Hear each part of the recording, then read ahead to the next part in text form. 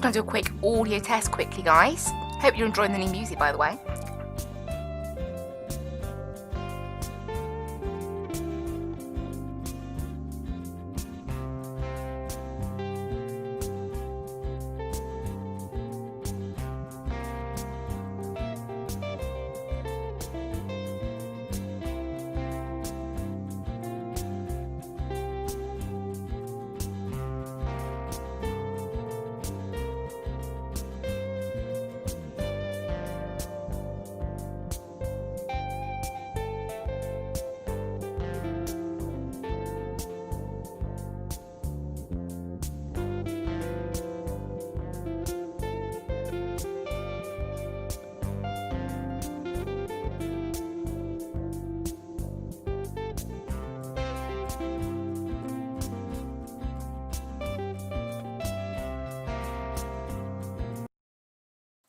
Hello guys, yeah, hope you enjoyed the new little background music we got going there. Now, as always, I will tell you guys, all that music is from the YouTube, what's it called? YouTube audio library.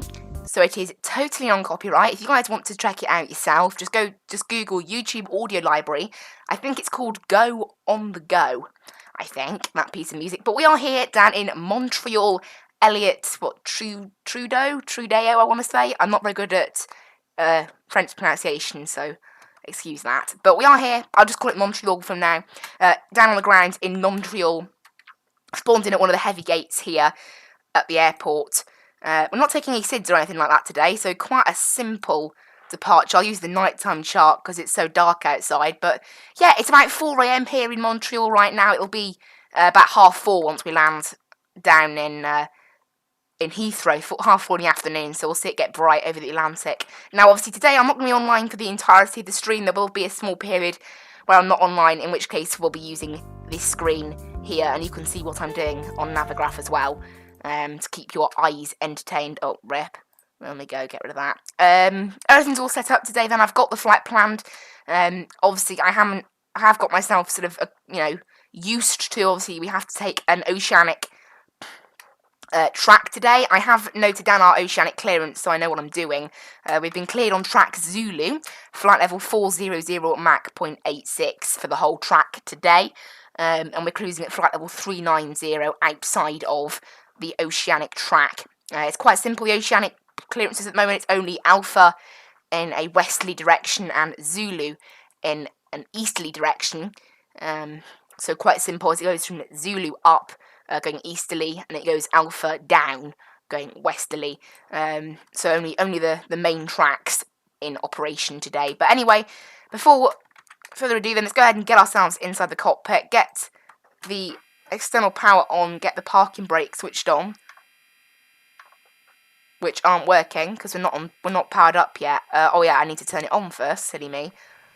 There we go. Cool. Plane's gonna fire itself up now. No ATC at the moment. There was some Oceanic Centre online earlier, but no such luck right now. We'll let it all fire itself up, then we can apply the parking brake. Lovely. Go ahead and straight open door left 1, and the 2 cargo doors ready for GSX in a moment. So we'll let the plane do all its tests.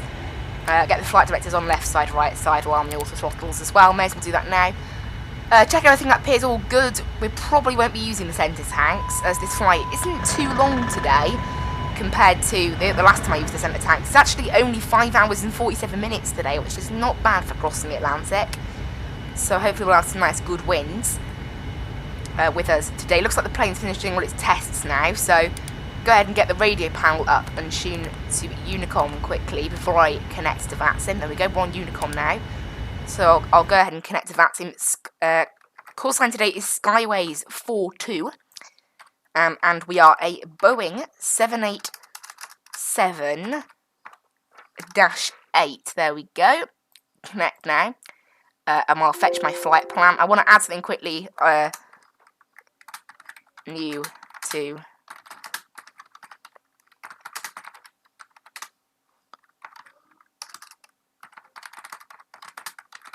I'm just adding, it's my first flight over the Atlantic. It wouldn't let me add that in the Vatsim pre-file, so I'll let now. Cool. that is everything all cleared. It all looks correct. So I'll go ahead and file that. So we're all good. We're all connected onto the network now. We'll go ahead and get the Yorkbrook Sector RTO, because why not? And then we'll start getting the first part of our routes in. So we are here on the ground in Montreal, Charlie Yankee Uniform Lima. Go ahead and start the flight plan on the Skytrack as well. And then before I go on to any of this, let's go ahead and go here. Now I might have to disconnect from Vatsim halfway through the flight and connect again.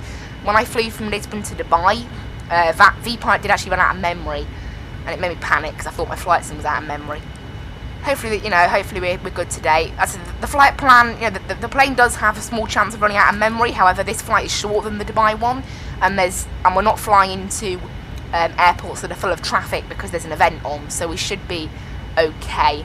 And even then, it managed to hold down. And remember, I had to start the simulator. I had to restart the simulator, but without quitting it. Obviously, you guys weren't there for that, so you won't know. But yeah, that's primarily cool. So just get the weather radar and everything else activated on there, because I always forget it later on. What I'll do now is get our sort of main balance figures inputted today for today's flight. So going over to for the good old sim brief. Fuel weight today, we are expecting 34056 on the fuel, 34,000 kilos, none in the centre tank. Look, we are almost full on the right tank, so that means no centre tanks for us today. So I'll go ahead and set the fuel in there, and then we are using, literally, we've got 227 passengers, and this thing has a max capacity of 226, I think. Yeah, so we are full on the packs side of things, and we're expecting a 0 fuel weight. Let me check now. I'm looking for our weights. Here they are. 144.9. So I want to add 1,600 basically. So we'll add 800. Nope, wrong one. Right, 600. No, 800. I said 800 in both. I'm actually get quite a close. They go 144.9, pretty much. Look, it's 890, so basically 9. So set payload, set fuel tanks, go back to... Oh, I just messed that up. So I have to fill it up again. There we go. Hopefully that set it correctly. There we go. Set payload. Set fuel tanks. There. If I go back to the dispatch page, we should find it's all good. Yes. Cool. Back to the menu page then. Back to performance. And we'll do that once we've configured our runways for today. Now, in terms of inputting the route, I might have to... I'm hoping I can just get away with putting in NAT Z into the FMC, and then it would know what NAT track Zulu is, but it might not. That's our little key thing there. It might not know what NAT track Zulu is, so we'll have to see. I might have to input them all manually, in which case we might have to be here a little bit, because inputting oceanic waypoints can be a little bit fiddly, considering I don't do it very often. I was considering doing a company route, but in the end I thought, no, we'll try it. So Skyways 42, I'll probably end up regretting that, honestly. Pre-flight checklist? What's on for pre-flight checklist? Yes, right. I accidentally took a screenshot while trying to activate GSX. There we go. Okay, I did upgrade the scenery here in Montreal. It looks like we've had the same issue that we had in Oslo. GSX has no clue. Right, rebuild airport cache. GSX has no clue of where we're parked, unfortunately. Because that seems to be a bit of a bug with GSX, where it doesn't understand what the airport is, because it's like there's 2 BGL files, and GSX doesn't select the right one. But, you know, there's no SIDS out of, what's it called? Montreal, really. There aren't really any SIDS, so we won't be doing any of that. We're planning to take runway... right, runway, there it is, 24 right. 24 right, selected in there. Yeah, there's not really any SIDS apart from the Montreal one, which I think is mainly for domestic flights. Whatever it wasn't selected for us. And we're taking that to... I need to find our route again, there we go. to Anteg. I don't know, GSX is taking a while to rebuild the airport cache, so hopefully it understands that there's a new scenery. To Oberon. It's mostly direct, by the way, today. To Mobub. To Edmos. It is literally all direct today, a lot of it. A lot of the flight. We're not taking many airways. And then from Edmos, we're going to YQB. From there, we are going to Taffy. And there, we're jumping on N397 Alpha, which I believe is an airway, because it doesn't say direct. Good. To Alri. And then from Alri, we're jumping on Naptrack Zulu. No, I don't think it would let me do that. Okay, we're going to have to put in all the waypoints ourselves then. I wasn't sure whether it would let me. Obviously not. So we'll go ahead and activate that. Execute it. And then we want to go to the legs page, I think. Yes. And then put in all the coordinates ourselves. So let's have a look at our oceanic clearance here. Our first waypoint. Right, I have to remember the formula for doing this now. 51N. 50 west. No. There is a formula to doing it, and I have forgotten. Is it north? 50 west 50.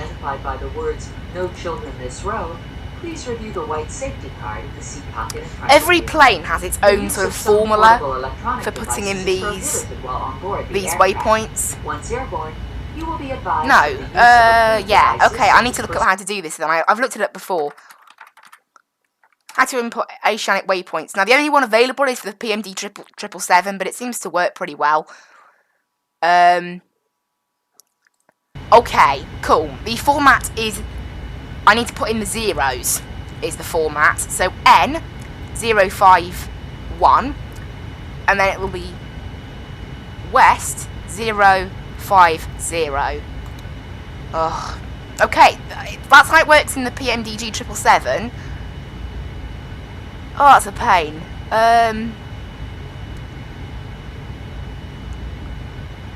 Okay. Let's see if I can find anything about the 787 then. Unfortunately, there doesn't appear to be anything on the 787. It all seems to be on the 777. That's about the A320. Ah, right. Seriously, there is no... Right, must include 787. See if we get any better input. Here we go. Oh, this is on infinite flight. Great. Yeah, not particularly helpful, this. Right, quality wings. 787 oceanic waypoint. If this doesn't work, I'm just going to download a company route. Right. There's a manual from Quality Wings. Whether will it stay in there? Because I'm not having any luck right now. What if I try in... You're meant to do it in the legs page, apparently, but maybe it works in the route page of this thing. Nope. Doesn't work either way. Right, tutorial, flight planning. Are we going to have anything on over the ocean flight planning? Doesn't look like we are in this. Oh, it's a shame. Nope, there's nothing in this manual, by the looks of it, about entering in coordinates. That's a pain. Oh well. Yeah, that's a shame. There is nothing appearing that is about that. Oh, it's a pain. Right, okay.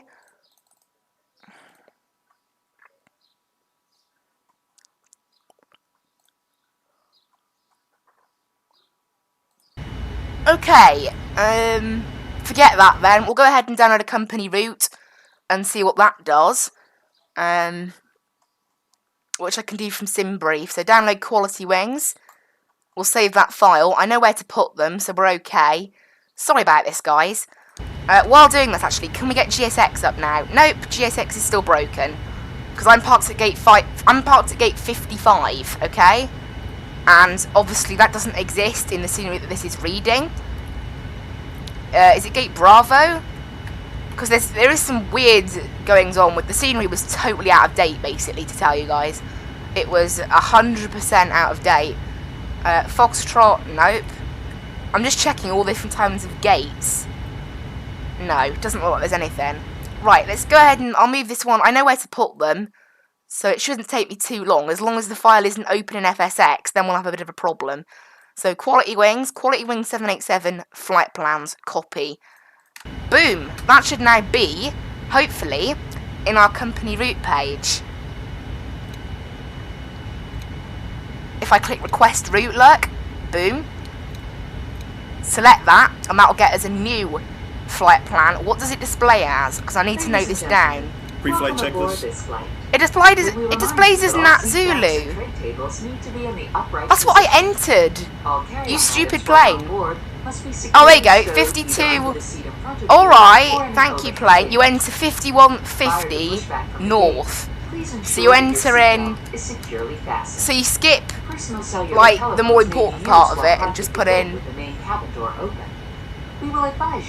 So you just put the waypoint, so 5250, you put 5150 and then north, and that's what you do the whole way then. Okay, that helps me. Well, never mind, it doesn't matter anyway, as we have been given our route now. But yeah, I put in Nat Zulu and that didn't work, so that's interesting.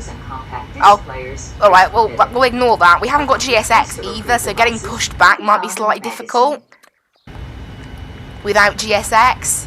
Unfortunately, that's just how it is. This thing, I believe, does actually have pushback built in, maybe, but I'm not sure how you activate it. But yeah, unfortunately, there is a little bit of a problem with this. Not having... We had this in Oslo, remember? And I pushed back using the Airbus's default pushback, which doesn't work in this plane, really, I don't think. And we can't just use Shift and P. I don't think that works. Well, whatever. Right, arrival now into Heathrow. Sorry for this slow start, by the way, guys. It's me. I should have really tried beforehand to get the oceanic waypoints in to make sure I knew how to do it. But, well, you know, we'll ignore that now. So, we are planning... I have looked at the weather forecast as well on Active Sky for the next 12 plus hours. It's looking like the wind's solidly going to be 09, so I think I'll be okay with that. We're going to be taking the bed day at 1 Hotel with the ILS 09 left OC transition. Execute that then, and we're looking for a route length of about 2,900 miles. Boom.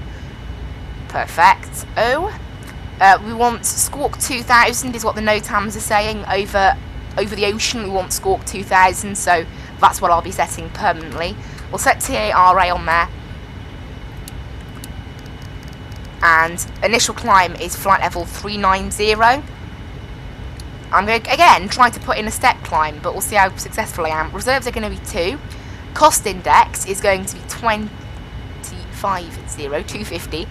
And initial cruise altitude is going to be 390. Now, the step climbs in this thing, I tried them on the flight to Dubai, and they work, but it just comes up with an error on the FMC as well. So I'll try to do it myself. Now, in the PMDG 777, apparently it works if you write slash, so for altitude restriction, 400, which is the altitude we want to be at, and then S for step climb. Yes, it works. Cool. So we want to be at 400 at Ellery, and then we want to go back down to 390 after Zetbo, because of course our oceanic clearance permits us, we have to be at an even flight level, of which Simbri has chosen 400, and then it needs to be back down to 390 for a little bit earlier. Yeah, 390 after Zetbo, so I'll select slash 390 S once again at Zetbo. There we go, and look, and you can see there it's put it in, look, and that's what we're doing. So, excellent. That means this thing knows what we're doing in terms of our cruise level today. It might be able to get us a more accurate sort of time frame. At the moment, look, that's saying 3:07. We are a little bit early, but only a little bit early. Simulator time is pretty much bang on with real world time. We've got no ATC on board today, unfortunately. There we go. And amazingly, we do actually have, we had crazy amounts of viewers yesterday. I was absolutely shocked. Today it's more back to normal. Honestly, I had about 90 playbacks, although it's only registering 56 views, so who knows what's going on there, but absolutely nuts. Right, we'll go ahead and copy FMC data. It is dry.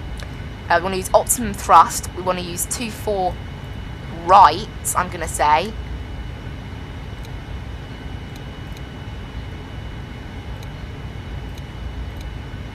Was it 2-4 right? It was, right? 2-4 right. Yes, 2-4 right it was. Over in Montreal. So make sure that's correct. Yep. I'm happy with that. Make sure we set optimum flaps, because we are quite heavy, so we might be doing a higher flaps departure, I don't know. However, we are a -8, so it might not be an issue. There we go. Actually, I haven't put in the QNH yet. It is 2984.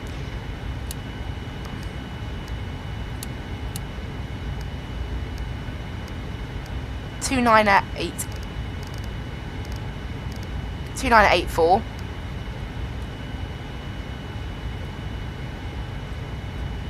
Calculate that. Still flaps 5. V2 is going to be 146. I'm not even a particularly high speed. I mean, we're not taking as much as I did to Dubai. It's a shorter flight, but, you know. Right, on goes the APU then. We'll let it fire up. We can get on the beacon light on now as well. And I want to make sure the seatbelt sign is turned on. Now, dome light needs to be on. It was on automatically. Nice, because it was dark. That's pretty cool. Now I need to go ahead and click send output, send to FMC. And then I need to accept this. It's going to be a trim of 4.25, a D rate of 2 today. Interesting. But everything is now set up. We've got no GSX, sadly, to push us back today. It's a shame GSX can't just push us back for this small bit. I'll have to delete the BGL files that GSX is reading, because it is kind of silly. I mean, I can't just tell it to do a straight pushback, which is what annoys me. Like, surely it can do a straight pushback from anywhere, no? But obviously not. So I'll try Shift and P. However, I don't think that'll work. Ladies and gentlemen, from the flight deck, this is your captain. We will get some duplicated announcements here, by the way. We're just finishing up our last bit of paperwork, and once we've done that, we'll push back. We're estimating an on-time. We'll let them finish their sort of yapping. Right, on go. Yeah, the APU is on, so the external power can come off. Once again, thanks for flying with us. Sit back and relax. And we'll push back the jetway. We're about 25 minutes early, but no matter. No need to report on Unicom. We have nothing near. Actually, never mind. There is actually a plane heading in from Chicago in about half hour. So I will definitely report on Unicom then. Where is it currently? I'm looking for it now. I don't see it anywhere. Where is it? Am I missing something? What's, there we go. CSA 1 Papa Kilo. It is a 777. Currently at 35,000 feet, which is cruise altitude. It is using the Impact 1 arrival. There goes the jet bridge. Now, yeah, the pushback is going to be the difficult bit, as I don't really know what to do. What do we do in terms of our pushback? I haven't got anything I can do. But right, before we set off, I am going to straight away check that all my oceanic waypoints are in from the company route. They look pretty good. There's only a few little waypoints, isn't there? And then it's a bit of an odd transition arrival, really.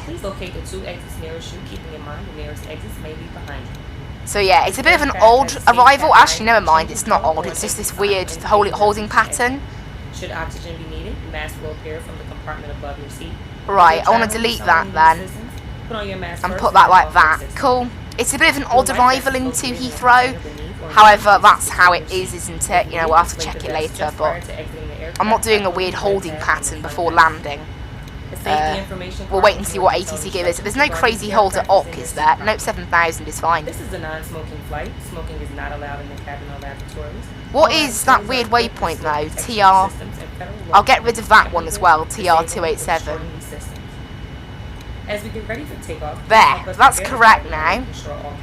Should all be correct. I've got to go 4,000 in 15 nautical miles. If we have ATC, obviously they will be able to direct us a little bit better.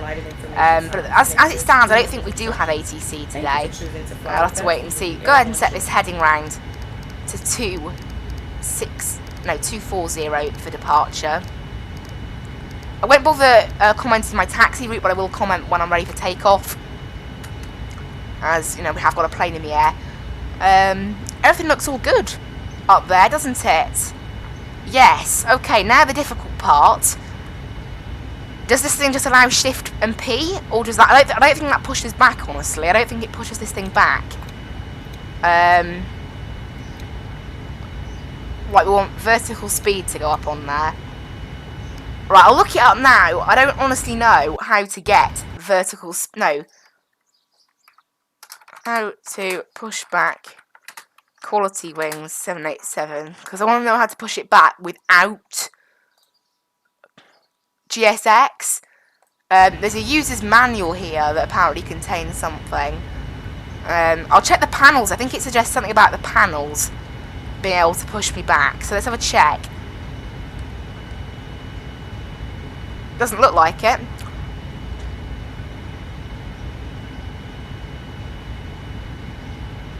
Right, this is all the main everything. Where is it then? I want to know.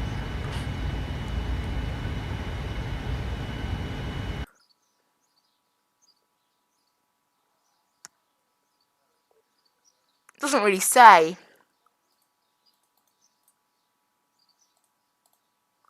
Luckily, sadly, it's a massive manual of 381 pages. There's pushback issues, but there's nothing about... That was previous. There's literally nothing about being able to push back yourself. I think you need GSX. Oh, I hate GSX sometimes. It's an absolute nightmare. Can I customise airport positions, or does that break it? See, look, it's reading the wrong BGL. That's the issue I've got here. It's reading totally the wrong BGL file. Meaning I haven't got pushback. Right, you know what? We'll start engines on the stand. I know it's a bit odd.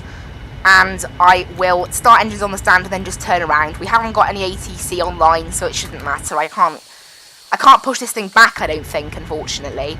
I'll try now by pressing Shift and P. Oh, well, do you know, this thing does support pushback. Never mind. Right. Okay, starting engines. So that last time this happened, it broke, so we'll have to wait and see. Nope, it works. The engines start. Last time, I tried a bit of a funky pushback departure out of Lisbon, and the engines wouldn't start. As a result, it sort of broke the plane. But we're okay. I've introduced fuel. Good to know this thing does support default pushback then, because not all the Payware planes support it. Right, left engine is starting now as well. It's a very quiet plane, this, honestly. It's so loud when you're just sitting there, and then it suddenly gets quieter. It's nuts. I'm going to introduce fuel on the left side now as well. Engines are all firing up perfectly, which is good to see. It means that it does perfectly support pushback. We haven't ended up with any little issues that I might have run into. I'll turn this into day mode now on active sky, even though it's night outside. So yeah, we'll let this thing push us back now. There you go. I'll press Shift and P now, as I am perfectly happy with where we've been positioned. Great! I am super glad that this thing supports that. It's going to be a bit of a long taxi for us. We'll just make sure the engines are fully pushed back. We know when the auto start thing... Oh, rip. We are still moving, so we'll go ahead and put on the parking brakes. Flaps 1. And flaps 5, there we go. Everything's all started up then and ready. I just want to make sure then taxi lights can come on. We want our wing lights and our nav lights to go on. I don't really like the logo lights to be on, so I tend to leave them. Because obviously it is nice and dark. It will put up our memory usage a little bit, but it's still alright actually. Right, engines are all started then. So I'll send a message out. See, well...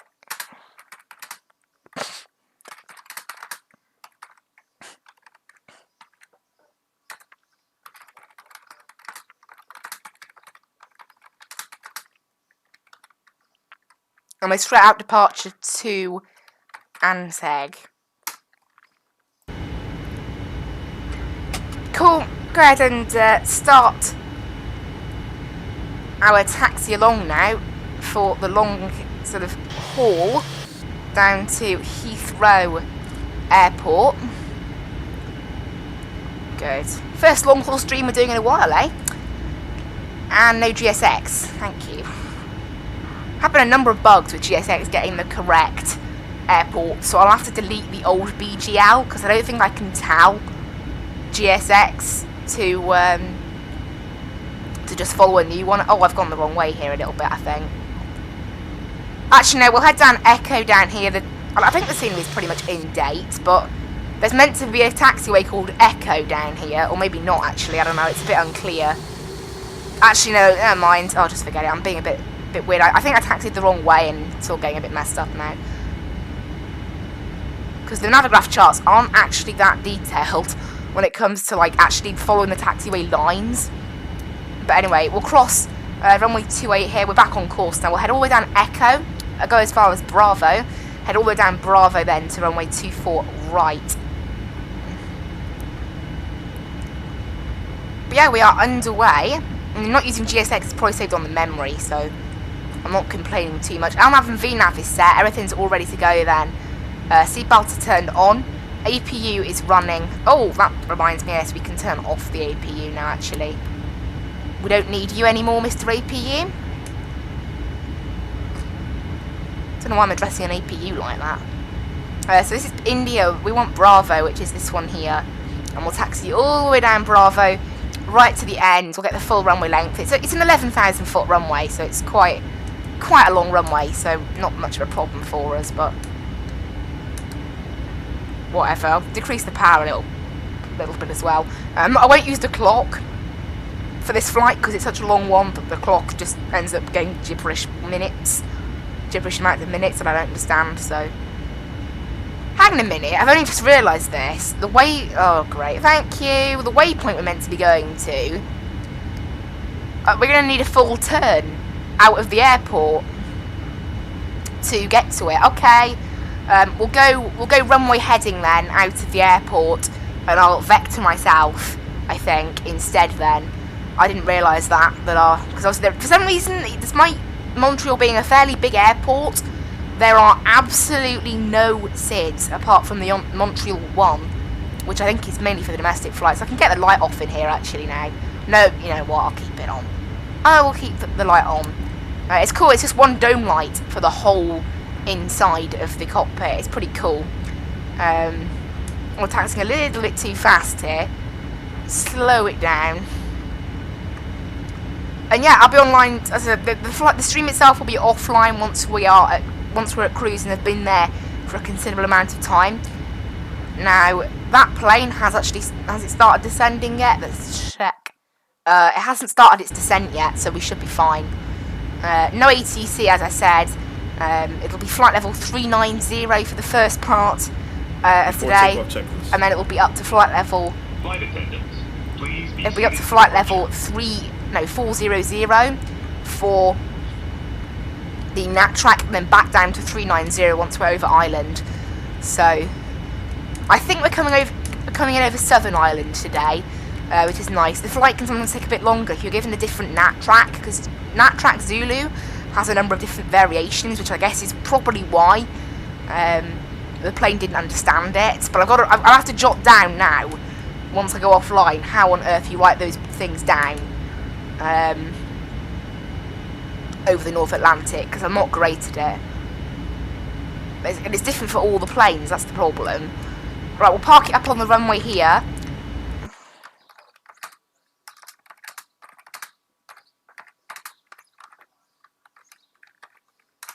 Take off runway 24 right. Excellent, right. Off goes the taxi lights, on go the turn-offs, on go the landing lights as well. And boom, we are all ready to get ourselves off. That elapsed time clock is automatic. Once we're in the air, it will activate, and it will finish once we're down. I'll take a note of it once we're down. Disappear. I mean, we're only taking off about 10 minutes early. Actually, no, we pushed back about 20 minutes early. But yeah, 3:20 this is saying at the moment we'll get on the ground. However, you know, the ETA of this thing I did learn isn't totally accurate, so just adjusting the heading, making sure it's accurate. Runway verified. Good, we're on the runway.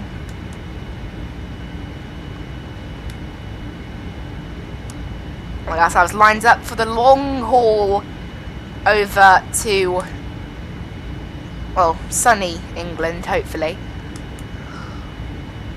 Taking off here from Montreal. I haven't had GSX, obviously, unfortunately.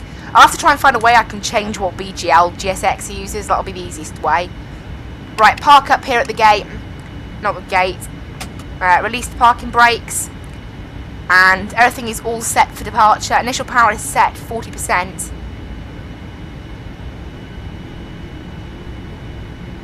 And tow goods rate 2 set. Airspeed is live. Bye bye Montreal. Hello London Heathrow. 80 knots. There's 80 knots.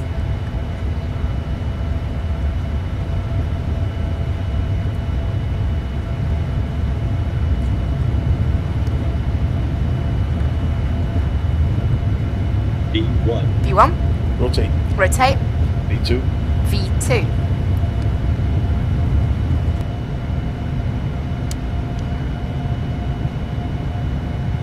Okay, Positive Gear up. gear up. Now I won't be following that LNAV chart round, I'm doing heading select.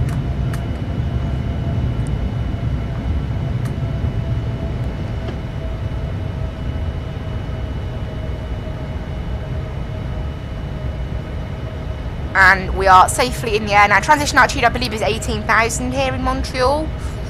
I don't really know about the US, but I'm pretty sure it's 18,000. Right, and ease the plane down. In fact, Toronto ATC is online. They'll be able to tell. Because generally it's the same for everywhere in the US, isn't it? And everything. It doesn't say there. It doesn't say it generally means 18,000, I think. Anyway, yeah, gaining some speed now. I want to put in the autopilot. And then on. put round the heading. Autopilot in command. So I can sort of start to vector myself back towards Anteg. Flaps 1. Okay, getting speed now pretty well. Vectoring myself back over to Anteg. Flaps up.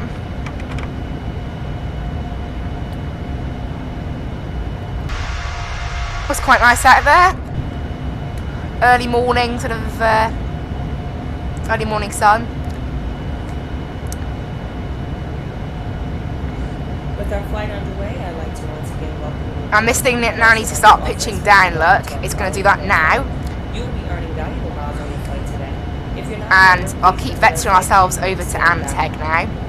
in just a few minutes, we will be beginning our complimentary meal beverage service in both first class and coach. In coach, beer, wine, and margaritas After takeoff will be purchased checklist. with a debit or credit card. We apologize. I go access takeoff checklist. Should be done. Yes. That's the approach checklist. It isn't needed, so get rid of that. Free of charge. The flight attendant will be coming through the aisles with complimentary. Now we invite you to sit back, relax, and enjoy. And there we go. We are safely climbing now. Off go the runway turn-offs. I'll go ahead and get the wing and nav lights on it off. It's starting to get light again, so we should be okay in terms of that. Lovely, climbing through 10,000 almost now where we get to speed up. Right, I want to vector myself over to Anteg now. On a heading of, there you go. Go direct to Anteg from here. I'll get LNAV on now. And there we go, we are sorted.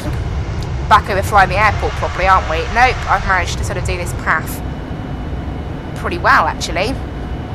So I'm back on course now, following this up. Now I believe the transition altitude in Montreal is this. Does it say?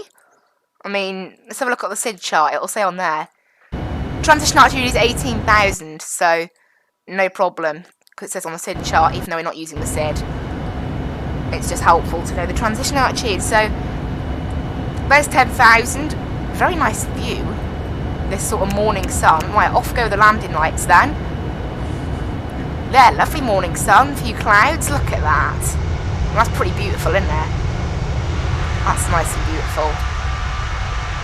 Obviously, the weather will be pretty normal by the time we get down to Heathrow.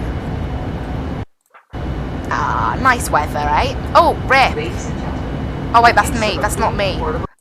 I saw Speedbird 92 departing from somewhere in Canada. I was like, hang a minute, is that me? No. Good, I haven't messed up the call sign. I thought I might have done. But we're all good.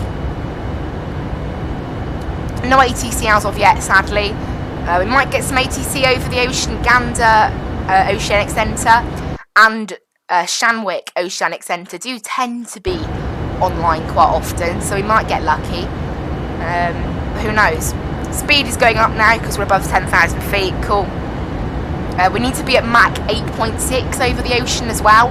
I'll just make sure this thing knows what it's doing.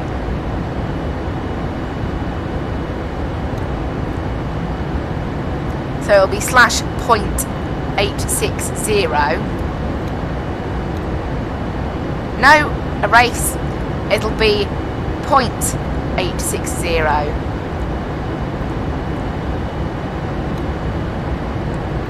Okay, 0.86 slash.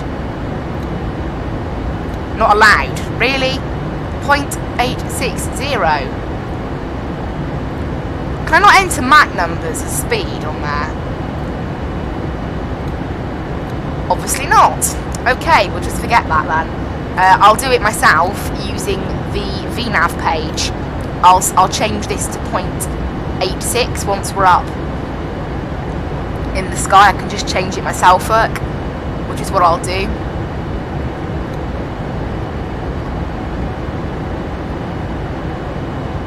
But we're climbing pretty good now. I can get the seatbelts back to the auto position. Everything looks all good up there then. Obviously, you know, most things in this aircraft are actually automatic. Makes my life quite easy. Estimated arrival time in Heathrow right now is 3:25, which is about half hour ahead of schedule, I believe. And we only took off like a little bit. I mean, what's our planned arrival time into Heathrow? I'll check now. Planned arrival time into Heathrow is 3:07 Zulu. But obviously we pushed back. We were meant to take off at 9:20 Zulu, so we took off about half hour early. So now our estimated should be about 14:40. So it's pretty accurate actually, but not bad at all. That I'm rather happy with that. Right, cruising through 18,000 feet almost. We'll set standard pressure now, may as well. There's not much difference really between the two. Anyway, speed is going up nicely. Got a very nice tailwind. We'll have a nice tailwind the whole flight really. There's going to be some long gaps between waypoints, I think. There's going to be some very long gaps between waypoints. The longest gap between oceanic waypoints at the moment looks like 380 miles. They're all about 370 to 380 miles apart, probably set, really.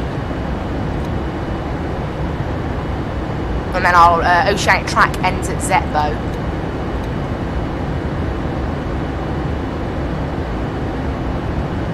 Because our oceanic clearance is that, basically.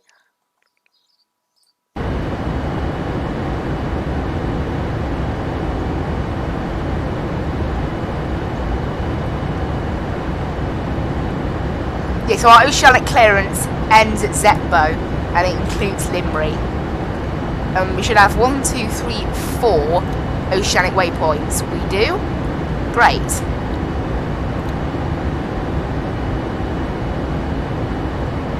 Now, obviously ETOPS is all fine. Obviously ETOPS is about using 2 engines over the ocean. So our alternates for ETOPS would be St. John's as our ETOPS entry. Then it will be Lima Papa Papa Delta as our suitable. And then it will be Shannon as our exit airport. So we exit ETOPS 4 hours in, and we enter ETOPS 2.5 hours in. And at that point, we'd have to divert to Lima Papa Papa Delta. But obviously, this is flight sim, so you don't just get random engine failures unless you turn them on. So it sort of, you know, ETOP sort of loses its effect a little bit in flight sim, I think. It doesn't really matter that much. Obviously, in real life, it's quite key.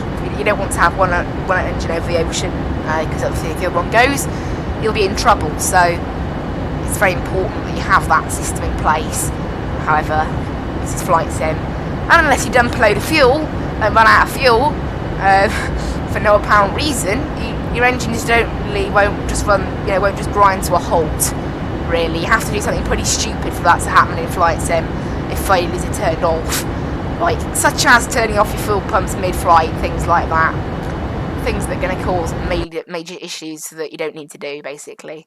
To sum it up, we're passing flight level 230 now. Nicely climbing up. I have to keep an eye as well. Fly UK Skytrack, after 2 hours in flight, it will ask me to switch radio frequencies. And then between 1 and 3 hours after that, it will randomly ask me to do it to make sure I'm in the cockpit. So I'll have to keep an eye out for those, and then I'll tune the comm to that frequency.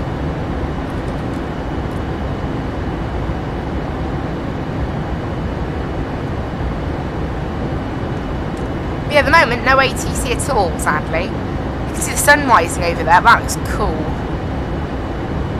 Look at that, I can actually see the sun rising. That is crazy cool. Looks like there's plenty of flights heading over on the oceanic clearance today. Yeah, taking Nattrack Zulu is a 747 heading to Heathrow. Let's see if I'll be there before it. Currently, there's no ATC in Heathrow. However, that's kind of like, you know, we're not getting there for another 6 hours yet. As it stands, I think, no, that BA will be there before me at the moment. However, no, that was from a few minutes ago. It's now updated. And I'll be there roughly at the same time.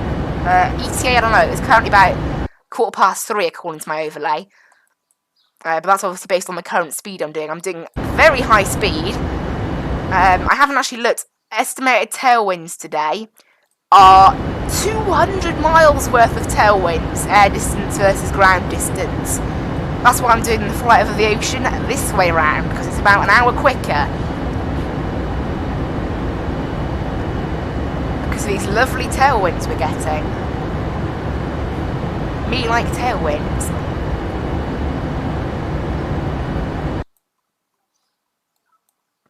It's a pretty, yeah, we're coming over the south of Ireland, over Cork, over Swansea, Cardiff, Bath, before finally landing over in Heathrow today. That's our plan. Yeah, not bad. And the fact we can do it in about 5 hours and 50 minutes too, that's pretty good. Pretty decent.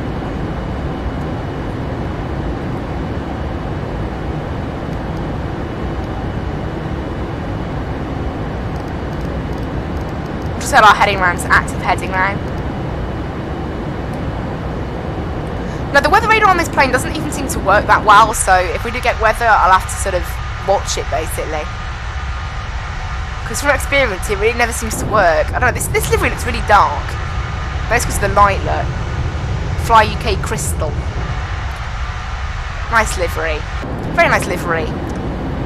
And Fly UK also do some oceanic flights in the 787-10, so I might have to do them at some point as well. That'll be interesting.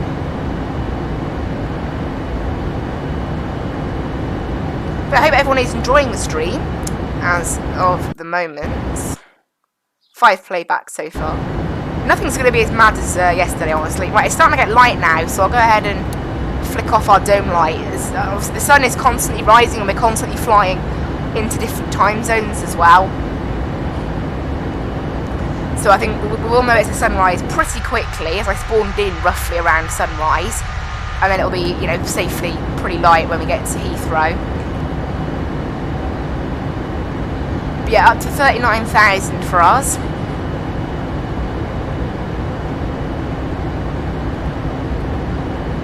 It does look a bit dark in here right now. What I like to do around this sort of little change over period between the lights, I like to put that light on, but no other light really.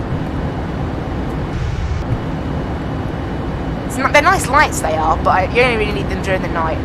They light up the cockpit a little bit. They don't need full lights now. A little bit cloudy down there, isn't it? I don't know what the weather. I don't know. Right now, the weather in Heathrow is pretty nice. However, obviously that is subject to change.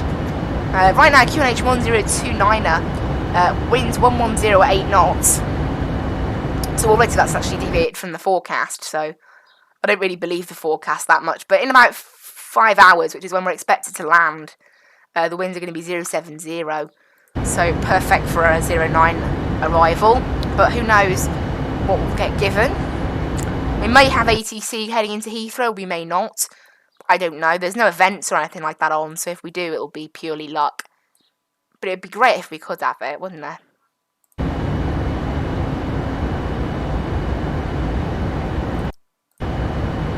Currently at a ground speed of about 550 knots, so pretty decent. Pretty nice.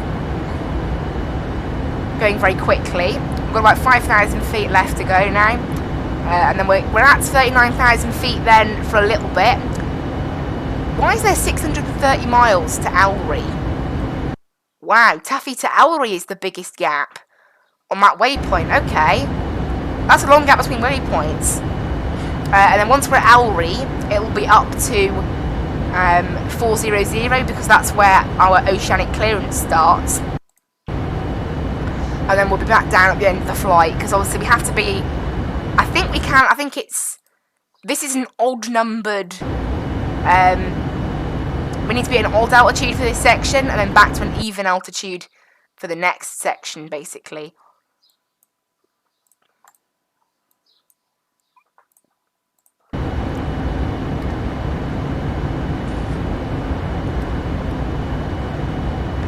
Yeah, this thing's climbed pretty quickly. We've only got 3,000 feet left now to climb. Look at that sun out there. It looks pretty nice, doesn't it? Don't think we need that anymore. That lighting. It's getting light very quickly, actually. So just the beacon light for us right now. Nothing else needs to be turned on. Because it is nice and light.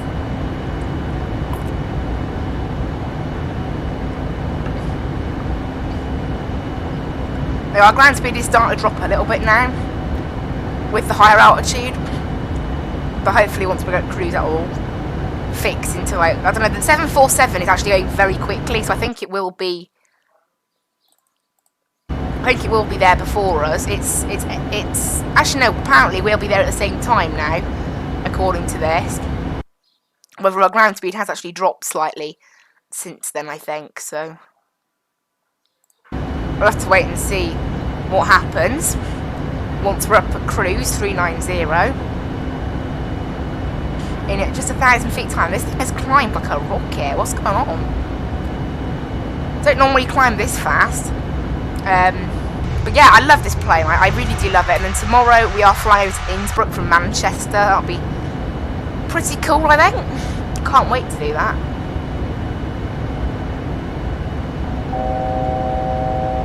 There's a little altitude horn to tell us we are approaching 390. Where we're going to be for, quite a while now, until Albury. And then it'll be up to 400 after that. I'm having a look at my vertical path right now. Yeah, that looks all fine. So absolutely excellent. Cool.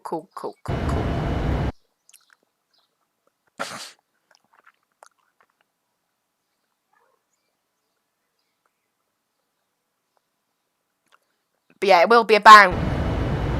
And then just after Zetbo, we'll descend then back to 390. Unless, obviously, otherwise noted by ATC. We're on Unicom. Nothing's really going on Unicom. We'll go ahead and set our heading round now. This will now be our cruise speed for the next, well, for quite a while, I think. Until we end up on the oceanic clearance. Now, obviously, this flight, in terms of scenery-wise, will be a bit boring once we end up over the Atlantic. Once we get over the Atlantic, we probably will just go ahead and straight up offline the stream for a few hours, maybe just an hour, and I'll update you on progress possibly. If we get ATC, I'll probably go online as well on the stream.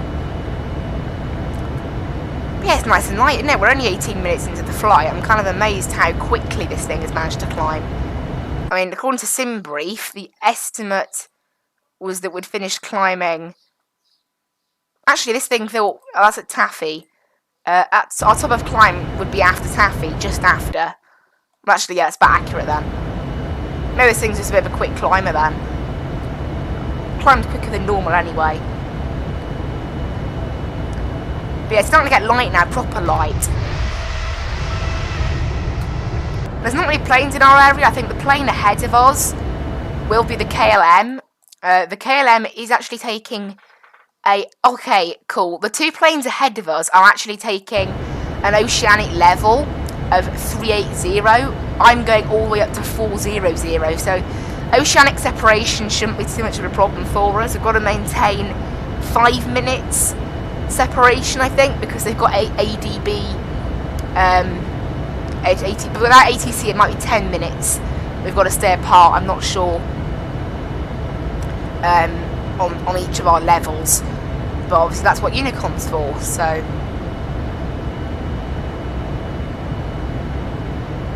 we'll see what we're getting. Because I am going quicker than them, being a 787. That just happens naturally, really, that I am quicker than them. That's how a 787 is. It just happens to be quick. There's quite a few flights inbound from the US, really, at the same time as us. It's quite funny. It must be like peak time for it. Like 2 o'clock, there is a flight from Montreal, that's me, and a flight from Chicago.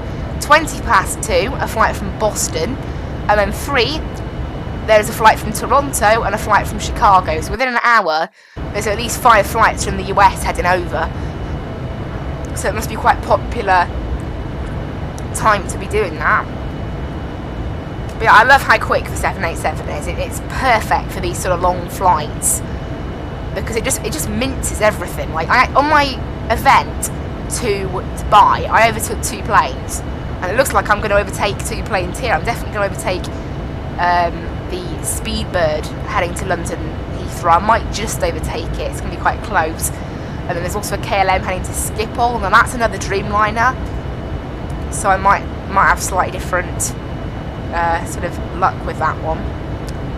Well, the Dreamliner's dropped down to 35,000. That's its cruise altitude, okay. And then it's taking 380 at Alri on Nutrak Zulu, and then down to up to 390 at Zetbo. Oh, we're going to have to watch that. We're going to be at the same altitude after Zetbo. So, obviously that's not for a few hours yet, but we'll have to watch that. Also, I can private message people on here, so I might private message them over Zetbo if we get a bit closer. But again, that's not for a few hours yet. Our ETA at Zetbo isn't... I don't know how to view it. How do you view an ETA at an exact waypoint on this plane? It's probably in VNav. No? It'll be somewhere, I think.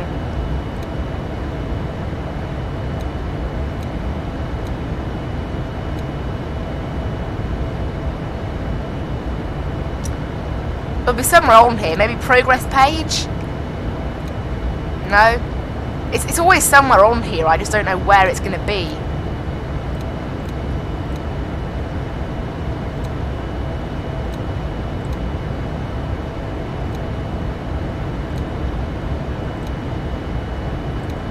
Not alternate. I wonder where it is, seriously. Like, where it is.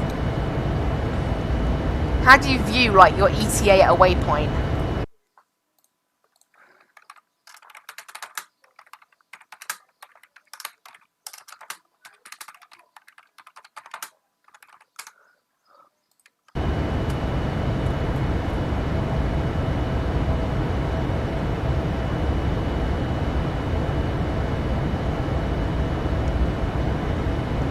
Problem is, there's very few. Like, there's very few sort of help.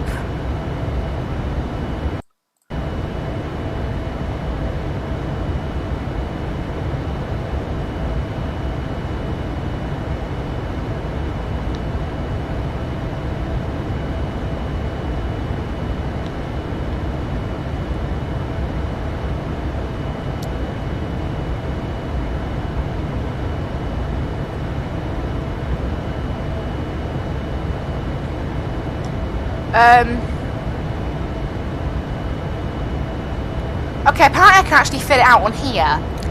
So if I told it, like...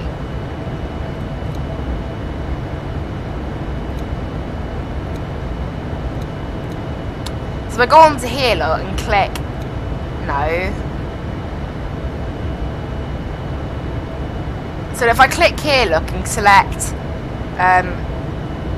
Zetmo...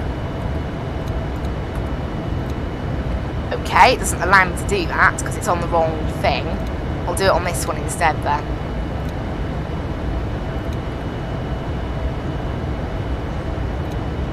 Oh, it was delayed, that's what it is.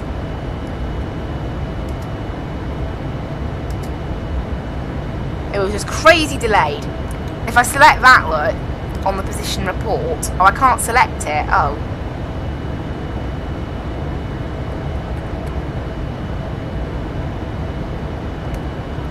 Got some slight lag going on here.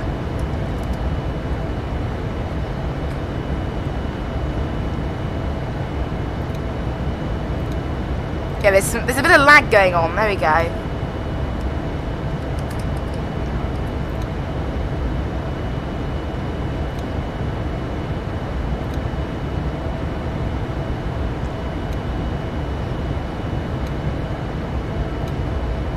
Who knows what's going on now?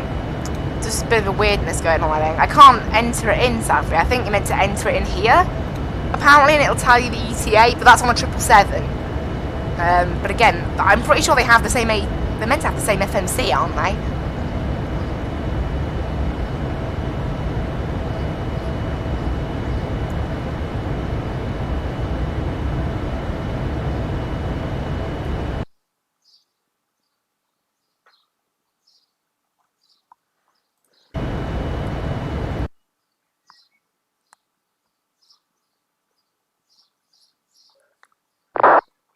There's no particular help here, so I'll just leave that. Oh well, that's that, I guess, isn't it? There's no proper help there, unfortunately, so that's how that is, I guess. Yeah, I'd like to find out what my ETA is at Zetbo. But it doesn't seem to be... Oh, here you go. I've just accidentally stumbled across it, look. Well, that was helpful. Go to route data, look, and I can see all my waypoints. There we go, 1324 Zulu. That's great. And I can enter in the wind as well. That's cool, and everything. That is really cool. Okay, there we go. I found that. I found out how to do that just by total accident. Never mind. Why not? But yeah, we're up here at a cruise. There's another plane on the ground at Montreal taking off. It's going to Pago Pago over in New Zealand. Whoa, that's a long flight. 6,300 miles. That is a long flight, gotta say. I mean, that'll be, you know, what, 12 hours? No. Yeah, it'll probably be about 12 hours if my flight is 6 and it's roughly double the distance. It'll probably be about a 12-hour flight at least. Maybe as much as 14. Wow. That's nuts. I could never do a flight that long in the sim. Like, I'm happy doing this flight, but anything longer than 8 hours is a bit long, honestly. I mean, before I remember when I only used to have a maximum of 2.5 hours. But recently, once I discovered how much I actually quite like these long haul flights and how fun they are to do, I'm a bit less bothered. You know, if I've got a day to spend on something, I'll spend it on flights then. The memory seems to be coping pretty well. I think it's partially the fact I didn't have to restart the sim. I didn't have GSX activated, and it's daytime now as well, and there's no sort of AI in the area out there. Well, by AI I mean Vatsim people, but it has the same effect on the memory as AI would. It all looks good up there. Everything all looks good. Yeah, an ETA in Heathrow, about 3:25 BST. So not bad, really, if you think about it. Not bad at all. Now, obviously, I do have to eat my lunch as well. That's another thing. I'll definitely go on offline while I'm eating lunch. That's certain. But yeah, I'll probably go offline about 11 o'clock BST for about an hour, half hour, I don't know. I'll try and make it so I can be online as much as possible.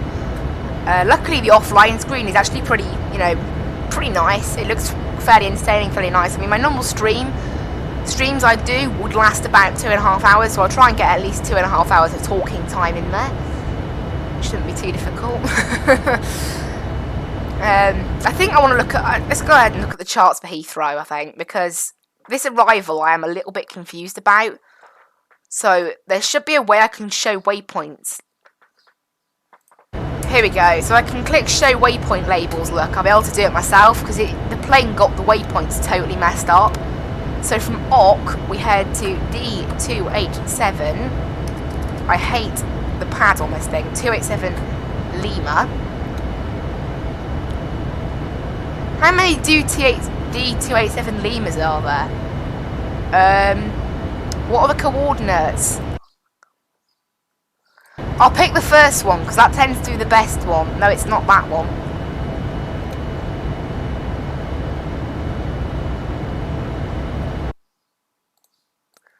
Right, approach.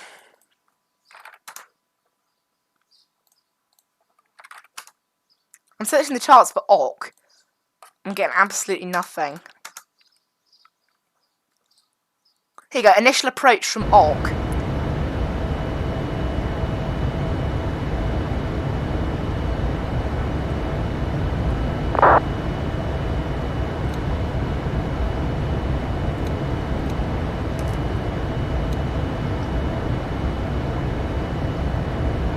The issue is, look, this thing tried to program a holding pattern. I'll try programming it again to see if it does a polling pattern again. So the Beda 1 Hotel, ILS 09 left, OC transition, and hopefully this time, look, if I check, it won't mess me up. Because I want to try and get this arrival sort of set correctly before I bother crossing the ocean and do all that. I'd rather just know what I'm doing when I get there. So it's got all the waypoints in correctly, look, but it doesn't know how to sequence them properly. So we're going, there we go. I think that might have been the cause. And then we head round to D287 Lima, look. From OC.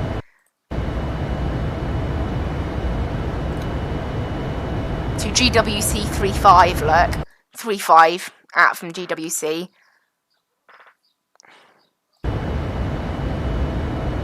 We need to head 8 miles out from OC. So I'm not really sure what D287 Lima is. But if I click on here and click show runway, no, show waypoint labels, it will tell me the correct ones, which have got plugged in now. Just unfortunately, this thing, now the path it's taking to get from OC to D287 Lima is a bit of an odd path. I'd rather it didn't do that. But there we go, I don't know, that's as good as we're going to have. We'll probably get vectors or something from ATC if we have them. But there we go, this thing now knows what it's doing later on, which will help us. Now we may as well do the landing speed now as well. May as well get it all finished. I mean, by the looks of it, this plane knows what it's doing roughly in terms of landing anyway. So copy FMC data, it is going to be dry. Cat 1. Anti-ice off. No, don't factor in that. What brakes 2 it will probably be. Winds are 110. At 8. We'll probably have to do this. I'll probably have to fill this out again by the time we get there, but never mind. Okay, quite high pressure. Right. Yeah, definitely going to be auto brakes 2.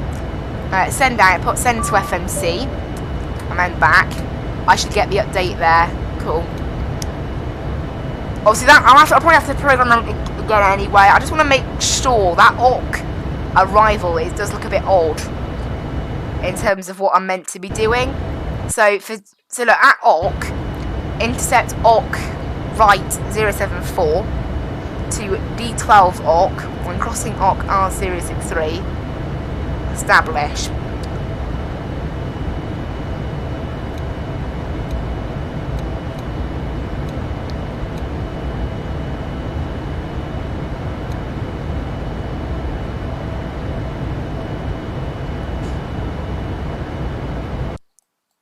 I'm not really sure how you enter in. So it's it'll be OC and then 08, I think. OC 12 is probably what we want, isn't it? Because the problem is with these waypoints, you can only fill them out if you're on the arrival, like, and the plane puts them in for you. You can't put them in manually. Well, I'll have to live with going from OC. Let's have a look at our arrival chart then to see how it sort of controls it. Okay, it's a holding pattern. And we need to be at 220 speed at OC as well. Make sure this thing knows what it's doing. Because this thing always gets speed restrictions wrong, I'll tell you that now. Okay, max 250 over there, but nothing else. And we need to be at 14,000 at bed deck as well. Okay, that, I don't know, we'll cover the rest of it if we have ATC. Obviously, I'm not really, there's no point in, I don't even know why I'm planning the arrival at this point. It's not really arrival time, is it? To be honest.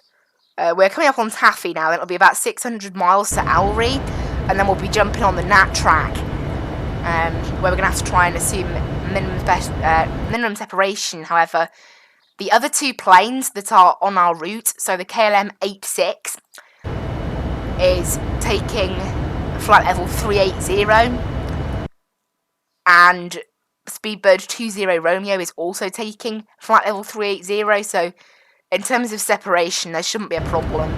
I'm hoping Simbrief plans it so that it's like that, but who knows really what Simbrief does, because the thing is, I'm not sure if Simbrief works like that. It might not.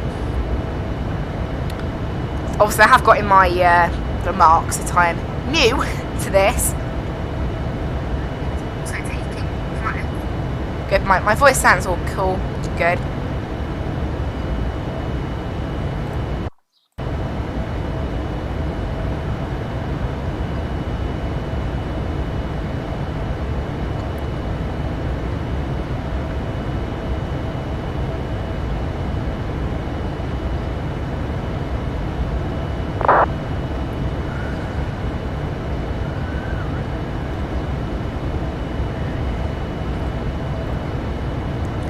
If these Ocean 8 flights, it does look like it's going to be a bit easy to be putting in, you know, company routes. Right, I'll give it a go now. So say 5210 north, which isn't a waypoint we're hitting now. Cool! I just entered in my own waypoint. We'll erase that, obviously. I was just doing that as a test. We're not actually going there. But it does mean, it's a bit of an odd way of entering it in. You sort of skip out the west part of it, so you just basically just put in the coordinates, so 5150, and then you put north for flying over the North Atlantic at least. Bit of an odd way of doing it, and then obviously there's different coordinates then if you're flying over the west one. But I'll have to write that down in a notebook somewhere, because otherwise I'll totally forget.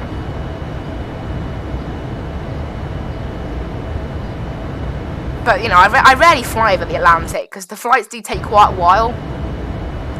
If I wanted to do the flight the other way round, it would take about an hour and a half longer. Well, that's kind of the thing. I can only really do oceanic flights this way round, because of the crazy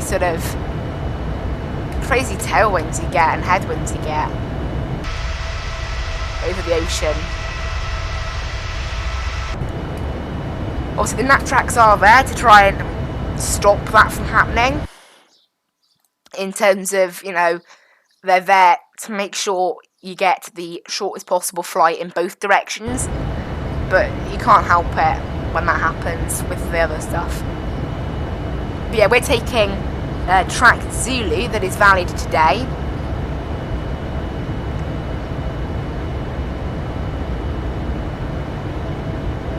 Track Zulu is what's valid today, which is what we're taking. So Alry, 5150, 5140, 5230, 5220,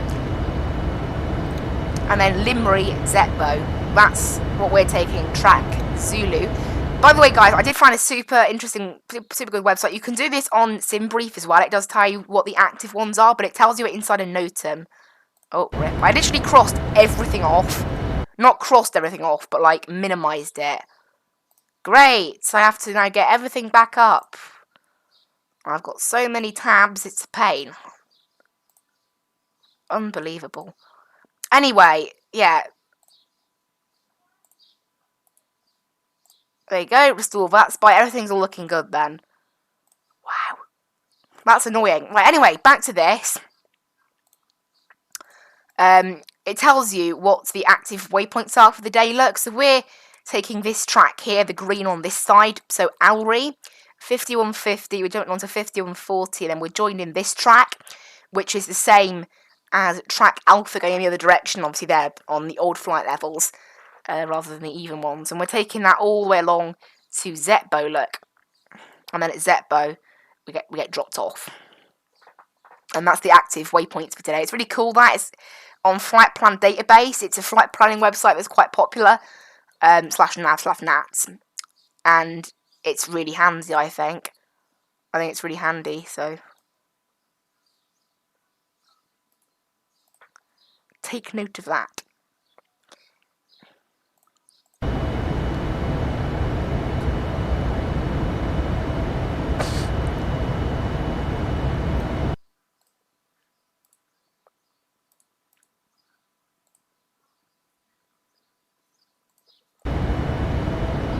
We've got 600 miles to go to Alry now. We won't be there for an hour almost. It's got nice and light outside. Has safely got light. All the lights are off in the cockpit, so we're good. It's crazy it's got light so quickly. It's because I think we are going that way in the time zones. So where we are right now, Caraquet, I'll say. Caraquet local time.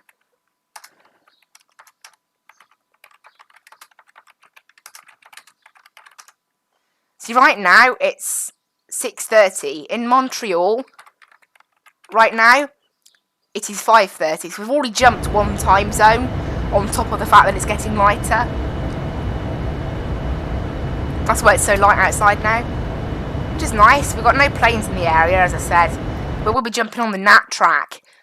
But there's not many planes on the NAT track, really. There's only 2 ahead of us, and that's about it, I think. We've got a Lufthansa that doesn't seem to be taking... Oh, it is taking a NAT track at flight level 39... What? They got... Okay, there's a bit of an issue there for them. That shouldn't happen. There is a Lufthansa here heading to Frankfurt, so easterly. So it needs to be on an even flight level. And it's taking NAT track Zulu at flight level 390. Which isn't possible, obviously.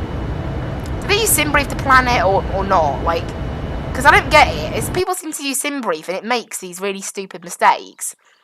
And I just think, well, hang on a minute. I use SimBrief all the time. No, they didn't use SimBrief. That's probably why. You have to use SimBrief to get up to date, sort of, with the cruise altitudes and things. Because SimBrief actually provides the route based on the active NAT tracks as well. It's really cool of it.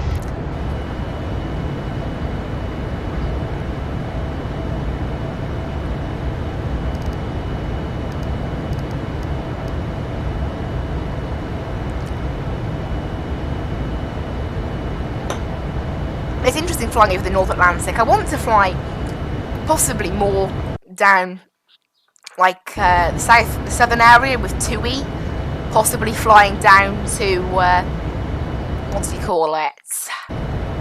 Flying down to, how can I forget the name? St. Martin. Sorry for that little sneeze. I'm not sure how much of that actually comes out on mic, because I actually cover my nose, so I'm not sure how much comes out on the mic, the sound. Who knows?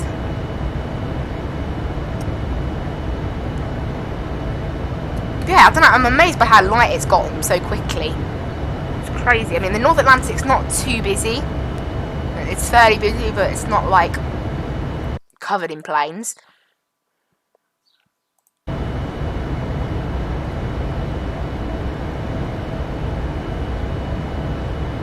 One thing I have to watch is my ETA at Zetbo compared to the BA. The KLM I'll have a look at as well. Okay, the KLM is also going to 390 at Zetbo. So I'll have to watch that. Hopefully like some ATC to help us out, but who knows, we're not quite within the Oceanic Centre boundaries yet. We enter that We entered the Gander Oceanic Centre a bit later, but we haven't received anything yet.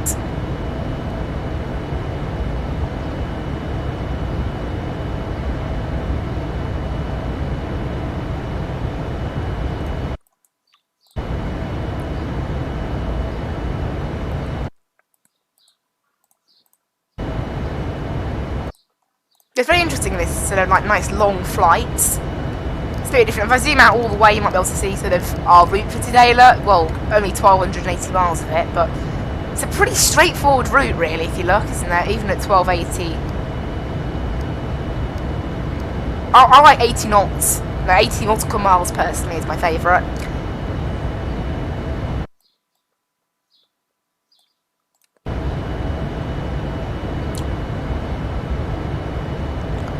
I've got to remember as well to push the plane up to Mach 8.6 once we are at the Mach, once we're on the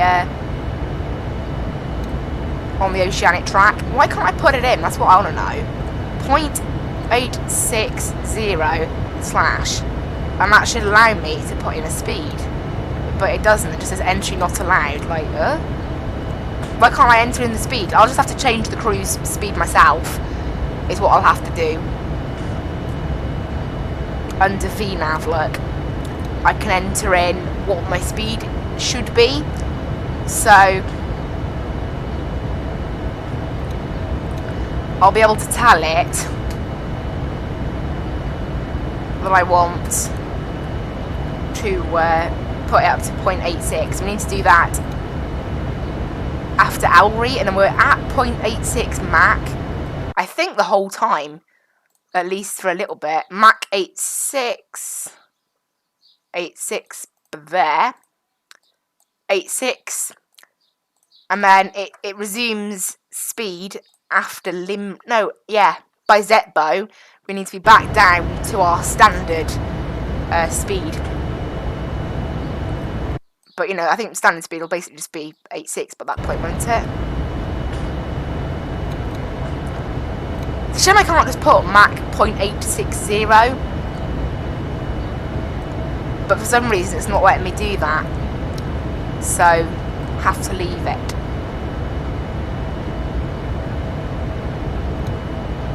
It says entry not allowed on selected line, so I'll have to do it myself. In here, I'll put 0.860 once we hit, and it'll do it manually. I don't know how long it'll do it for. I mean, saying that, what's 339 knots in Mach? Actually, that's not accurate, never mind. But it's faster than what we're doing now. For some reason, it's not in Mach, though. What if I try converting the ones that are in knots to Mach rather than the other ones? No, still not allowed. Oh well, we'll just ignore that then.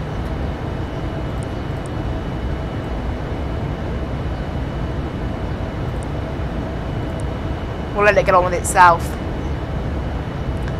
Yeah, it looks quite nice down there. It's very cloudy today. I don't know how cloudy it'll be once we're fully over the ocean, which we almost are. We've got a little patch of ocean, and then we head over the island where St. John's is, and a place called Corner Brook. Is that what? Is it Newfoundland? Newfoundland, I think a lot of people call it, don't they? Newfoundland. It's where we're heading over. Maybe it's Greenland, actually. No, it's not Greenland.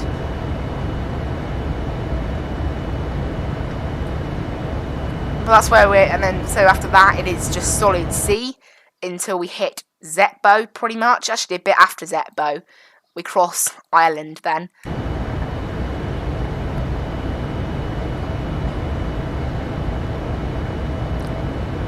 Pretty good. We're starting our oceanic sort of crossing in 530 miles, where we'll step up to 400. I do need to make a note of, you know, to make sure I can actually climb up to 0.86 Mach for the other one. And then I need to jot down. Actually, I'll jot down what our previous speed was on the back on my notes. So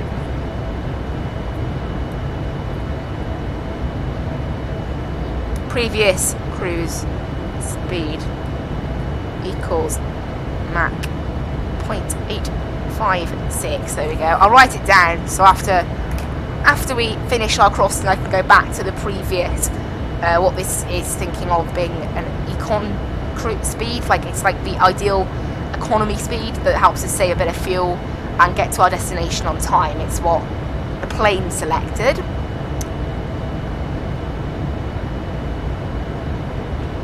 And also that increase in speed will hopefully pull back our ETA a little bit.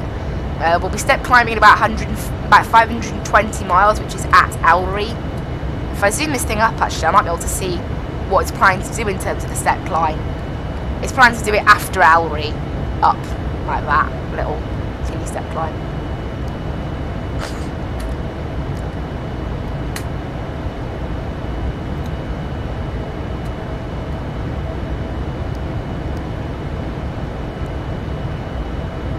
There's a little cloud ceiling above us now. It's getting a lot lighter than earlier, which is nice.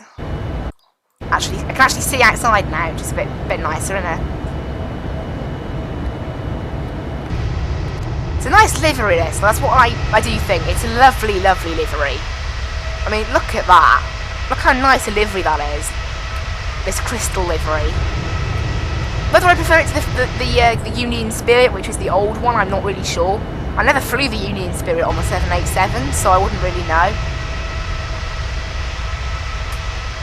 But yeah, it's a lovely looking plane, the 787. I have absolutely just like fallen in love with this plane. It's definitely my favourite out of the whole flight sim, that's for certain.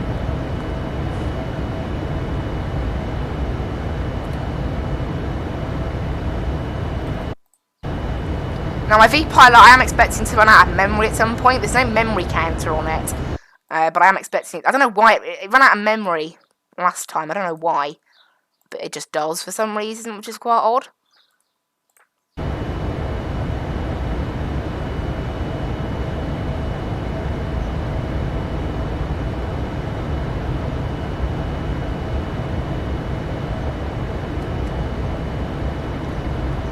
But yeah, I don't know. The weather radar's set to weather and turbulence, which is good.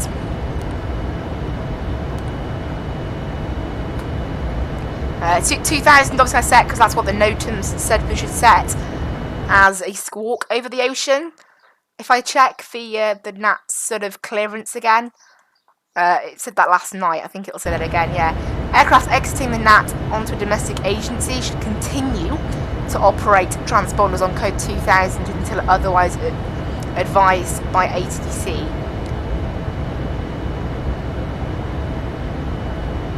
Meaning, yeah.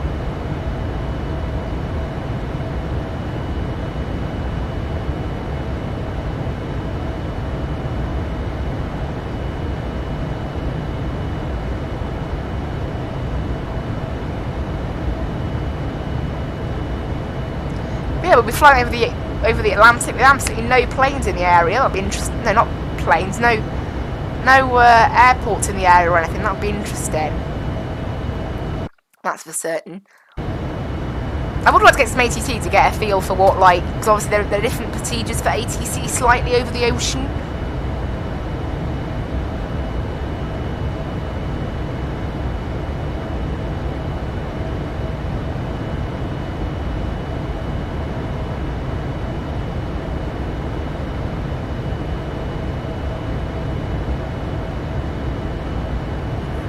Yeah, I don't know much about the ATC procedures, so it'll be interesting if we get some ATC. It'd be lovely if we do. I would like to get some.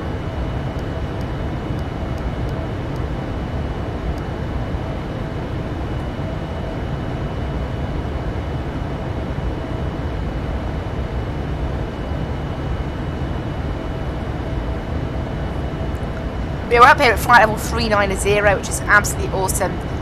485 miles still to go to Ellery, so quite a while. Actually, quite a while.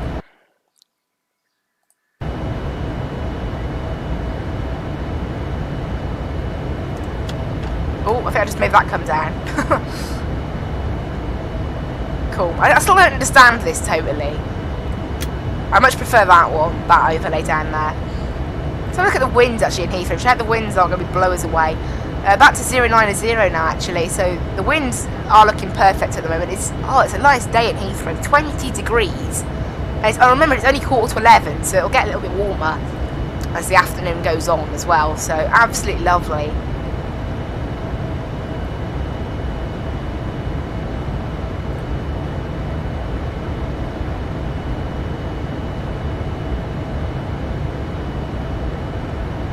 But I hope you guys will like the longer stream. I don't often do streams this long, obviously. The longest one I've done before is 4 hours and like 3 minutes or something. So this will beat that. I reckon it'll be around a 7-hour stream, this one. Pretty insane. Really?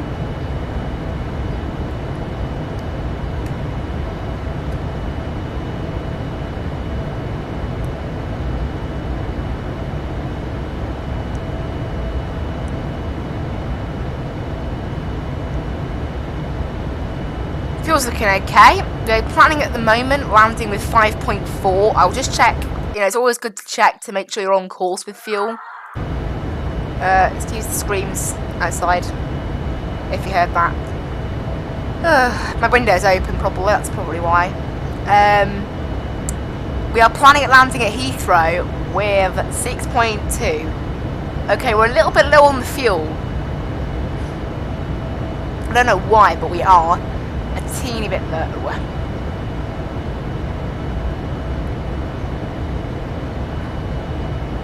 And this thing is approved for an ETOPS of 3 hours. Okay, that's fine for us. Right, I'm starting to close up on that, on the Speedbird and the KLM now. I'll have to get in contact with the Speedbird because the KLM is fast enough because it's another Dreamliner. So I'm doing 533 knots. It's doing 525. The 747 actually is only a little bit slower than that, but it is slower, which is quite key to sort of note. Our current estimate is about 2:10 this thing, so meaning I will be there just behind the Chicago, the plane from Chicago, Speedbird 20 Romeo. But I'll have to get in contact probably with both pilots, asking them where on earth they are due. What time they're due at Zetbo, as we are all taking the same altitude. Obviously, Zetbo does mean we're out of airspace, so we can resume to the usual, what is it, 5 miles apart?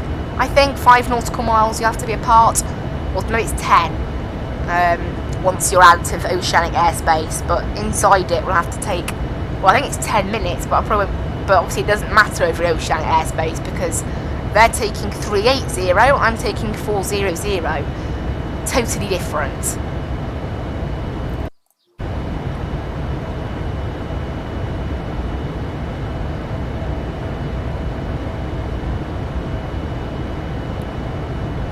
But so far I'm enjoying doing the Atlantic flying. We've been in the air about an hour now, so still about 5 hours left, I should think. Yeah, ETA is currently about 3:21, which is not bad, really. Not bad at all.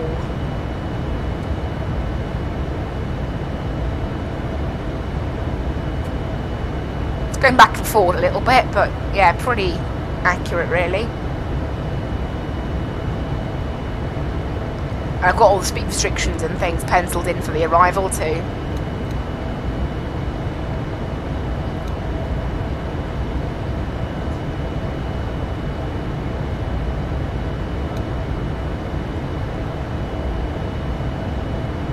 Weirdly, our missed approach doesn't seem to have any proper altitudes. Our missed approach is literally just 0. I mean, that's not particularly helpful, should we need it, but who knows. I'm surprised actually, we've got quite a few waypoints after we finish our oceanic sort of trip. A lot of them on the arrival, I think, as well.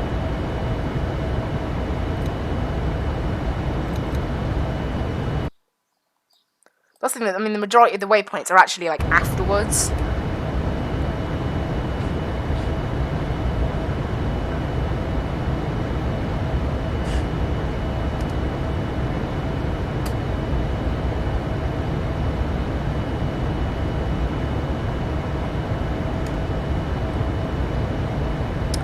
That's quite nice out there, doesn't it?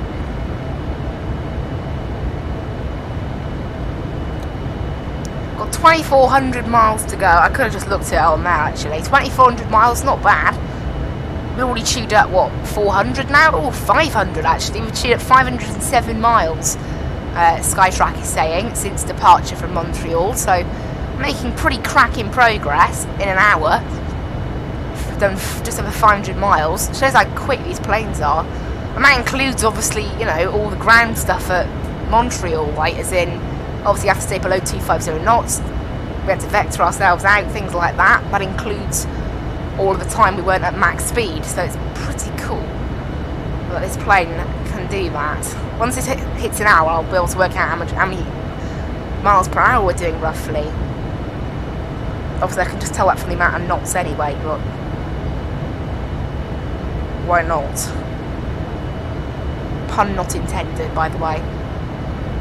Why not, honestly?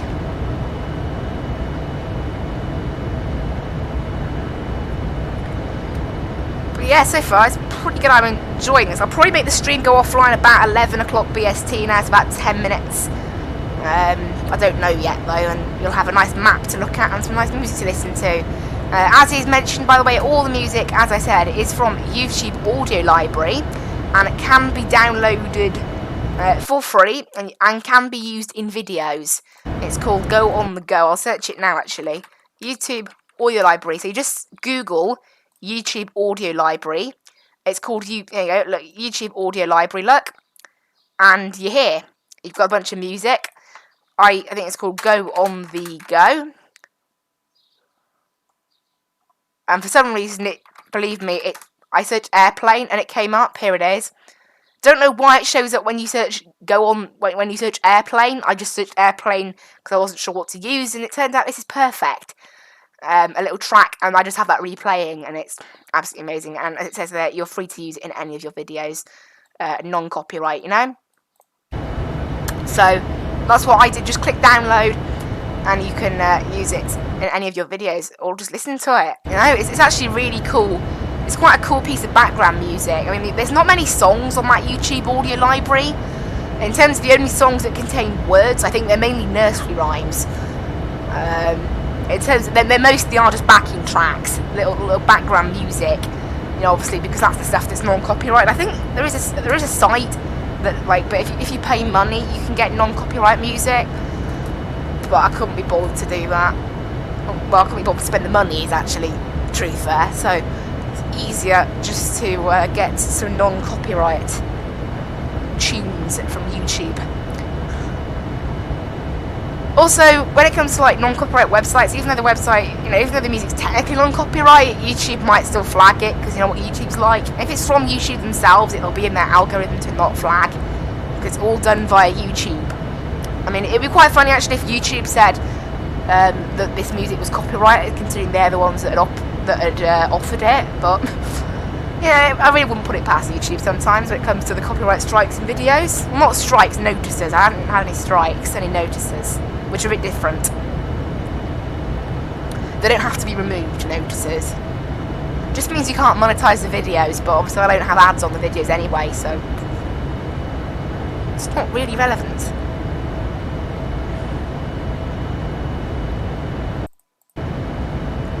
Got no ATC in the area at the moment. I am getting closer to the KLM, look, if you can see the KLM and the Speedbird under my mouse cursor. That's where they are. I'm just behind them. Skyways flight 42. My call sign maybe should have been Skyways 042. I don't know. It's what it was registering as on here. Radio call sign Skyways 042. However, I think it should just be 42 normally. You know, you don't normally put a 0 in front of it. In fact, I'm confirmed there's an American 46 and a Speedbird 902 just behind me. Well, not just behind me, they're quite a way behind me. Chicago to Heathrow and Toronto to Heathrow. Plenty of people choosing to go over to Heathrow today, over the Atlantic. It's kind of crazy. And there's no event or anything, that's just what people do, they fly to Heathrow. It's like a magnet for people on Vatsim. It's like, where should we fly today? Why not Heathrow? Because there's no event. I'm looking now, but I'm 100% sure almost. Maybe, but you know, there's no events on doing that. There's very few events on today, really. Not many.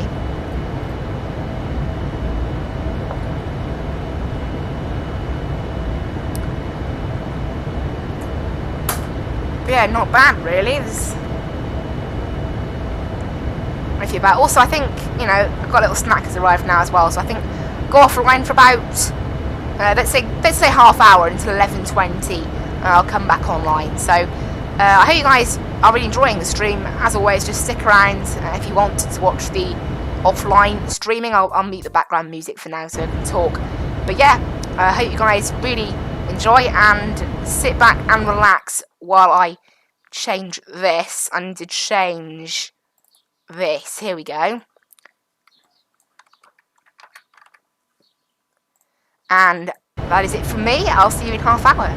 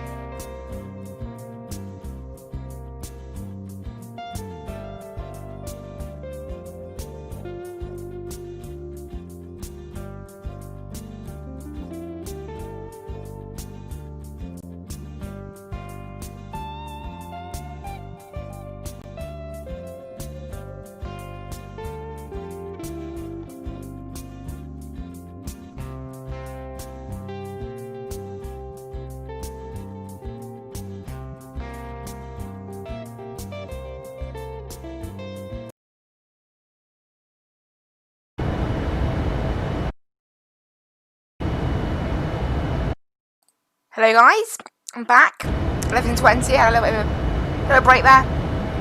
Loads really happened. In this time, we're about 160 miles now from Ellery. A little bit closer actually, and then we'll be cruising up to 400. There's also a Speedbird, another 747. Hasn't actually got any remarks on its flight plan or anything about what altitude it's going to be doing. It's not done by SimBrief. I'm pretty sure they're running out-of-date AirAC as well, because I noticed that we're using a different star from the same point that I'm using. And I looked on Navigraph charts, and this star, the Tomo 2 Foxtrot, is not mentioned anywhere. So they're obviously using something a bit wrong there, but there we go. So that could be a little bit of a problem for us, I don't know. But it could potentially become a bit of a problem, because I don't know what altitude they're at or anything. So, but no mind. For now, obviously we are staying clear of everybody. You know, if I get any alerts, I guess I'll have to watch it. I can't see them on my TCAS at the moment anyway, so, I mean, 10 minutes ahead of us is what, 40 miles? Well, I don't know what 10 minutes is in this plane, really. Well, no, when we're 10 minutes away from Ellery.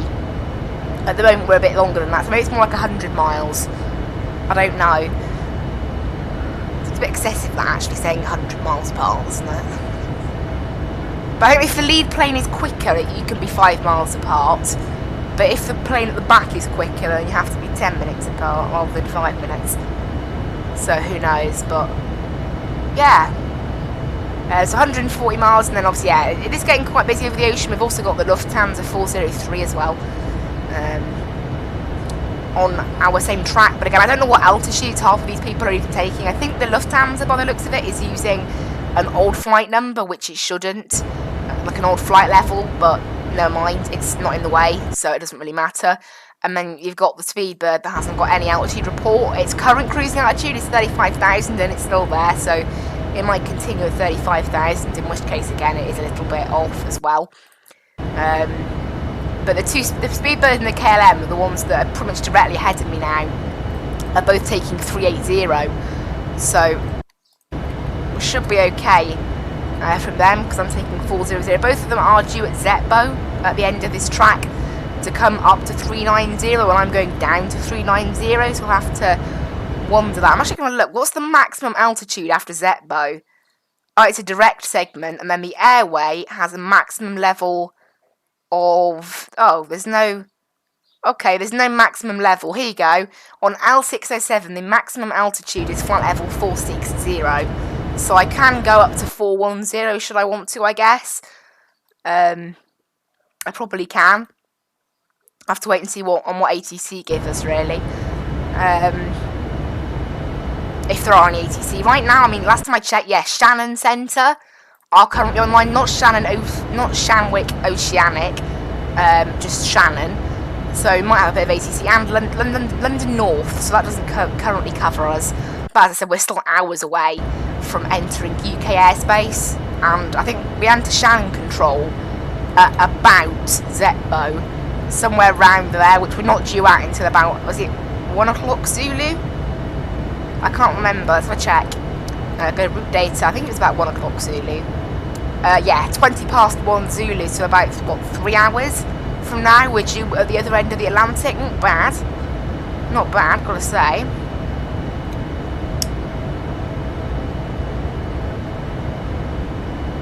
Making pretty good progress then. In terms of fuel, making alright progress. I know we could have landed with a little bit more, hopefully, but oh well. Got to remember as well to drop the cruise speed up to 0.86 Mach once we're up at on the NAT track.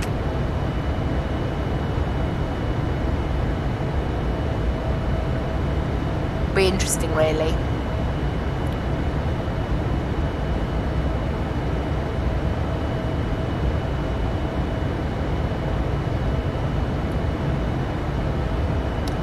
Interesting what we get, but yeah, at the moment it's all pretty calm. Yeah, up to Mach 0.86. I'm going to try and do it from the VNav page in here, I think. I would like to put it in here for the waypoints, because remember after Zetbo we were resuming normal speed again. So, cause it's only for the NAT track that we have to cruise at 86, because that's the clearance we've been given by SimBrief. We have to stick with the clearance that we're given. basically. That's how it works when you're flying oceanic, and that's the clearance we'll be given. So, I mean, obviously, normally I would have some oceanic clearance from ATC in real life, but there's no ATC, so you go off the flight plan.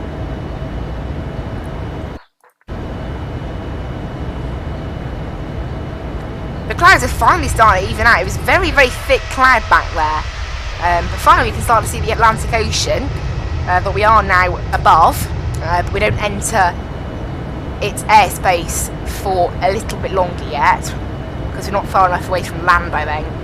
We need to be a certain amount away from land before we can do that.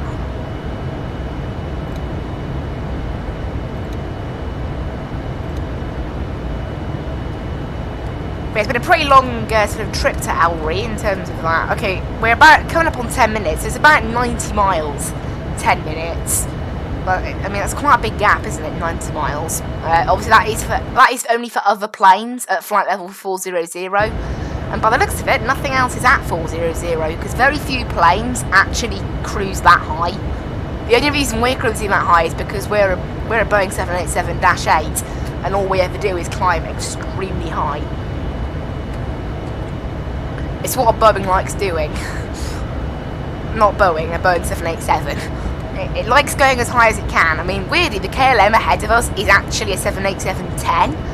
I mean, I've never flown the 10, I've only flown the 8 and the 9, so I don't know whether Simbrief plans them differently, maybe. But then, actually, I've only just noticed, in their remarks, you can see, so I don't know how far into their flight they are, so that's kind of pointless, actually.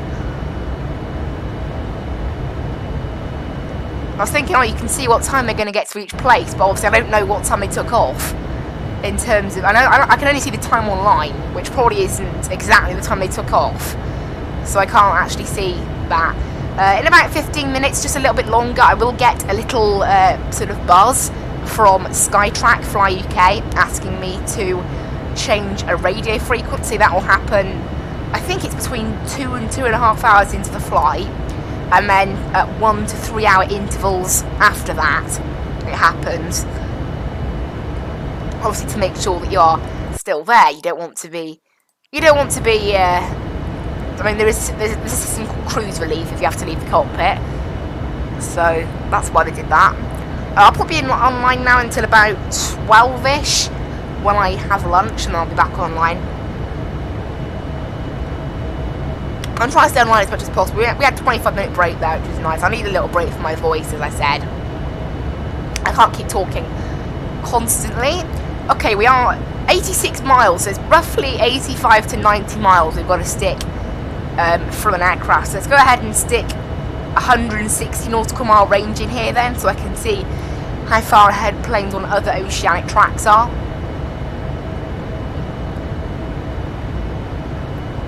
Actually, they only spawn in when they're 70 miles. That's pointless then.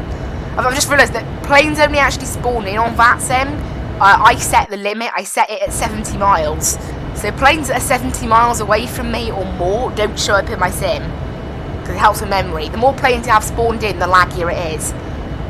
And really, all you need to... I think it starts out as default about 50 miles. I think I put it up.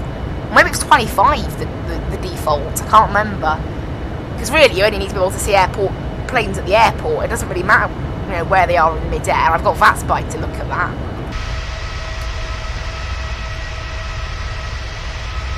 Engine looks quite nice. It's a big engine on these planes. I think this is using the Trent 1000 engines, isn't it? Yeah, Trent 1000A. Trent 1000 Package A. I think most of them. I think they only use the Trent 1000s, don't they? But there's different packs. There's like Pack A, Pack B, and Pack C. And haven't there been problems with a few of the packs? Like, is it one of them that's had a problem, or two? Might have been two of them that have been grounded. Like, I think Norwegian's ones were quite badly affected. Enter High Fly A380. Yeah. So yeah, after Albury, we are going to go ahead and climb up to 400 and set a new cruise speed. And then I'll be back down to 390 then at Zetbo. A little step climb, because why not? and then these two waypoints are fairly close together, and then it's sort of about 370 miles between all the waypoints over the ocean.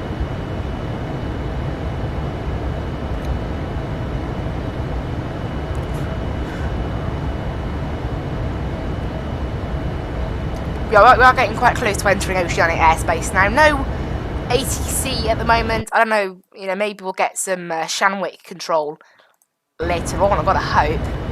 It'd be nice if we could. Shannon control are currently on. They've been online for 40 minutes now, but as I said, by the time I get to Shannon control in about 3 hours, the chances of them being still online is very low. Really. 3 hours is a long time. They've only been online 40 minutes. People rarely stay on longer than 2 hours. I mean, sometimes people stay on for 6 hours, but it's quite rare. I should have gone from Toronto, thinking about it. Toronto had full ATC. I can't remember if I could have gone from Toronto, thinking about it. I chose Montreal because I looked at a map of where Flight UK flew with the 787, Oceanic, and this was like one of the shortest routes, and I was like, okay, we'll do that then.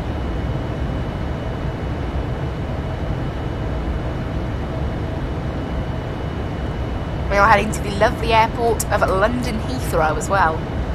I haven't been there for a few weeks, I think. It's been a good few weeks, isn't it, since we've flown there.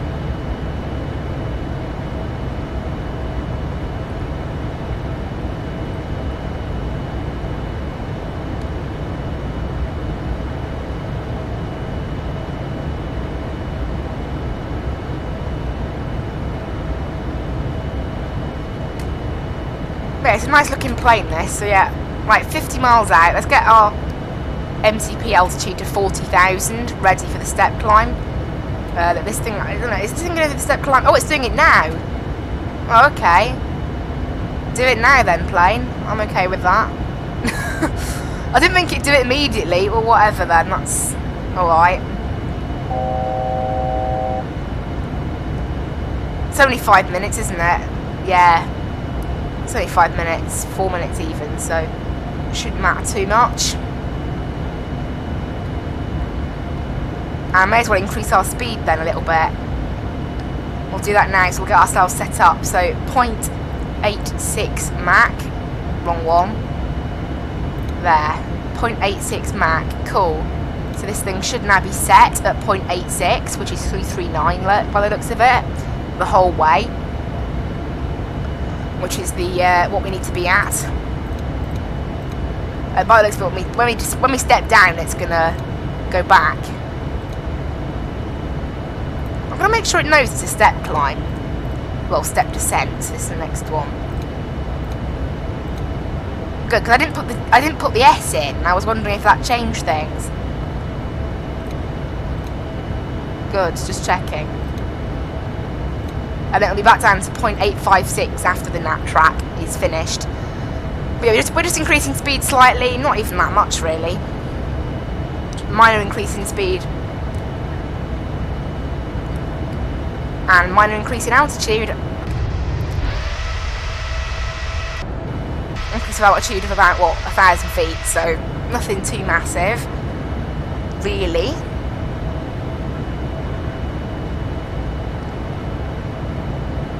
And then after Albury, it's about 80 miles, and then we are fully onto the oceanic waypoints side of things. I'll have to watch what the planes ahead of me are doing, in terms of whether they're sticking to their flight plan or what. There's a massive sort of load of planes, look, where I am, just behind me. They're just ahead of me, I mean. There's like a massive sort of wedge of planes. So, I think two of them are actually heading to Heathrow, and then one to Schiphol. And the other one is heading to Frankfurt, I think, yeah. However, I believe two of them are actually heading on the wrong altitude. So, and obviously us three then are on the correct altitude, which is an even level. I think it's 360, 380, 400. I think it also allows 320 and 340. They're the levels it allows. But as I said, being a Boeing 787, we're going to go as high as we're allowed. It's like the trademark of a Boeing 787.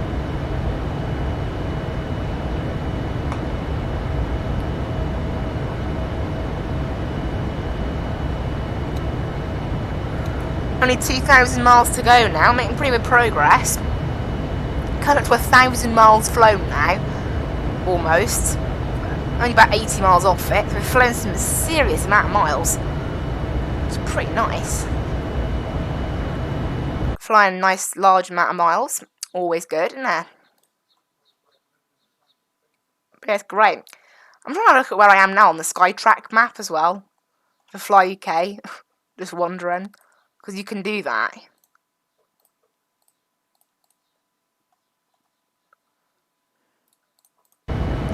Anyway.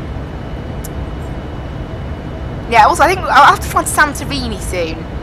There's an event, not an event, like a featured destination as part of Fly K. I always thought, no, it's a 3.5 hour flight, I won't do it, but recently I've been more into my longer flights. I've started going around to them a bit more. Actually, there's 2 Fly UKs crossing the ocean. Another one is going from Montreal to Marseille. But I'm the main one doing a scheduled flight. Cool.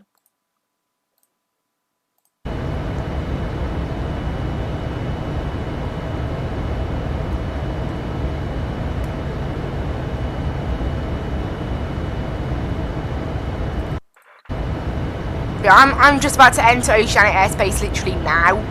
Pretty much. I'm cruising at Mach 8.6. No, 0.86. Mach 8.6 is not. That's really quick, that is. That's not what we want.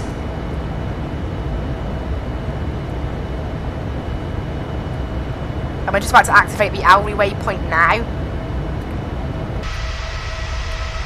Nice looking plane, this. I like the blue engines as well. I don't know, the engines on the Topa Sky have got to be my favourite, I think. I'd love to do some more flying in Australia. I'll do it in the morning next time. Make sure I do it on one of the morning streams, because that's when they have all the ATC over there. That's when they're packed with ATC, so it's a good idea to go doing it.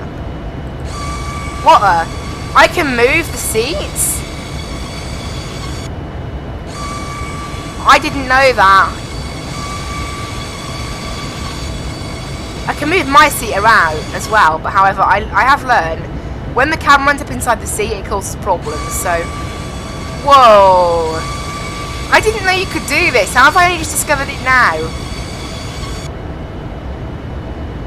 Seriously, how have I only just discovered this now? I'll keep them back, but... Wow! Oh, you just click the chair, look. You literally just click it. And it does it. That is well cool. How didn't I know that happened? Like, the amount of time I've had this plane and haven't noticed that the chairs could move. It's quite funny, really. What are these over here? Little textures. Little certificates, but they're not really viewable. I honestly didn't know that they did that.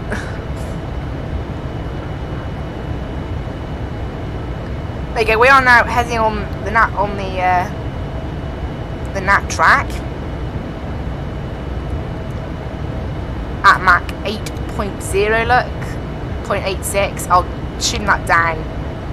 I'll press Econ. Just press the Econ button, and it'll go back to regular speed, which is what I want to do after we pass Zetbo, because we've got no special speeds after then. By the looks of it, there's not an awful lot of planes in the area. They're not too far ahead of me. It looks like they've stayed. The plane to Heathrow stayed at 35,000. So, the KLM is at 39,000, and the pressure over the sea is pretty much the same. So it's interesting what they're doing. Who knows? I guess, but they don't seem to be sticking to the path. Because the current path, of course, specifies basically even level between 320 and 400 is what it specifies.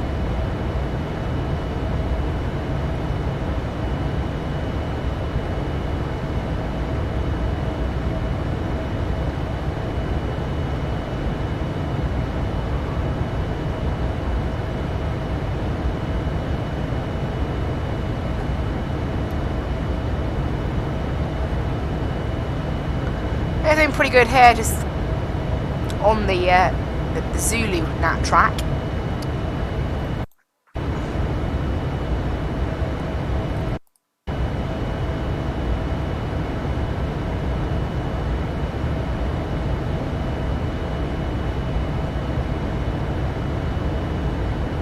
I don't know. Hi. It has become very quiet on Vatsim, really. I mean, look, you know, I mean, it's a Friday, I forget. It's still not a Saturday, so it's... Saturdays are the busiest days, I think, for Vatsim. That's for certain.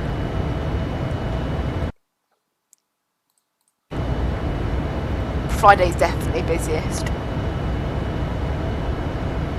About 50 miles we will hit that oceanic waypoint, and then please tune to comp. See, look, there's 2 hours into the flight. Look, the little alert you get from stop yelling at me, I'll do it. 1 2 3 1 5. Thank you. There. And stop moaning at me now, Skytrack. And in the next hour to 3 hours, I'll get another one of those pings. And they'll continue throughout the flight. It's just making sure I'm there, basically. You know, it doesn't want me wandering off. You know.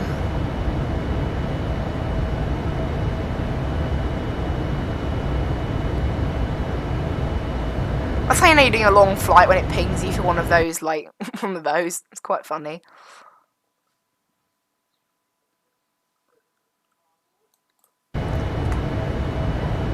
Yeah, it's about... Oh, coming up to 90... We've almost done 1,000 miles as well in 2 hours.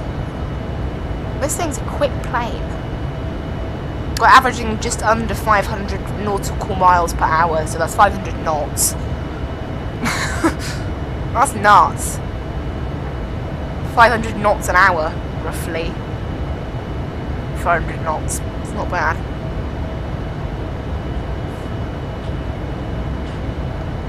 Which is roughly what we're doing. Right now we're doing about 500, I don't know, we're in one of those weird situations where the ground speed and the overlay / VAT spy don't agree with what speed I'm doing for some reason.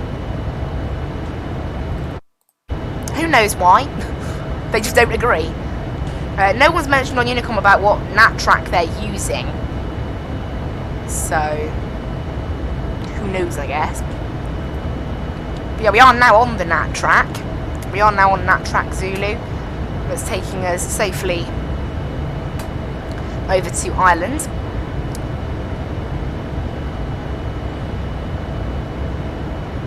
And who knows, maybe we'll get some ATC later on. That's what I'm keeping my fingers crossed for. Some nice, fun ATC. It's always good to have some ATC around.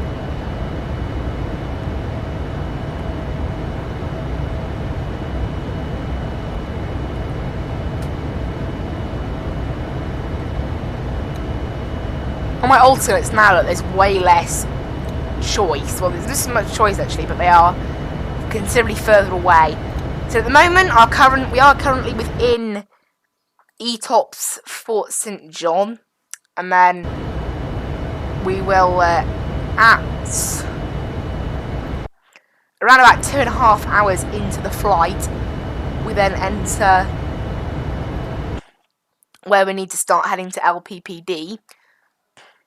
It does explain it further down in the flight plan, actually, like what we have to do, but like I say, there's no proper point really planning for ETOPS like this because, well, as I said, we haven't got failures turned on, or at least I don't think I've never had a failure in this thing. If I have a failure today, though, that will prove me wrong, but I don't think. Can you even turn them on the quality wings? They're probably a thing, aren't they, on quality wings? It's a pretty good quality plane, this.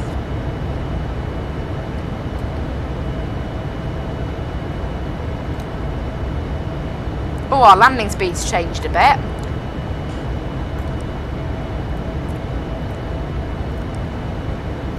Is that right? Show landing.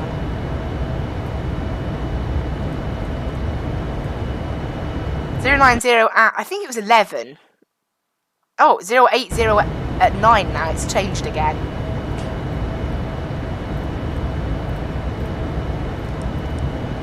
So yeah, our landing weight has changed. So what we want to do is go ahead and send out, put send to FSC. And then it should just pop up here. There we go. That's our new landing speed. You know, let's get the minimums plugged in now. I know it's a bit early, but it doesn't really matter, does it? So far, we haven't had to change our runway. We're 9 left, right? We're taking? Yeah, 9 left. Minimums Cat 1 approach are going to be 179 as 100 feet above. And that's Cat 2. Wait, Cat 1. There we go. 279. So 280 on the Barrow. And that's it, really. That's not much of a...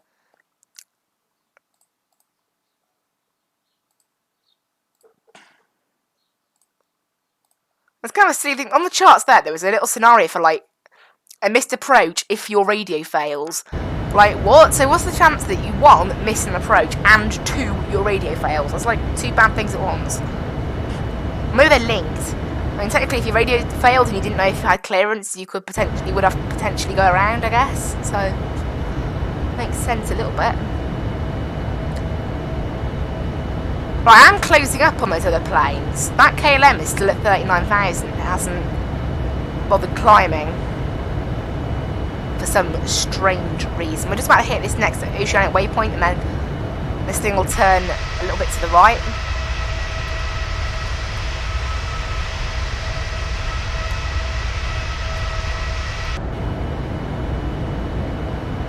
Yeah, so we'll start turning back now, I think. Yeah, there it is. Turning.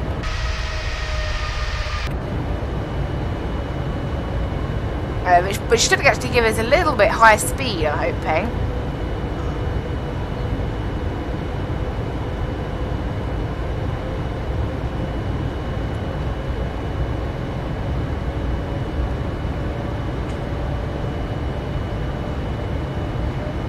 And this thing's speed picks up. I don't know, for some reason this thing's speed just dropped off there in the turn. I don't really know why, it just suddenly decided to slow down. And now it's realised we're going too slowly and it's picking it back up again, but pretty random, honestly. They just decided that. Suddenly, like, why not? So random.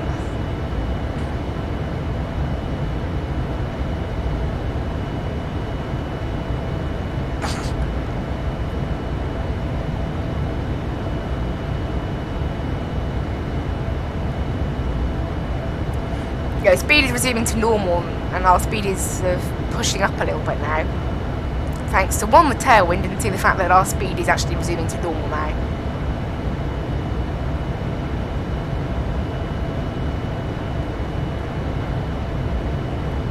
And we have now done 1,000 miles, so we're not quite halfway yet. We'll be halfway in 400 miles. That's pretty amazing. Because 400 miles is not that far. Probably about an hour, just under an hour, we'll be halfway then. It's like, that makes sense really, considering we're doing about a 5 hour sort of 40-minute flight.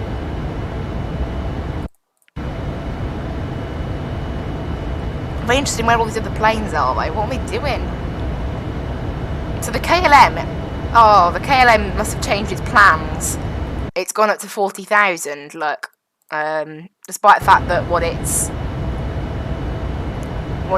charts sort of little thing shows, and the Speedbird is, so yeah, I don't know what's going on there, but that doesn't sit with separation, so it should, I don't know, maybe it's down up at 400 though, because if it was down at 380 it would be closer to the BA than it is to me, so it's the safest one overall. Without an oceanic controller to sort of manage this, it is quite hard to do. I mean, it would be nice if I had something off Unicom, but they haven't reported anything, so I'm quite new to this, so I have no idea what I even report, honestly.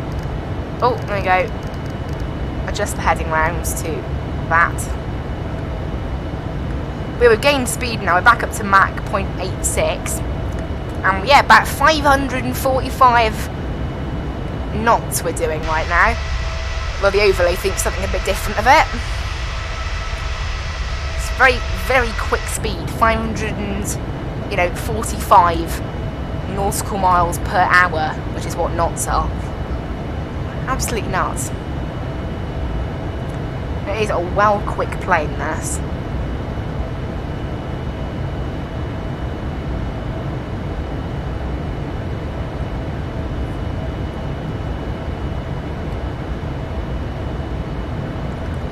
don't know how it's even supposed to like fly this quickly, but it's just able to. Really nicely.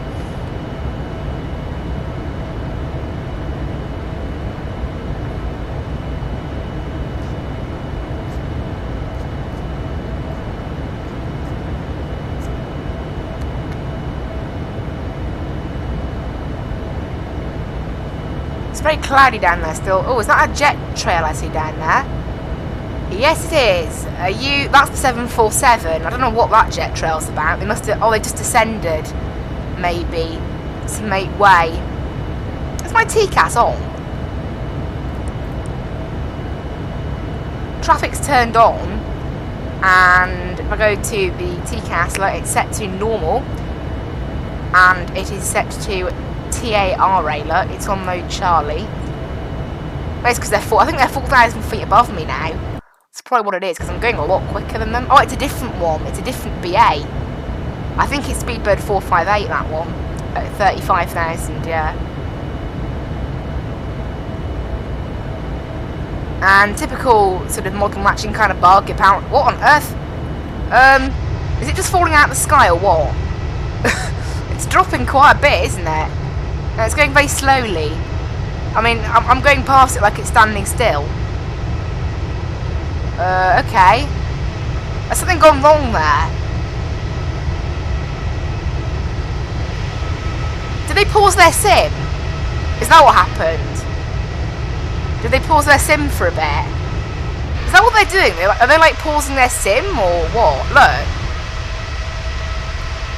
What are they doing? Look at their contrail. It's totally messed up. Hello, ladies and gentlemen. Welcome to Vatsim. Oh dear. Yeah, that contrail is so messed up. Definitely going to take a screenshot of that. Just have to. I think he's pausing the game. Maybe. That'll be my guess. Because he's going along, look, and then just suddenly stops. Oh, he's climbing again now. Well, who knows? Honestly, who knows? It won't surprise me if he's actually paused so I can get past him, and then he's going to climb and then just like try and hit the plane or something for a laugh. Honestly, wouldn't put it past people on Vatsim. Oh, there we go.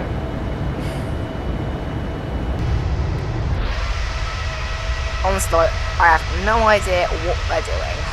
No idea. Zero. Are they pausing their games to get out of the way of people? Is that what they're doing? Because it seriously looks like they're pausing their sim. That's what it looks like. I don't know, you never know. It's actually, yeah, it's Speedbird 458 it is. What are they doing now? Maybe following one set track and they're already over there. Oh, I don't know. Honestly, laggy internet connection, buggy simulator, I don't know, but something's clearly off there. Saying that, I think they're the person with the out-of-date air rack. So they're the one using the strange arrival into Heathrow.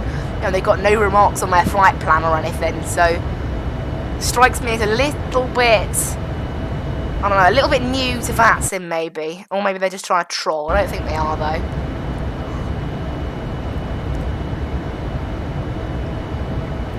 I doubt it. This plane is so quick. It's nuts. But yeah, I don't know, that BA actually, it's way over there now, so just who knows, honestly, at this point. Who really knows what's going on?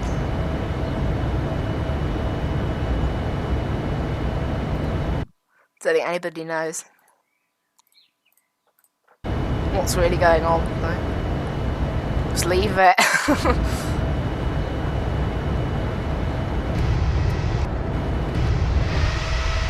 Just sort of messing around a bit on Vatsim, or as I said, maybe a buggy sim, you know, laggy, I don't know, bad internet connection, who knows. They are falling off quite slowly now. So they must be pausing their sim, because they're apparently, according to VatSpy, they're quicker than me, but they're falling back. That makes no sense.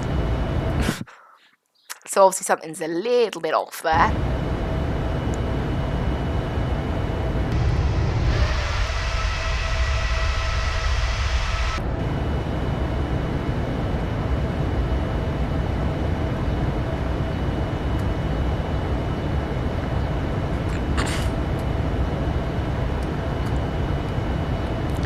No one wants to say anything on Unicoms because obviously nothing, you know, massive going on. That KLM is up at, okay, it's 39,000 feet once again.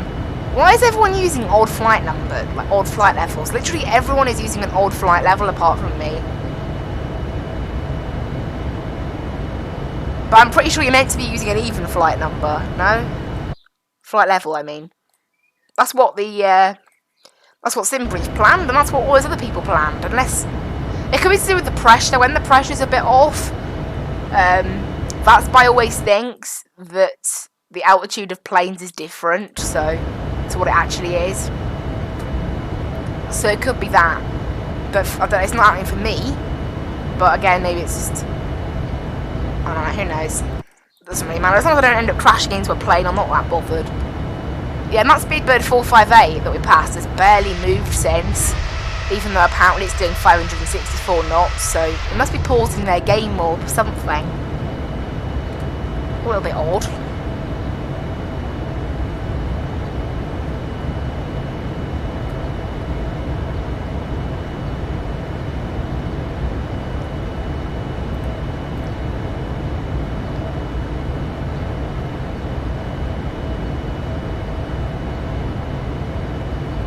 Take a look outside, actually.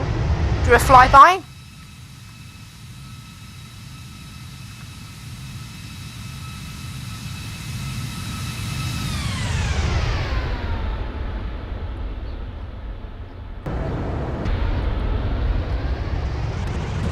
It's a nice plane, this. Pretty quick plane as well, as I've mentioned about 1,000 times now, but whatever.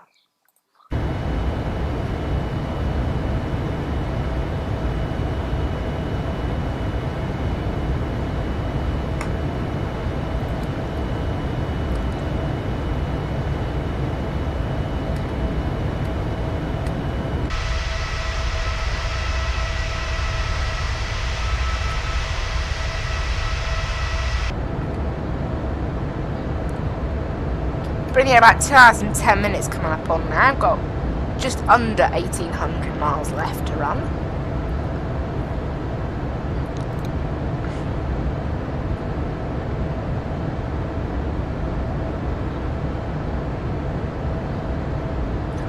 And we'll be descending back down to 390 then at Zetbo. We're up here at 400 for quite a while right now. There's nothing showing on the TCAS, so should all be fine. Because I think it only shows things that are 3,000 feet higher or lower. So obviously that BA didn't show up because it was 5,000 feet lower.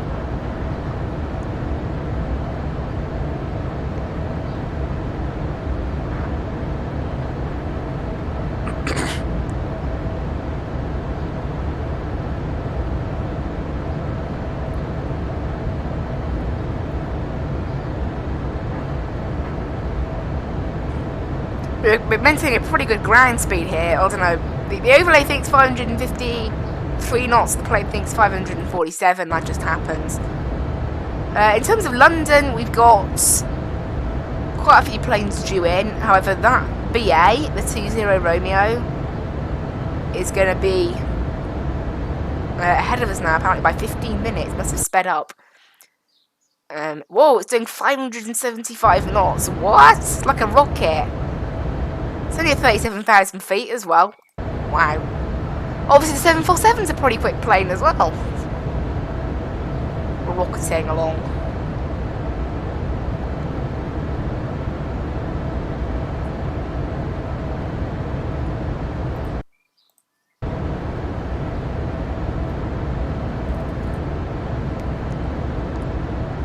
Yeah, that Speedbird 458 must have paused his game because he's just been sitting there forever now in the same place, still. So, who knows? I don't know, something's a bit odd there, although, you know, somehow Vatsim still picks up the same ground speed of 563 knots every time, even though they're not moving. I think that's probably one of those weird things that you get on Vatsim, and I can't believe I got a screenshot of that, just the plane sort of darting around all over the place, sort of breaking Vatsim almost. There we go.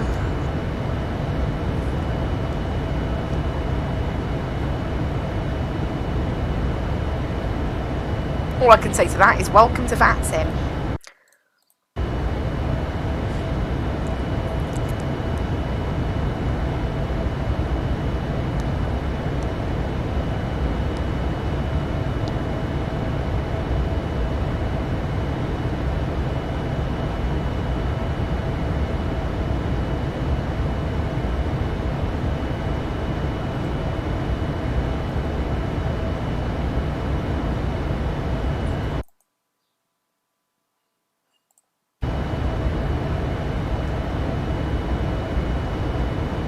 Got about 250 miles left now to the next waypoint.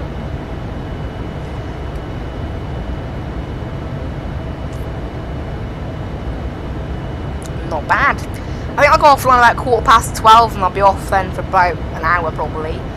Even. Probably something like that. Eat lunch, you know, a break.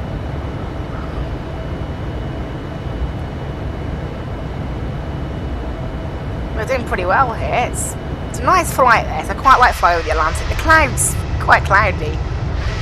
It seems to load in the clouds in like blocks though, because you always find square clouds.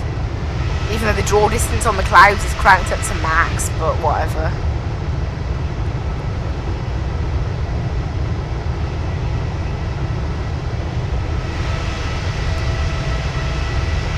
Unless the clouds suddenly stop, which they might. Who knows? Because it's like you got that little, it's like all a square then, and you got that little bit sticking out, so it's obviously not all like that.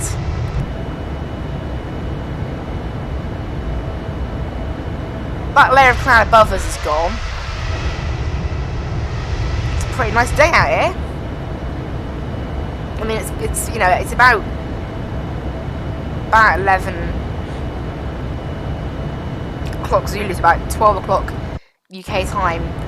Where we are right now, probably about 8 AM maybe. I mean, obviously I can't really say we're in an exact place because we're not in an exact place. There is no place where we are currently, really.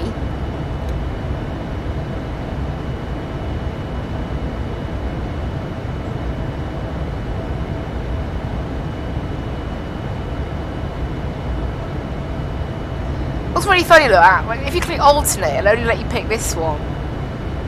What's it got against all these other ones? Interesting. Unless that's St. John's, the one it's suggesting, CYDF. Is that St. John's? In which case, then it is the correct one. No, CYYT is actually St. John's. Okay, I don't know, it's being a bit odd then, who knows.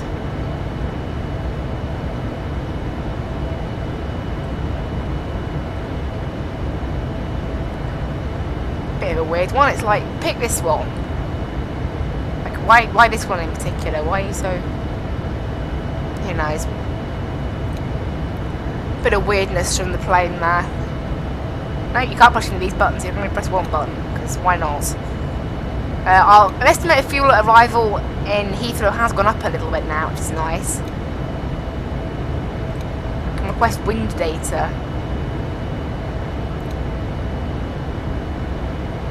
And that does something.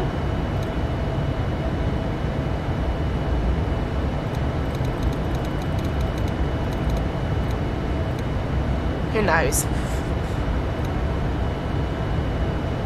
Try requesting wind, and that's what I get.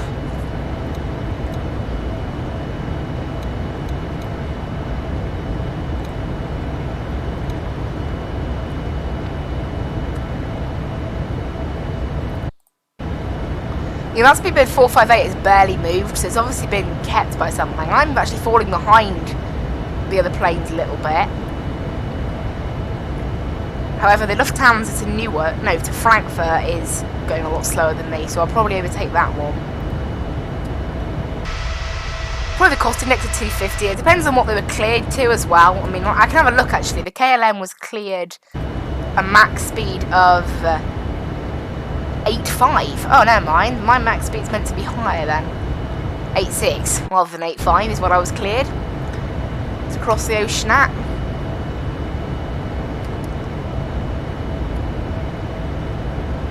Shannon Control is still online. Whoa, it's getting busy in the UK right now. It is starting to hot up a little bit. We've got Manchester fully online. Dublin, Cork, and Gatwick all have ATC, so it is getting pretty busy over in the UK and Ireland. However, you know, by the time we get there, it'll probably be really quiet. You know, we're not due out of this nat track until about 1:20 Zulu. So the next, you know, about 2 hours and 15 minutes, we've still got crossing the Atlantic. I've only been in the air 2 hours and 15 minutes at the moment.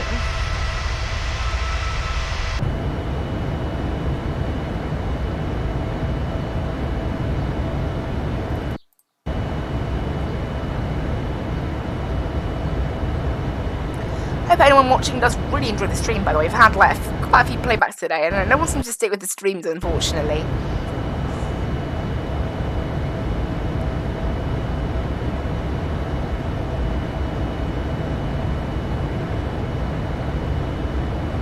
You know, 17 playbacks isn't bad. It's not yesterday, but yesterday was a bit nuts, I think. Yesterday was very nuts.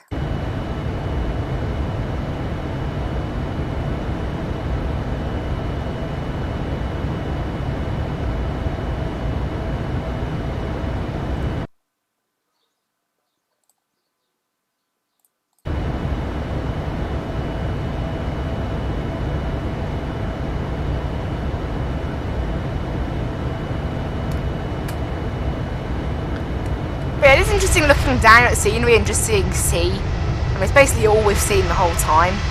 I mean, it does almost look a bit like empty. It's like looking down, all I can see is sea, I can't see anything else. And all we'll be able to see is sea for the next ages. Quite a long amount of time.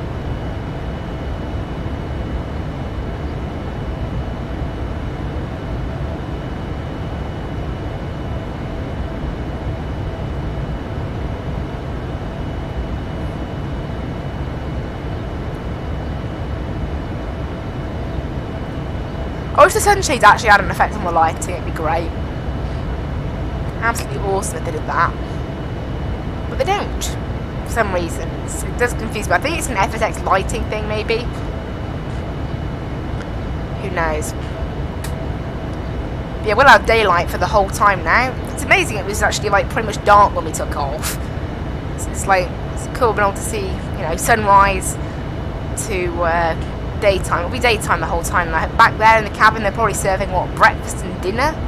I'd imagine on Virgin Atlantic they do that, serve 2 nice little meals. So they're probably getting some fruit salad about now, and then just before take off, they'll probably get some like, you know, just before landing, they'll get some pulled pork or vegetable curries, that sort of thing. You know, the vegetarian option. Probably something like, I don't know. Yeah, I had pulled pork on a Virgin Atlantic flight. It was absolutely amazing. I'll tell you that now. Pretty good for you. I mean, Virgin Atlantic, honestly, for economy food, absolutely awesome. Airplane food, you know, airplane food isn't known for being the best, so pretty amazing.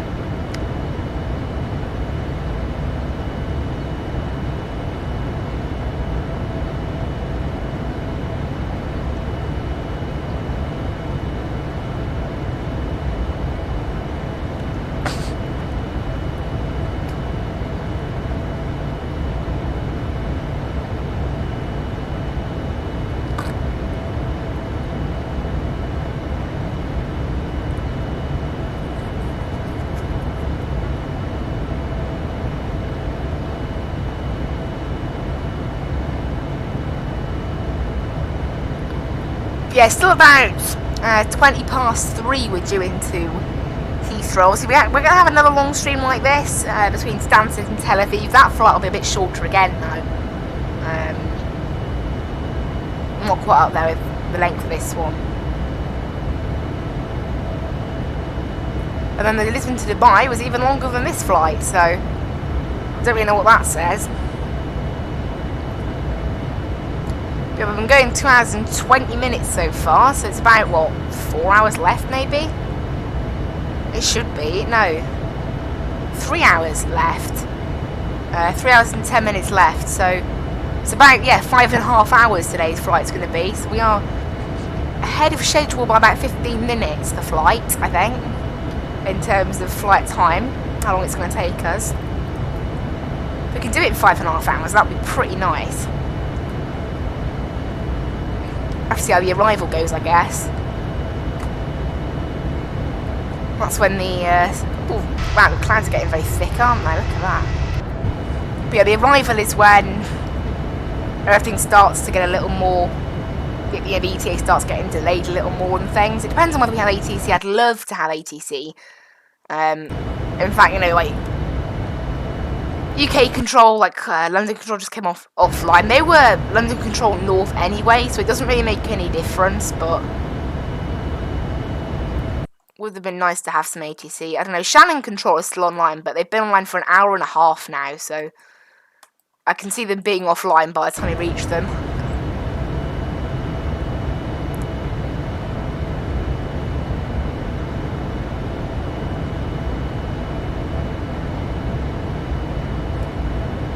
We've got 150 miles to go to the next waypoint on our routes today.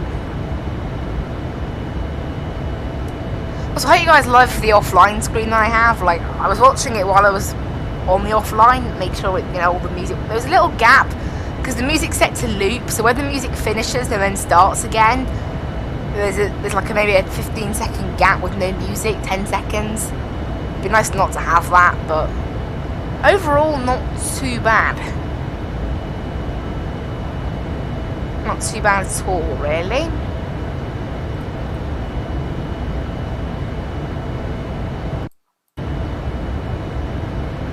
But yeah, it's, I don't know, obviously I'm not going offline for a little bit yet.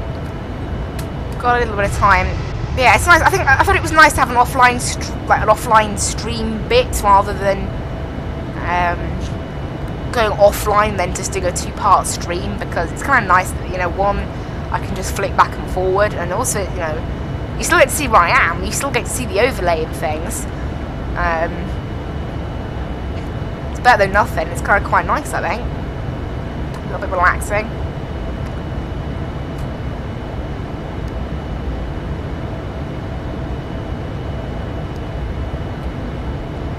Just set the heading around, make sure we're heading the correct way. Yeah, the KLM has actually stayed, you know, fairly far apart from us. There's a Lufthansa that we are closing up on because it is just doing 520 knots. We're doing like 550 knots, so we're going a lot quicker than it's ever able to. Because it's an Airbus. In general experience, the Airbus planes seem to be slower than the Boeing planes.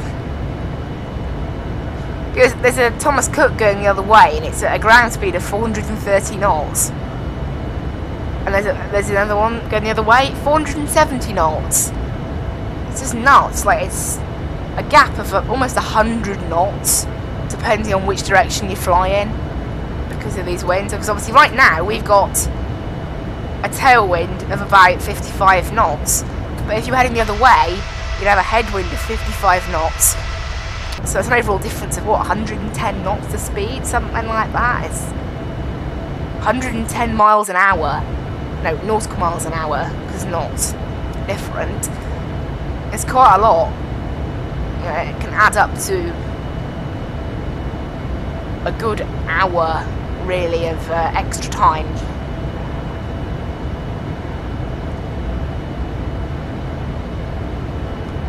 Because for every 5 hours you travel, you're losing an hour in the headwind compared to what you get in the tailwind, I guess. So yeah, for a flight like this, it'd probably be about 7 hours, I reckon, to do Heathrow to Montreal rather than Montreal to Heathrow.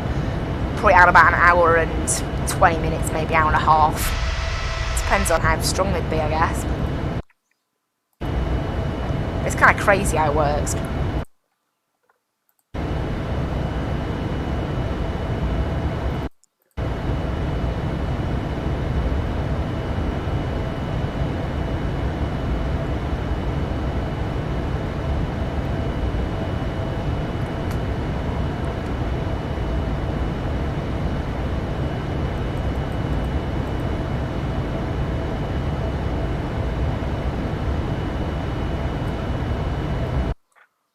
Yeah, it'd be nice if Shannon Control can stay online, but as I said, it's might be a bit unlikely. It depends, really,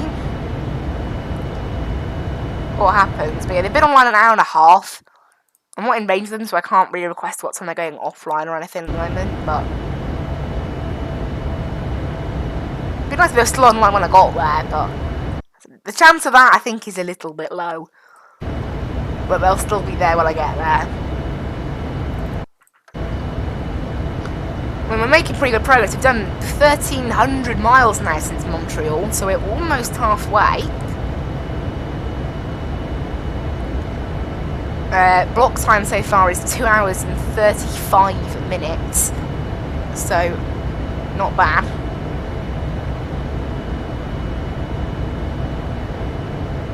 Not bad at all.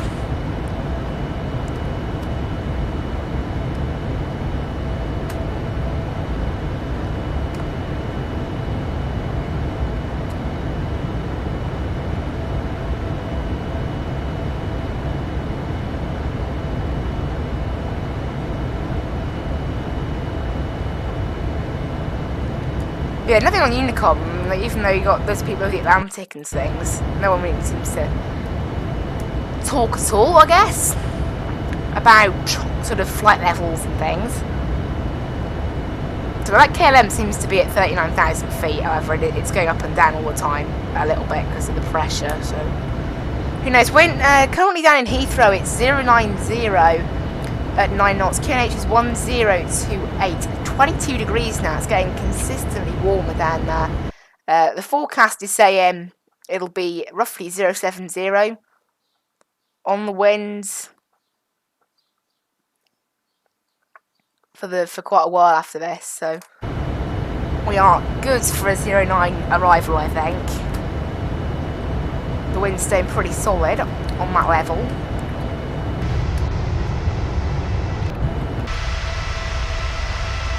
We just need to change runway. It's not particularly long. I don't think it's much of a longer route to take the other runway. Because obviously our start ends at Ock, and then from there we take a transition to the runway approach.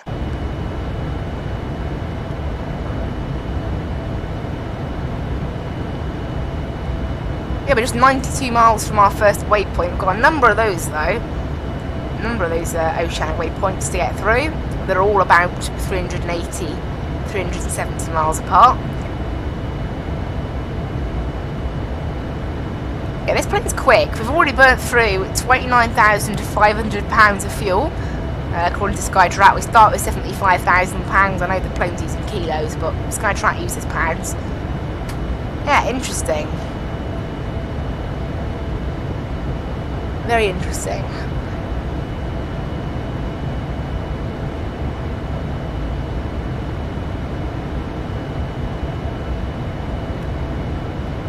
If you take the alternate page now, look, all the airports are getting further and further away. And that's going to take us an hour to reach any alternate airport. It's like, they're just getting further and further away. Oh, so you can select any other airport.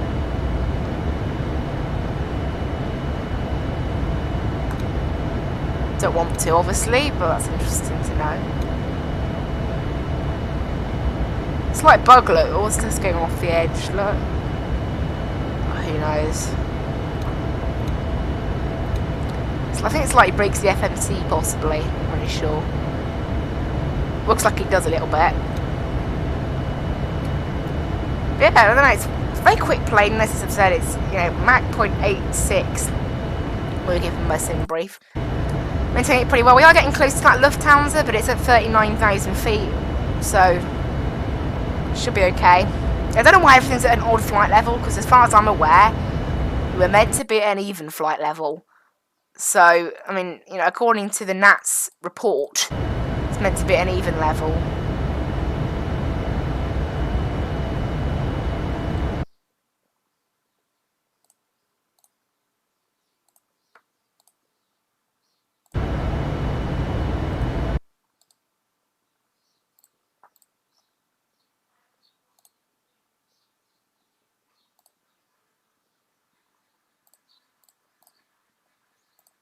Paragraph tells us that if we need to like make a report at a waypoint, that's interesting.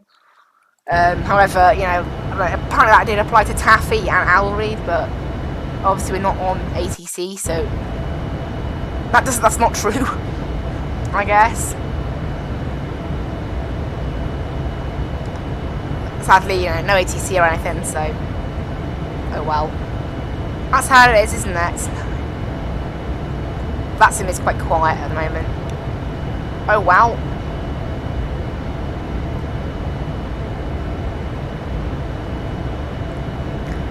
I'll probably go until about 12:30, I think, then go offline. Waiting for lunch, really. When lunch arrives, that's offline time for like hour, half hour to an hour, probably.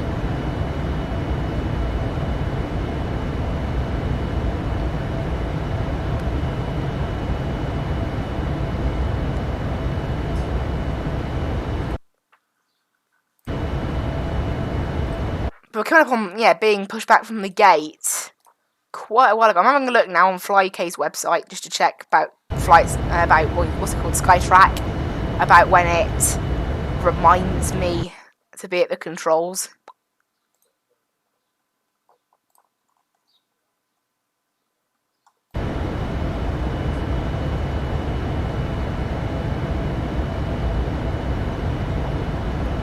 So page 34. You should tell me then. Yeah, every 1 to 3 hours. And you have 20 minutes to respond, so it's quite a while, 20 minutes you get.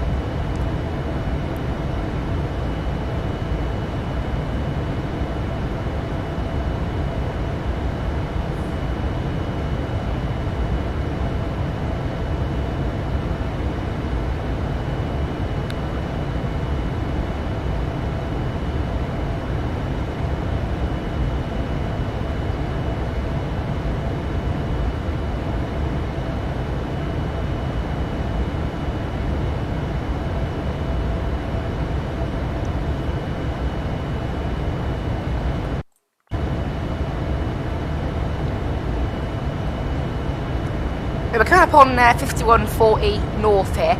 I think, you know what, after this, that's probably when I'll go offline. After this waypoint, because why not? Take a little turn. I think it'll slow us down, actually, this turn. It'll give us more of a crosswind than a tailwind, almost.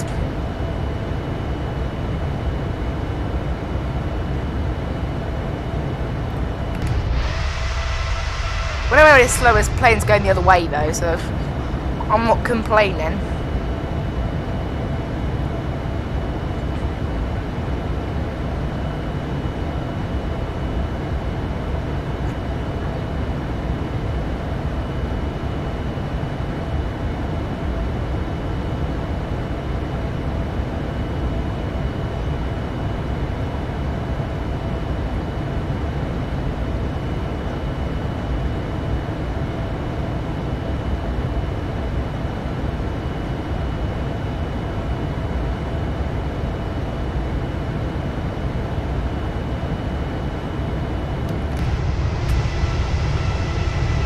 Nice looking plane, this. Well, that's for certain. It is. I think it looks really nice. It's kind of cool. That's my opinion of it, I think. It's kind of cool.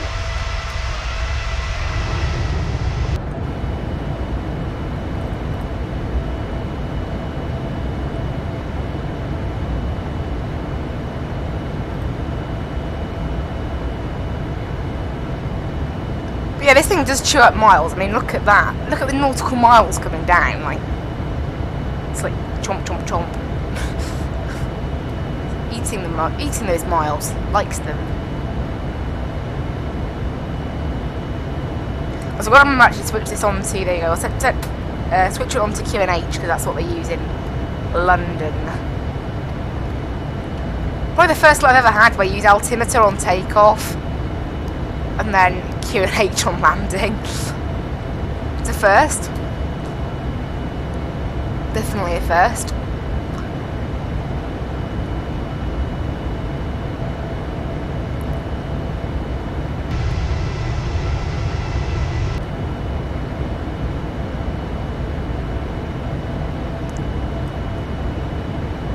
Wind has died down a little bit. I don't know, ground speed's still about the 550 knots area, so not too bad.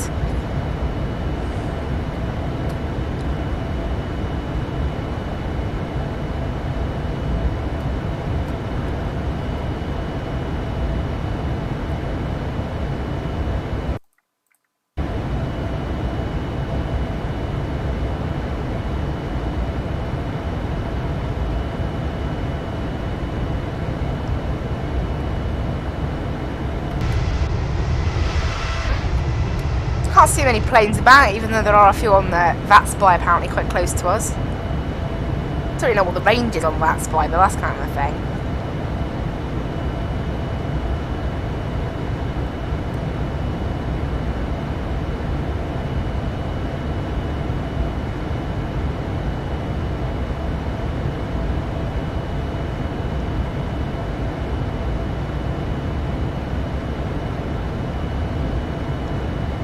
We're coming up on our little waypoint here.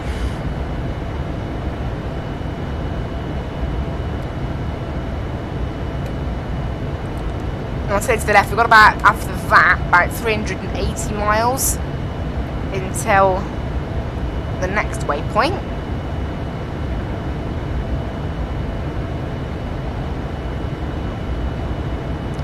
Memory's starting to go up a little bit, but it's still literally, I mean, it does go up only a few percent during flight.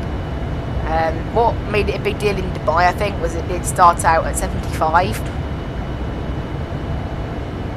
It started out at like 75%, sort of, in Lisbon, but for this flight it didn't do that, so it's been okay.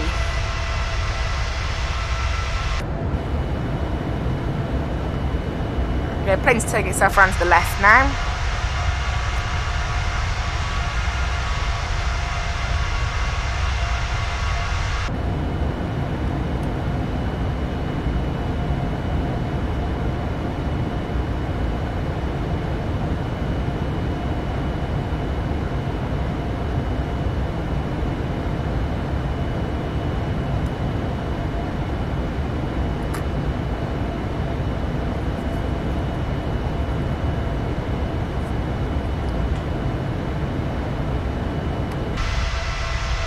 We just hit that waypoint there, look, 378 miles away.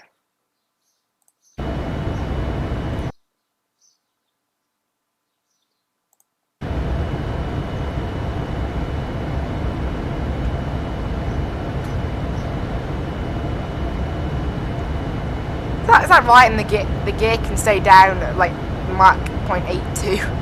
Is it sure?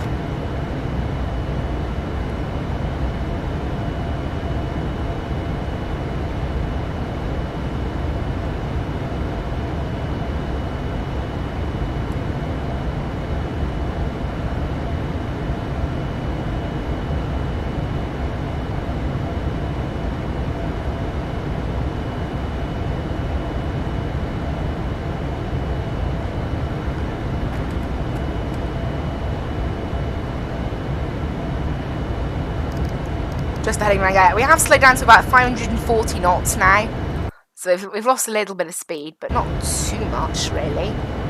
Not too much speed.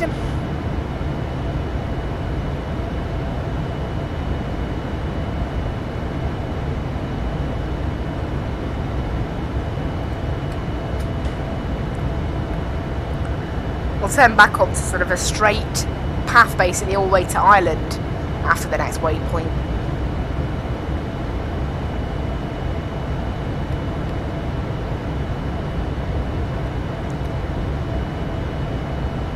Let's look at the weather out there actually. I haven't had a look at that for a while. We've got some nice sea. Actually, the clouds aren't too bad. There's little patches and things. No layer above us. There's a little. Oh, I haven't had a look at the contrail actually. Oh, looks nice. It's a lovely looking plane there.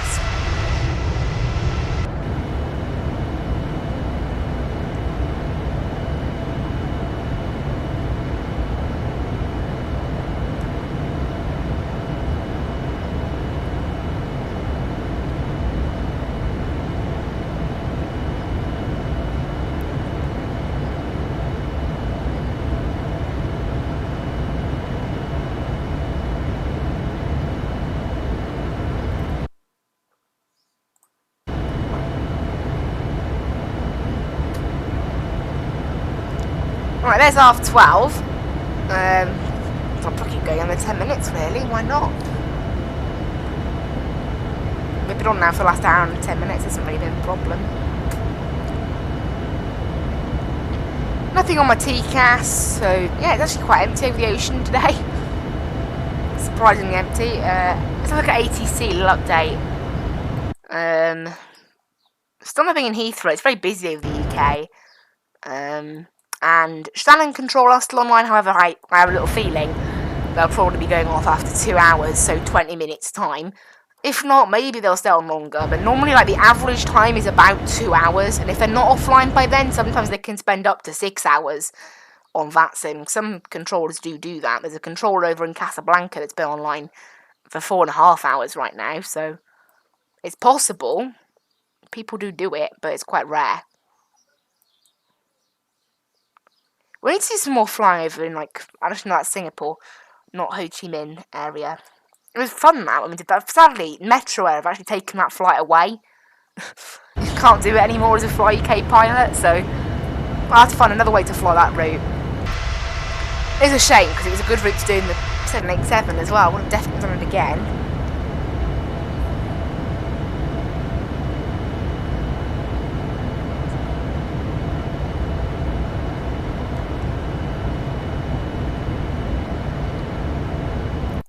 Yeah, it'd be nice if we can keep up the ATC, obviously.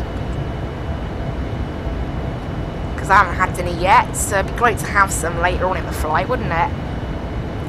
Even if it is after we've had our oceanic crossing.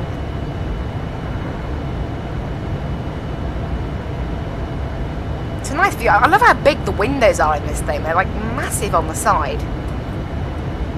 And I said, my only complaint, sunshades do absolutely nothing. Like, seriously? Nothing? But yeah, at the moment we've got, what's that? 1,400. Oh, actually, we are basically halfway. We're halfway in about 10 miles. That's amazing. It's gone pretty quickly, really. So using that logic, we should have about, yeah, 5.5 hours in flight, which is what I was expecting.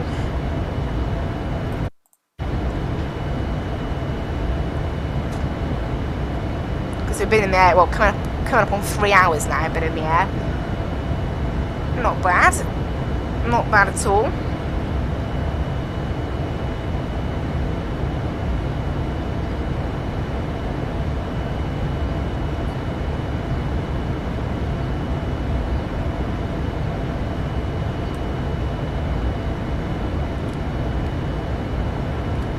It looks rather nice out there, doesn't it? Stream, we had 21 playbacks on the stream, not bad. Not bad. It's the longest stream we've ever done in about 40 minutes. It'll be the longest stream I've ever done, so we're not there yet.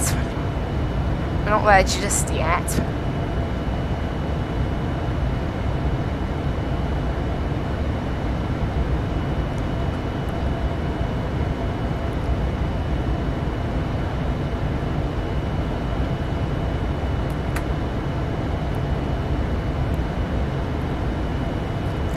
I thought it's a bit of Friday fun, this stream, really, isn't it? I mean, tomorrow we're resuming a bit more normality, going from Manchester down to Innsbruck. I'm really hoping we get some ATC for tomorrow, really.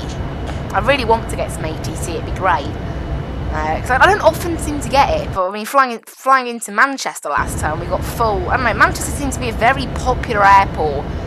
Like, right now at Manchester, they've got delivery, ground, and tower online. Like, why is it so popular? Why is Manchester Airport such a popular airport? It's not the biggest one in the UK. I mean, that's what attracts controllers, I guess. It's not rammed. I mean, as soon as someone staffs Heathrow, everyone just swarms it. Like, it's just nuts. Like, controllers on Heathrow quick. And then there's, like, within minutes, there's, like, 30 planes on the ground. It's like there's an event on when there isn't even an event on. It's nuts.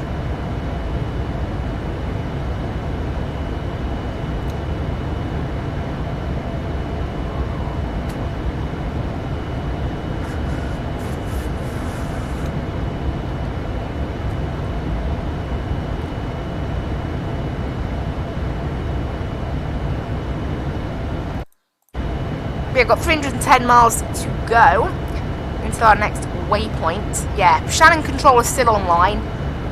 However, what's that? 1 hour and 46. So yeah, they're not quite at the 2 hour mark. If they pass the 2 hour mark and don't go offline, there might be some hope of getting some ATC. Because generally it means they stay on for a bit longer then. But who knows? We are catching up on that Lufthansa at 39,000 feet. Because it's only doing 510 knots. We're doing 540 almost. So we're about 30, almost, I don't know, maybe 25 knots quicker than it. Which is enough to pass it. I can't see it yet though. Oh, what's that there? I see a plane. Which direction is it going in? It could be, it's, like, I'm not sure what that call sign is. AZG. Heading to Atlanta from us. It's higher than us. So it's not that one.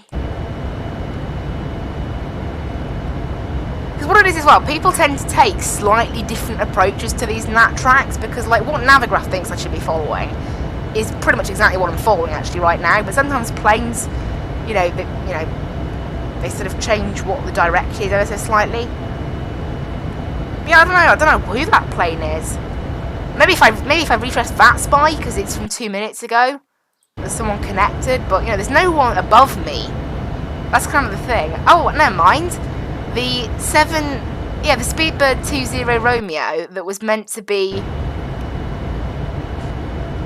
It was meant to be cruising at 380 along the whole nat track. It's actually gone up to 400 now. No, correction, 410 it's gone up to. So it's probably that, because it's the only thing in the area that's higher than me. The question is, why is it at 410? One, the maximum altitude you can do on this nat track is 400. And two, it's even flight numbers, even flight levels. So who knows what people are doing, but, whatever. If I see an altitude, like, sort of restriction, I stick to it, but no, not everyone is in the same boat. Or maybe it could be for separation reasons as well. I mean, really, between, at the very front of the group, the KLM, and at the very back of the group, me, we have got this, a KLM, a Speedbird, a Lufthansa, and me. 4 planes, all fairly close together. Between flight level 380 and 410, because it does actually say on SimBrief that the maximum allowed altitude is 410, so maybe potentially it could be allowed. I don't know. I mean, it could potentially be allowed, possibly, couldn't it?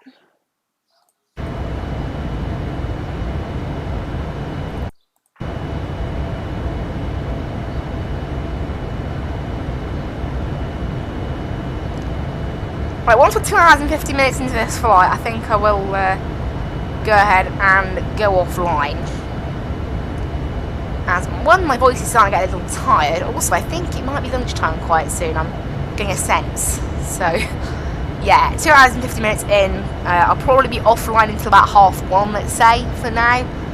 Might bring that early, bring that back, might bring it forward, don't know.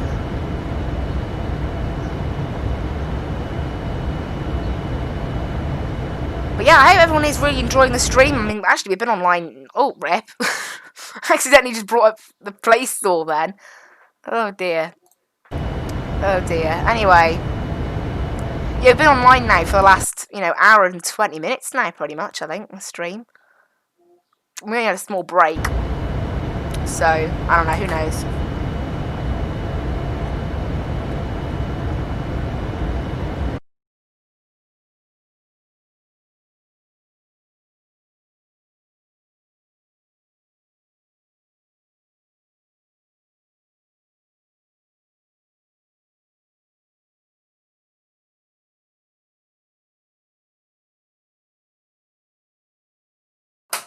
But I think lunch is almost ready, actually. I'll wait for lunch in that case. So about 5 minutes, about 1:45. I will go inactive at 1:45. Just going to make sure everything's all set up for that. Which is the time.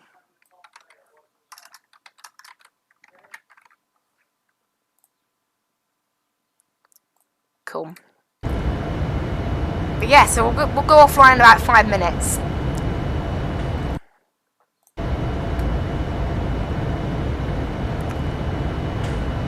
be offline for about 45 minutes then. Yeah, we're coming up on 3.5 hours now of streaming, which is pretty cool. Get some good FPS up here. We're doing 50 FPS right now, and as soon as I say that, it drops to 30. Thank you, computer. I don't know. When I move the camera, I think it must be like a weird effect thing, but maybe the counter's slightly bugged, because I always think that FSX feels like it has more FPS than it thinks. But when the camera's standing still, I have 46, 47, 48 FPS, and as soon as I start moving it, it drops to 25, 30. And I don't notice that. I'll just check my sim is about... It's literally a minute ahead. Look, bang on a minute ahead. Oh well. That means all of my ETAs are going to be slightly off by a minute, but whatever. Only a minute off is pretty good, actually.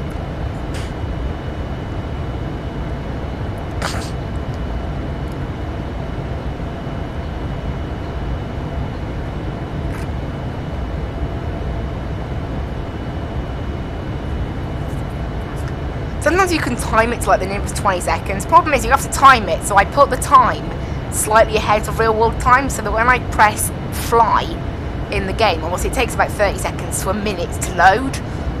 So, you know, I can't really predict it. Sometimes it is slightly off. But not bad. Not bad at all. Yeah, we've flown just over 1,500 miles now, so we're well over halfway, almost, you know, getting in those miles. Shannon and Control are still online. They might be online to 12 o'clock, thinking about it, as it is approaching the hour of 12 in a bit. Check the weather in Heathrow. It's currently 080 at 10 knots, 22 degrees, pretty nice. QH is 1028 down there, so... quite high pressure, not as high as I have seen it in the last week, but fairly high. No clouds, that's nice to see. Should be nice and clear for us on landing. Right, also, we've been in the air 3 hours, which means it's been an hour. No, we've been pushed back 3 hours, which means, obviously after 2 hours, Skytrack gets me to change the comm frequency. Between 1 hour and 3 hours after that, so between now and 5 hours since block time push, I will get a little alert, another alert from Skytrack telling me to change my frequency. Oh, there we go, we have someone on TCAS just ahead of us. Apparently they are below us by 1,000 feet. What, is that plane below us, is it? It is the Lufthansa, okay. Yeah, and it's 1,000 feet below us, which it shouldn't be. It should be at flight level 380, really. Interesting. Okay, I have to watch that then. It's below us by 1,000 feet though, so it's still within separation. It doesn't matter.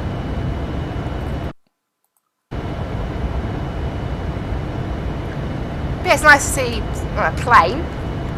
And I'm going to be closing on them, so that'll be interesting.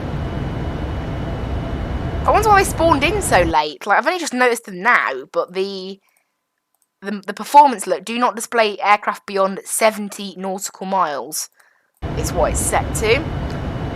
So that's interesting.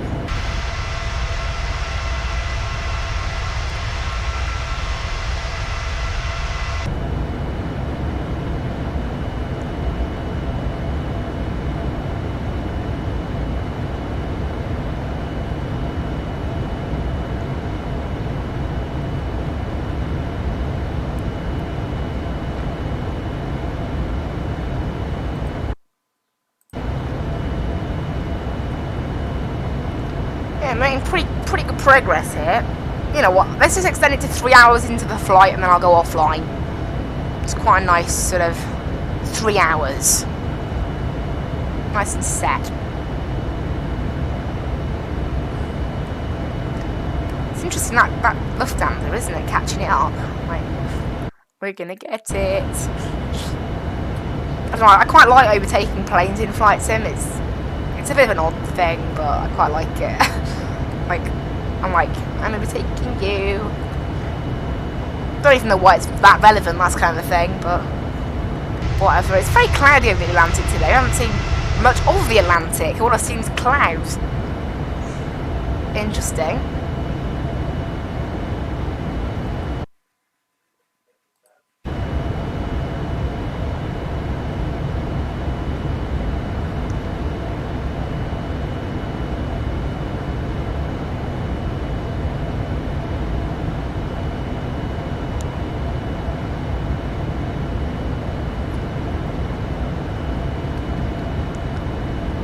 Looks rather nice out there, really. You know, I think I'll go offline now anymore. My voice is actually starting to hurt a little bit, so there we go. Yeah, I'll see you guys at about 1:30. I'll update you on the Lufthansa here and what's going on with ATC. If ATC does come on a little bit early, I probably will just go back on anyway. But thank you guys for sticking around for the stream. As always, just you know, if you want to stick around, watch the little map and the overlay, it's still there. But anyway, yeah, see you guys in about 45 minutes.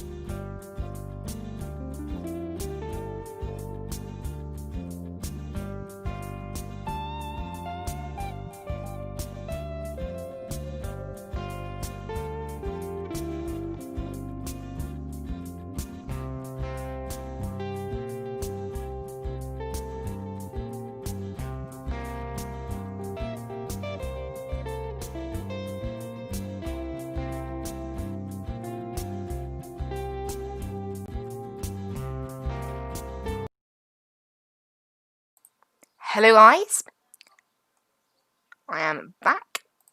We are back here in the stream. Yeah, to give you an update, we are 200 miles away from our next waypoint, which is the last of the coordinate waypoints. We passed the Lufthansa back there. We've got a KLM up here we're passing as well. It's 1,000 feet below us, so we're within separation. Because it's 787-10, it seems to be bugging out the model matching and showing us an A321. I'm guessing maybe the model matching I have installed doesn't have a skin for that, possibly. We're about 2 hours now. We're actually just under 2 hours from Heathrow. I've had a look at Vatsim UK's sort of booking page for ATC that you can look at, and unfortunately doesn't appear we'll have any ATC in Heathrow. There's not ATC in Heathrow until 4 o'clock Zulu, which is about an hour and a half after we land. Also, as I thought, Shannon Centre did go offline at 12 o'clock Zulu as well, so right now it's looking like we'll have no ATC the whole flight. Who knows, maybe we'll get lucky, because people don't always stick to those bookings. Sometimes people do book them last minute or join last minute, just because they feel like ATC, you know, between now and 4 o'clock Zulu is open for grabs at Heathrow, so if someone fancied it, they could just jump on, but have to wait and see, I guess. It's a little bit of a shame, but we'll have to wait and see on what we get, really. We're doing about 525 knots, not bad. Not bad at all. Yeah, and as you can see, we're not too far away from Heathrow. 940 miles.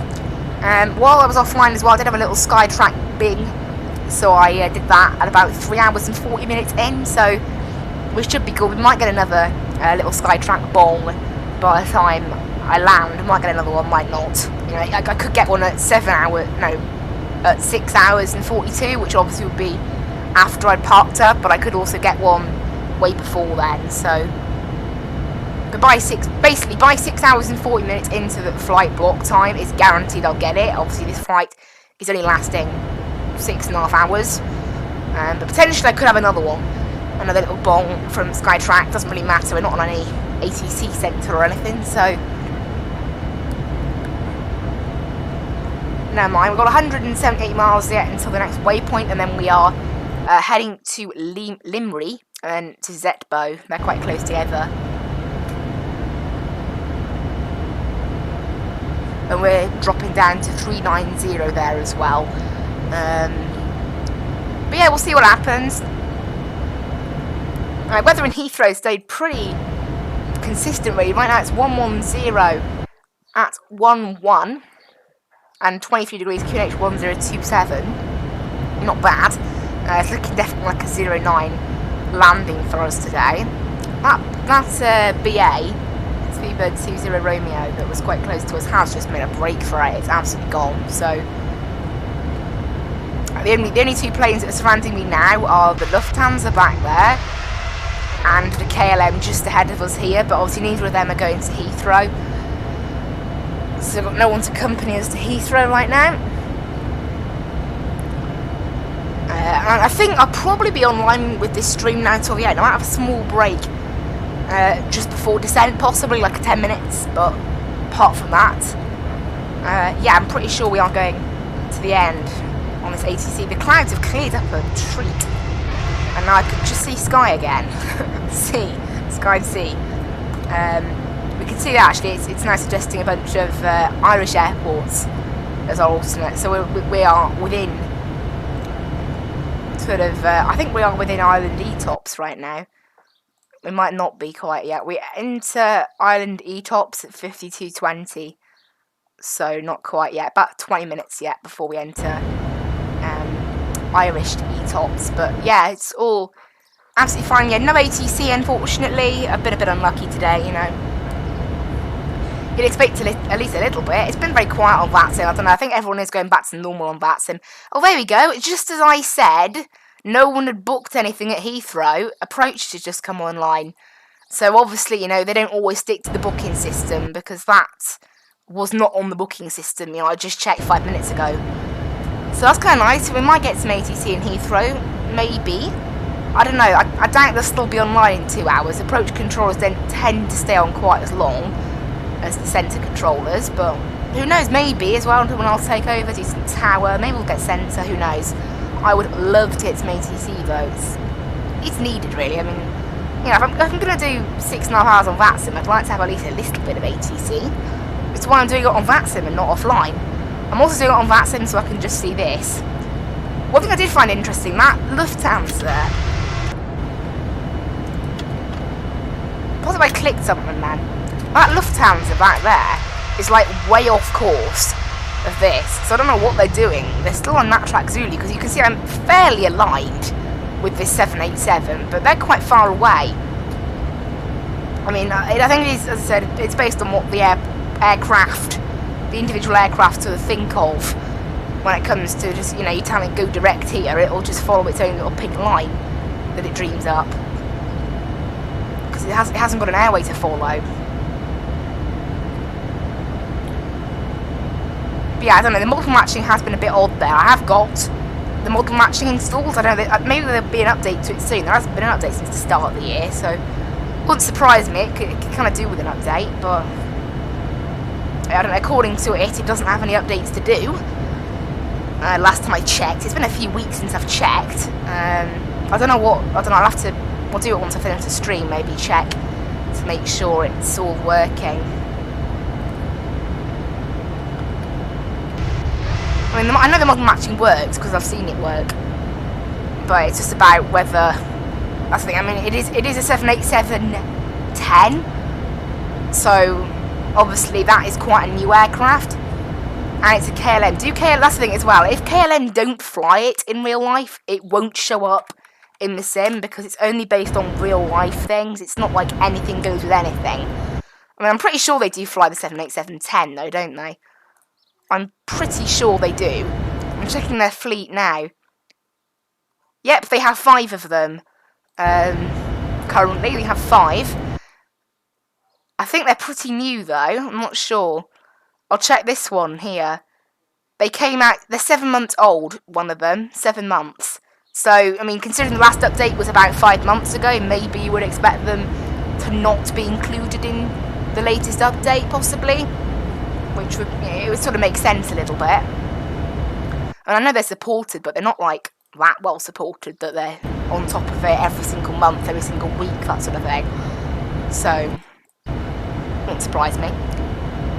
Heathrow has got an ATIS set up, however, it's an ATIS that has no text version, so I'll have to get closer to that to see it. At the moment, I'm planning 09 left. It'll definitely be the 09s, but whether it's left or right is obviously what the controller controls a little bit more of.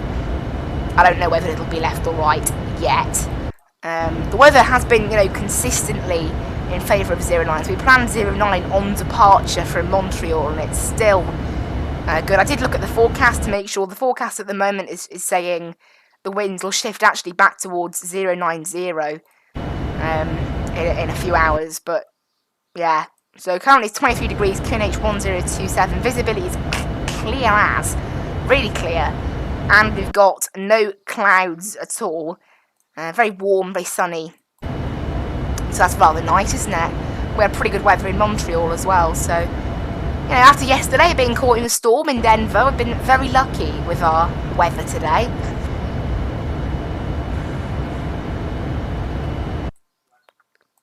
Just gotta wait for more ATC to start popping up now, I guess. It'd be nice if we do get more starting to pop up. Luton's come online, pretty random. But it'll be nice if we can get sort of full ATC into Heathrow at least. Oh, I think I see another plane, I do. Who's that? There they are. Oh, is it a 7... That looks like a 7-4. Is that Speedbird descending? Like, massively, even though there's no apparent... People keep just descending randomly. Like, you're given one oceanic clearance to stay at one level, and no one's even sticking to it. You're meant to be at an even level, so that KLM is already breaking it. The Lufthansa did actually slow down to an even level after a little bit at an odd level. And I don't know what the Speedbird's doing. It looks like it's falling out of the sky, honestly, with that descent rate. Look at it. It's like earlier that Speedbird that was like literally did look like it was dropping out of the sky. Like, what? I mean, I'm looking on Vatsim, and it's not registering that it's dropping any altitude, but wow. Like, that's a pretty heavy drop. It's like, it's almost straight down. I think it is starting to even out now. Oh, it's heading in the other direction. We've got some weirdness going on, guys. I don't even know what plane that is then. I'm zooming in. Oh, Lufthansa 477. Maybe it's one of those planes like the other laggy one we had earlier that was pausing constantly. Was it Speedbird? Speedbird 447 was it? It's actually disconnected now. But it was kept pausing its game and lagging around. That might be what's happening here. Possibly. I mean, look at that. I mean, there's some slight bugginess with the contrails going on, I think.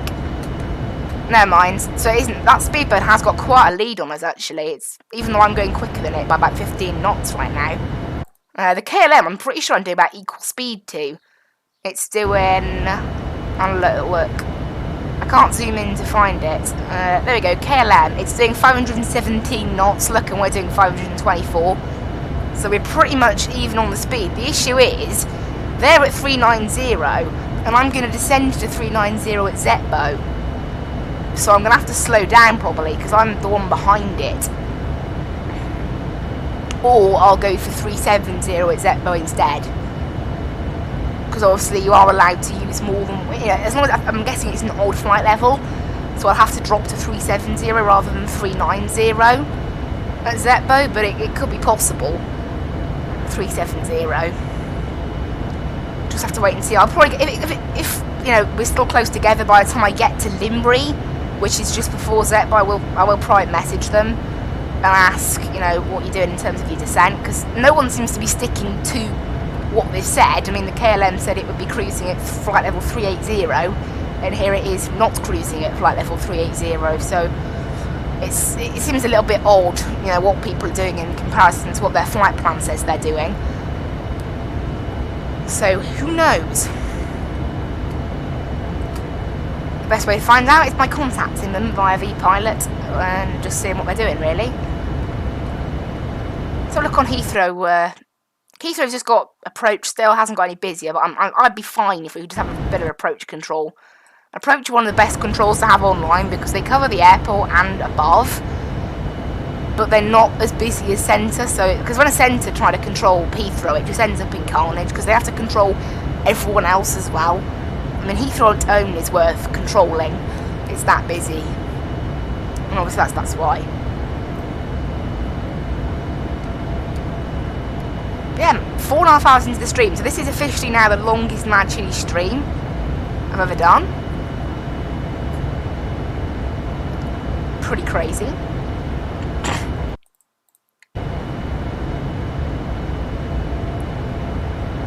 Shame we had no ATC really. It's a little bit of a shame. I said as long as we can get maybe some Heathrow ATC, I wouldn't mind that much. We could potentially, I think, also go to 410 at what's it called?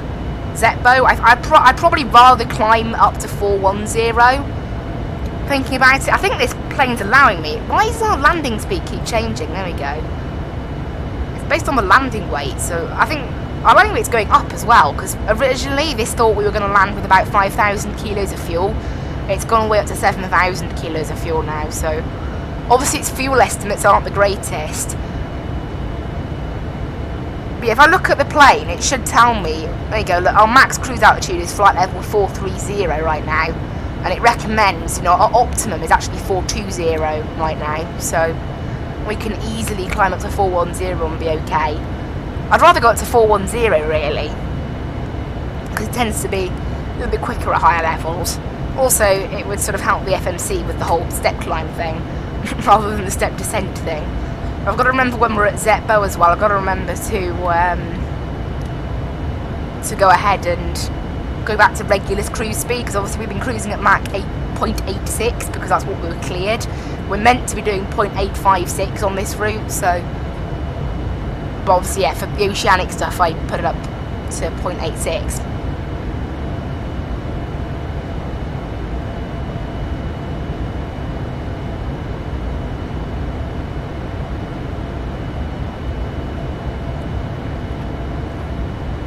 it's not bad. We have like literally 800 miles left. It's, you know, that's like a Palmer to Gatwick flight. It's pretty nuts how quick it's gone. It's 4 hours, and there's about 2 left, I reckon, before we get to disconnect. I'm surprised, I don't know, V-Pilot hasn't run out of memory yet, so maybe it was a one-off when it did that in Dubai.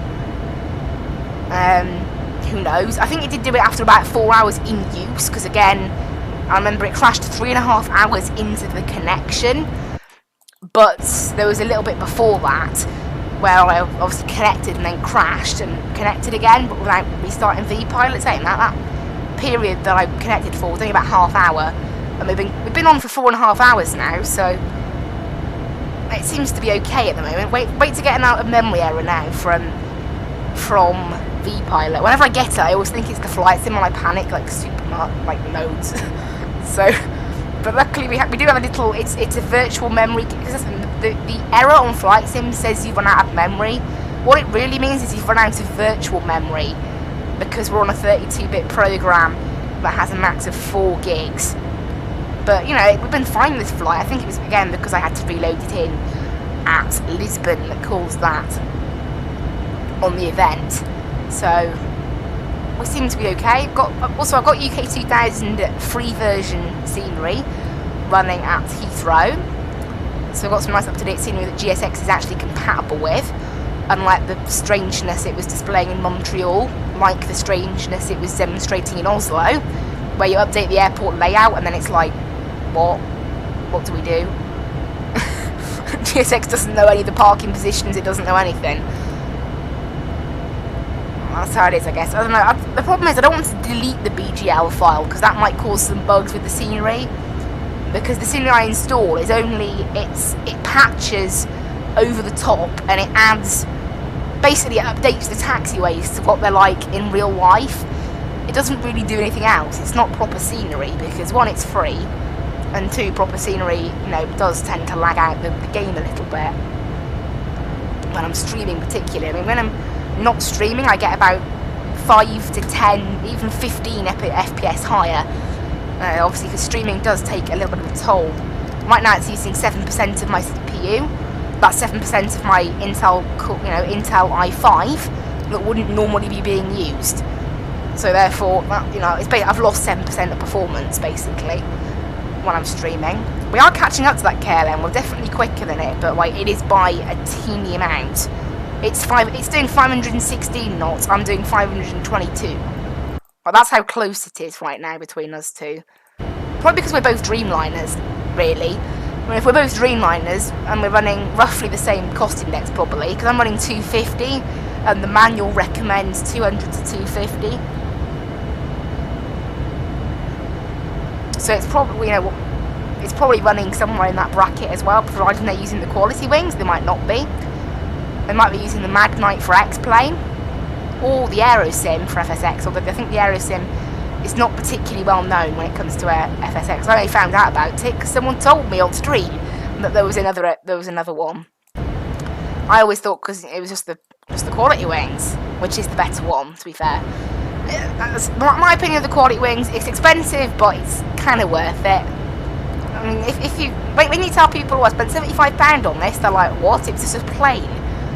What do you mean?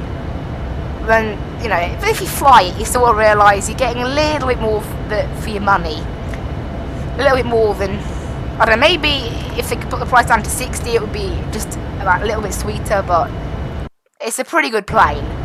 Like, that's the argument to that. I mean, this plane has an inbuilt EFB. It has all the realistic things. It has great textures and things. Why is my mouse sort of waiting wheel scrolling? That makes me nervous. Yeah, and it looks great. It sounds great. You know, there's no sound enhancement pack on it. It just sounds like this. And it has some great textures and things as well that you can do with it. So, and it comes with a livery editor. It comes with a 380-page manual. It comes with a little dispatcher that you can use with it. It's very easy to install liveries. There's a number of plus points to this plane that make it worth what it's worth. I mean, without the electronic flight bag and without the charts that come with it, it would put the value down to more like 60. It's it's mainly this that puts the value up, because for people who don't have Navigraph, you know, I only bought Navigraph a few weeks ago, and without it, having terminal charts straight here, they are a little bit out of date, to be fair. They're about 5 years out of date, I think, but it's charts. It's better than nothing. And I think it also goes along with the default air rack. So if you use the default air rack with the default charts, you'll have no problem. Because a lot of people, you know, the sort of people who won't buy Navigraph charts are also the sort of people who generally probably won't buy the FMS data or anything like that, and maybe won't want to fly online. So, I mean, really, for flying offline, it doesn't matter what air rack you have, it's not relevant.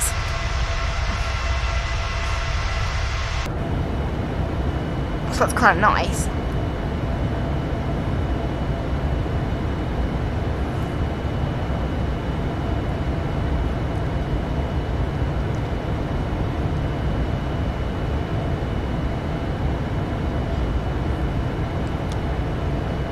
They're closing up on that KLM soon then. Slowly but surely we're closing in on the KLM. Today we've had 31 playbacks, not bad. Done all that on the viewers.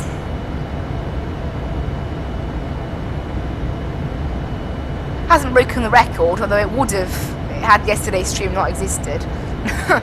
It's pretty nuts, that was.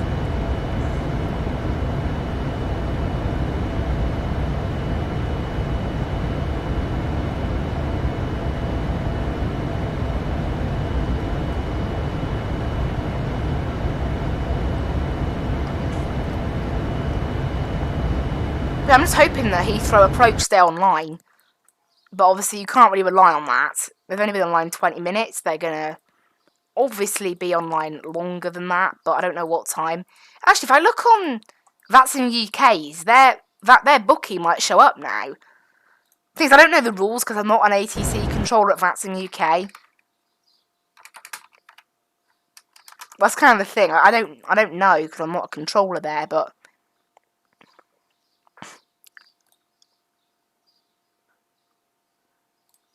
they might have it in there now. No, they don't. It's just not there. It's not on the booking system at all. So obviously it's a little bit of a, you know, they just didn't book it, I guess. So I'm guessing that means the rules are you don't have to book it, probably.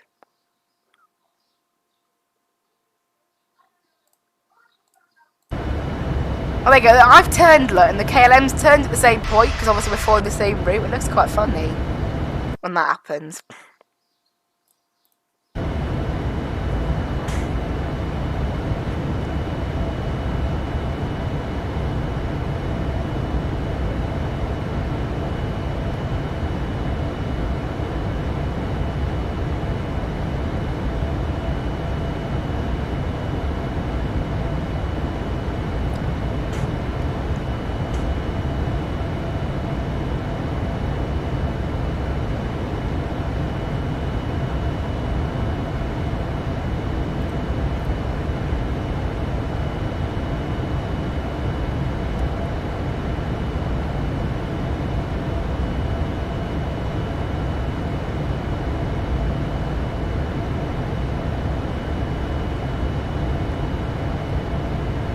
Looking at it to become like a controller. Interesting.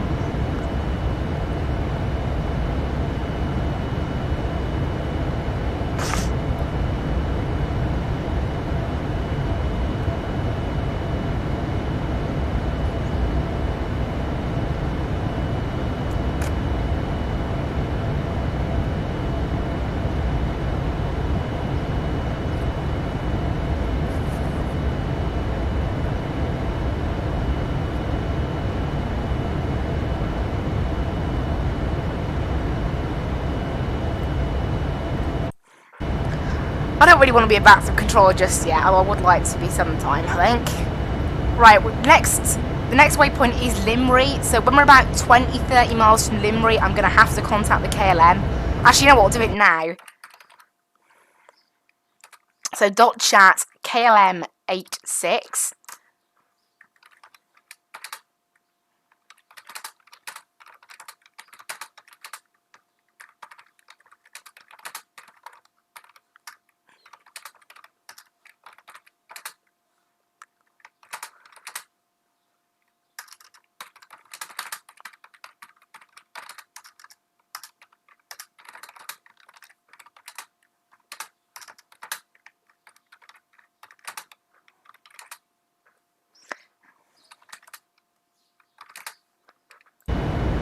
because I'm interested in what's going on with this, because obviously to do with separation, okay, ETA is currently 17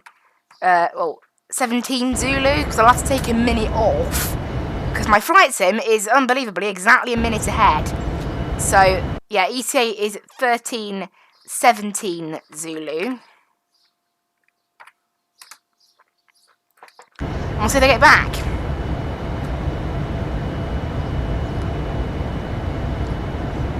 If they get back, it will obviously be very handy to me, because I'd know, because obviously I'm going quicker than them, but not by much. They're doing 515 knots, I'm doing 523. You know, it's basically identical speed, just that I'm mildly quicker.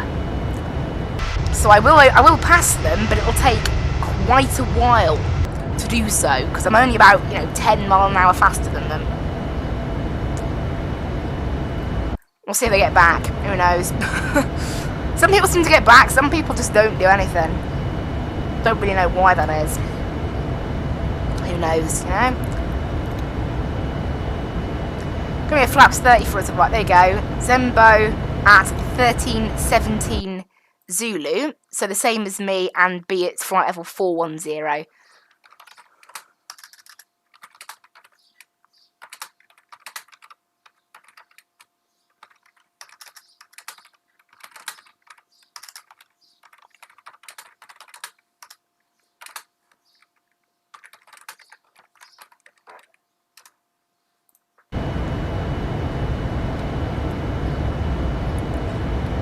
So yeah, they're going up to 410 at Zenbo, so there'll be absolutely no problem.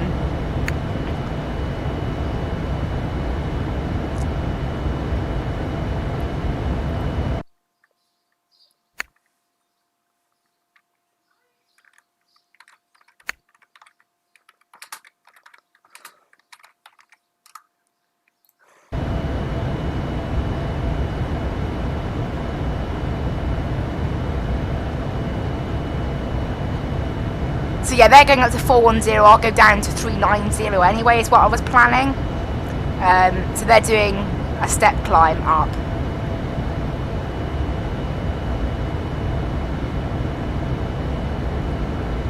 Cool, everything's all good then. With that. So they're going to go up and I'm going to go down. So I might go down a bit early to make sure, because there might, I don't know, there'll be a bit of an odd separation thing when they go up and I go down. But, it doesn't really matter, does it? And obviously at Zenbo I'll also be maintaining proper heading as well.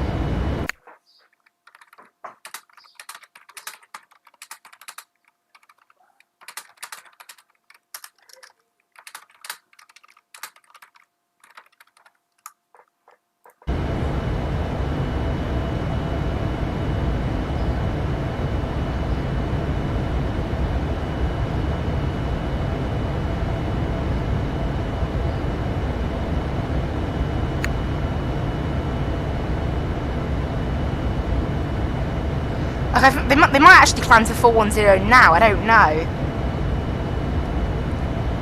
Yep, by the looks of it, they're climbing. It'd be nice if they could climb now, because it'll get rid of the separation later, because we're still quite far apart right now. But we'll be far apart later. We won't be so far apart later, because I don't know, he might actually go quicker than me now. Because of the altitude. I think 410 is a bit of a quicker altitude. Don't know. And currently we have approach online in Heathrow. They've been online half hour. Gatwick's getting busy now, and Luton and Stansted. So the London area is hotting up a little bit. That's nice. But yeah, obviously they might be above me now, and they're far enough that the separation isn't really an issue. As long as they climb up to 410, all is fine. And for some reason my TCAS thinks they're not doing that. Oh, they do it. It thinks they are now. Bit of a delayed reaction where they're doing a slow climb. So that means I am clear down to 390 at Zenbo. Zetbo. I thought it was Zenbo. Like, XET. Yeah, they said N as well. And I said N. Wait, what? Is it not called Zenbo then? Oh, it's Zetbo. Both of us spelled it wrong then. No, never mind. It's the same waypoint. Oh well, there we go. So they're up to 410, look, and their ETA is exactly the same as mine. So, but now they're higher than me. Their ETA will probably go up actually, but it doesn't really matter.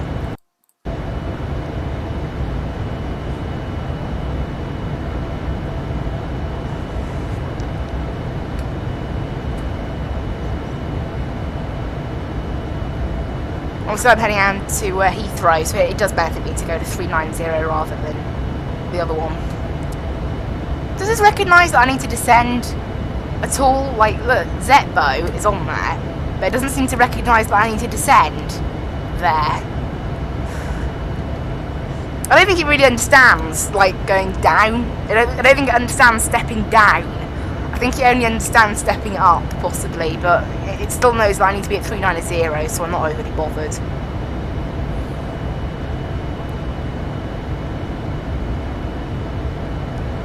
Total descent's about 500 miles from now. We will put down our speed to 0.856 back to regular speed once we're clear of the Atlantic at Zetbo, which isn't too far away. It's about 140 miles, and then we've finished our crossing of the Atlantic. And it won't be too long to Heathrow from there. I mean, we've only got 675 miles left now. That KLM is actually coming from Chicago, I think. I'm pretty sure it's coming from Chicago. Let's have a check. Oh, coming from Toronto. It's coming from Toronto Pearson. From Canada then. Also, I'm coming from Montreal today. Oh, nice! Yes, London SC Centre have just come online. So that doesn't cover where we are in terms of... obviously, we head over the UK on the west side. But they do cover Heathrow. We enter their airspace, though, at Bedeck, which is our start of our star. Maybe they'll cover us on the west part, but we're not going to get much coverage from them because we'll already be at 14,000 when we reach them.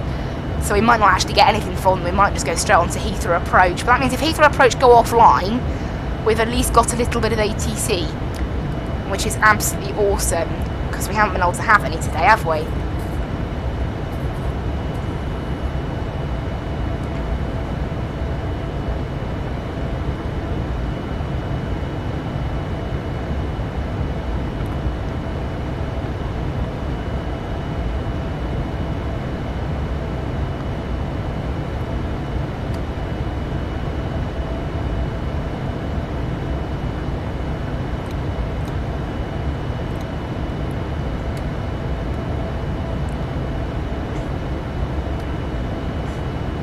Yeah, just 87 miles to Limerick. From there, it's about 30 miles to Zetbo, I think. Yeah, 37. And then from there, we'll be we'll be down to 390 all the way until just before Abduck. And we need to be at 14,000 at Bedeck, which is the reason for the slightly early descent, I think. We're descending about 180 miles out, which is a little bit more than normal. Even though, I mean, we are at 40,000 feet currently. But as you can see, it's a very slow descent, look. Between Bedeck and Nigit, we'll only be doing 500 feet descent, and then it starts to pick up. So we've got a little bit without descending, I think, thanks to that little restriction. I will go ahead and bookmark all the charts that I need for our landing. So we're going to need the approach from Ock. We're going to need the Bedeck 1 hotel, and we're going to need the SID. No, not the SID. We're going to need the airport chart.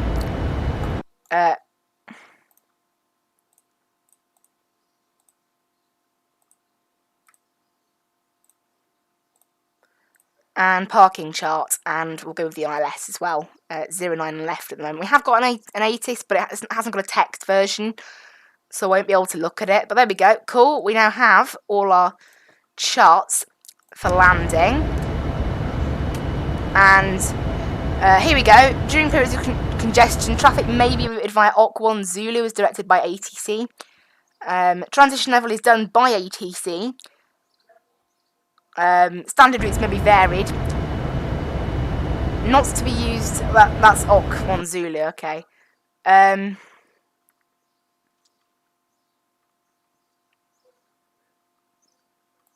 Cool. We are all good then. There's nothing we have to really think about here. We need to be under 250 knots at our LW03, which we are going to be, and we need to be at 220 knots max. Oh, it's max. I didn't realise that.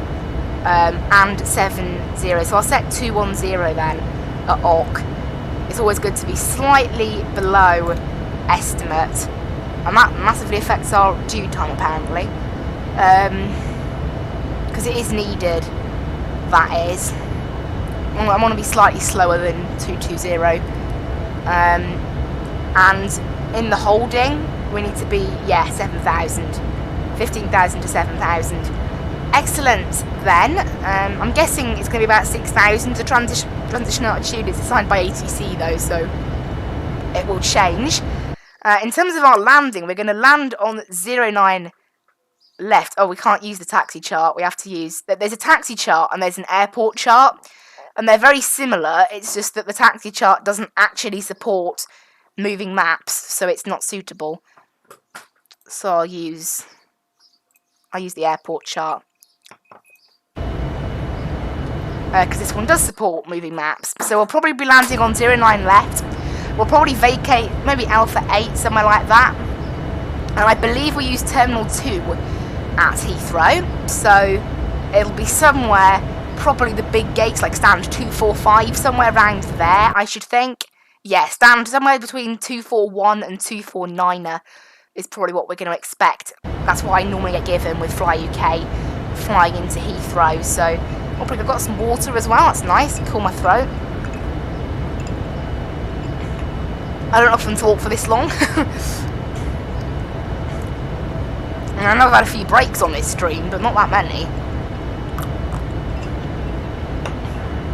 I've probably had about an hour and 10 minutes break time in total throughout the whole stream. I probably won't be doing any more either, as we are just 600 miles from Heathrow.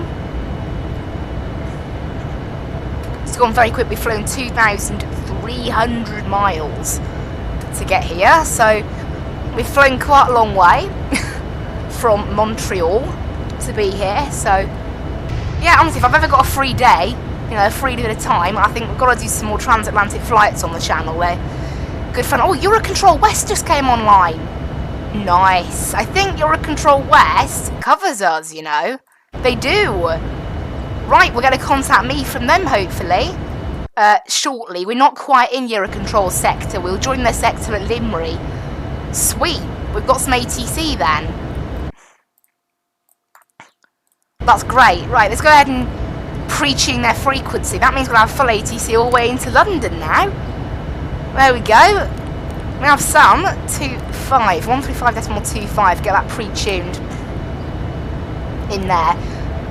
We'll get asked to contact them hopefully at some point. They cover above flight level 245. They've just come online this second, so obviously we are going to have to wait a little bit for the centre to come fully online, as I'm not even in their airspace yet. I'm in their airspace at Limerick.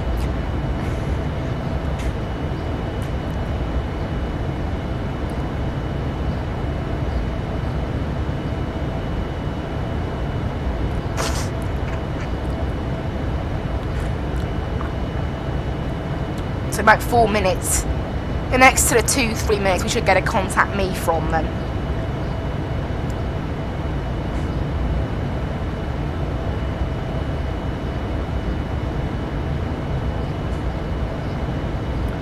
But yeah, at the moment we've got some pretty decent stuff going on there. Then with ATC. There's currently 8 planes on the ground in Heathrow, so it's quite busy. There's no tech status available, so I'll have to wait on that.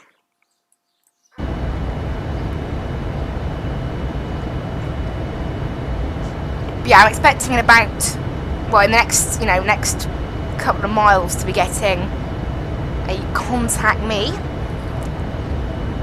Just check my mic's working okay. Good, it's working fine. Make sure I've been talking for 5 hours with absolutely like the gibberish that my mic puts out when it's broken.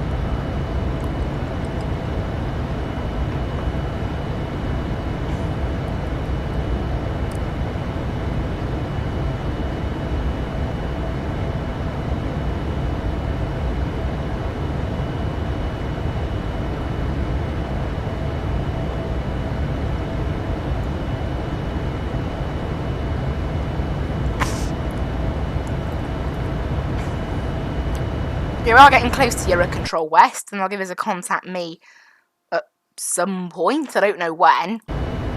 They've been online about 4 minutes now, 5 minutes.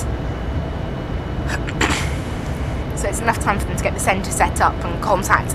Because remember, Eurocontrol West is a massive centre. It covers all of France, all of Spain, all of Portugal, and all of Ireland. Well, excluding Northern Ireland, so it's a pretty large centre, and there's a lot of planes that we'll have to contact and send contact me messages to. And generally I think they do it, maybe 2 or 3 at a time, otherwise the frequency would get overloaded.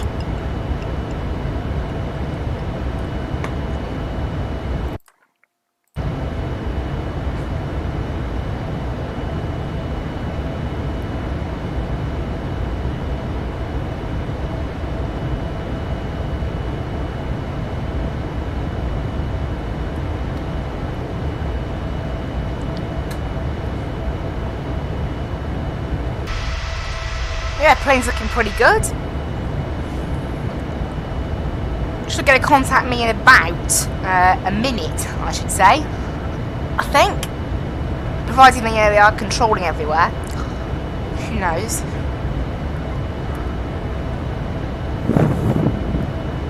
It's nice to have some ATC finally, though, isn't it? Taking time, hasn't it? It's taken quite a while. I would have loved to have some over the ocean ATC, but sadly no.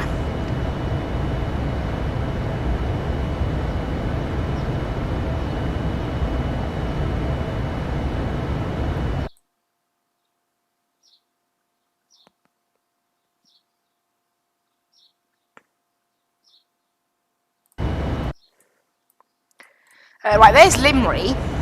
So we should get the contact me soon. This means as well we are slowly coming to the end of our oceanic track. We'll come to the end of it at Zetbo, which is when I'll resume normal speed and everything.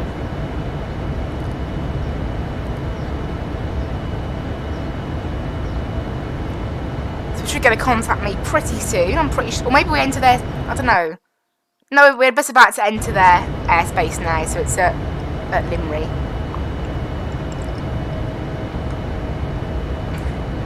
We might wait until Zetbo to contact us, though.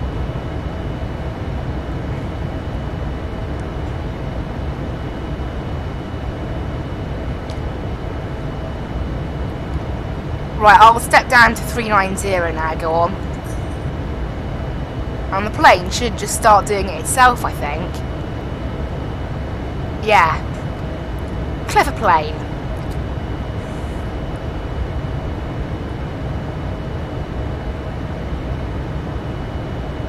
It always takes ages to actually start properly descending this plane.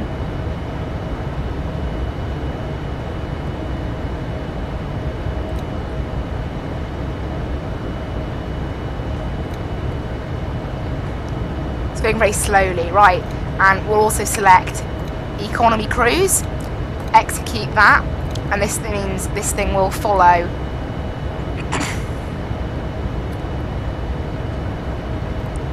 proper procedures. Right, let's go ahead and Just make sure we are descending at about 1,000 feet per minute, because I don't want to be here all day trying to get down to flight level 390 really. There you go, good plane. This thing's going to throttle back a bit now while we sort of start brief descent down to 390 because we're at the end of our oceanic track.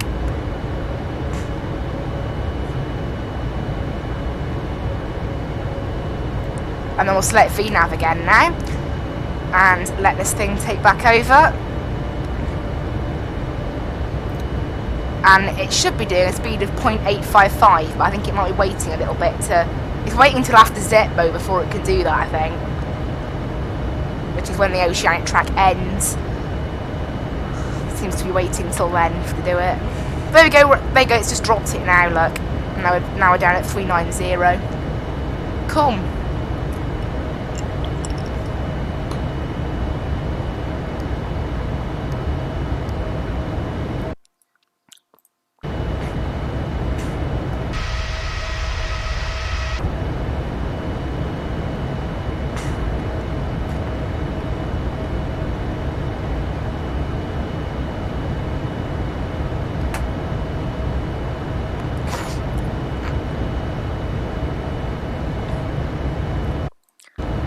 Active sky weather in Heathrow 100 at 10, so perfect wind, perfect for runway 09, 23 degrees temperature, QNH 1027, okay, all perfect, then all normal. We haven't received the contact me from Eurocontrol yet. They might contact us a little bit later, maybe more like Zetbo, which is obviously when we finish our oceanic track, so maybe they want to do it then. Who knows? I don't know. I'll just, you know, all the pilots' job is sit here and wait for the contact me on Vatsim. Just, you know, the controller's the one who decides when to contact you, not the other way round. Honestly, you know, the controller I'm pretty sure will still be getting set up. They've been online 10 minutes now though, so it's enough time to get everything working.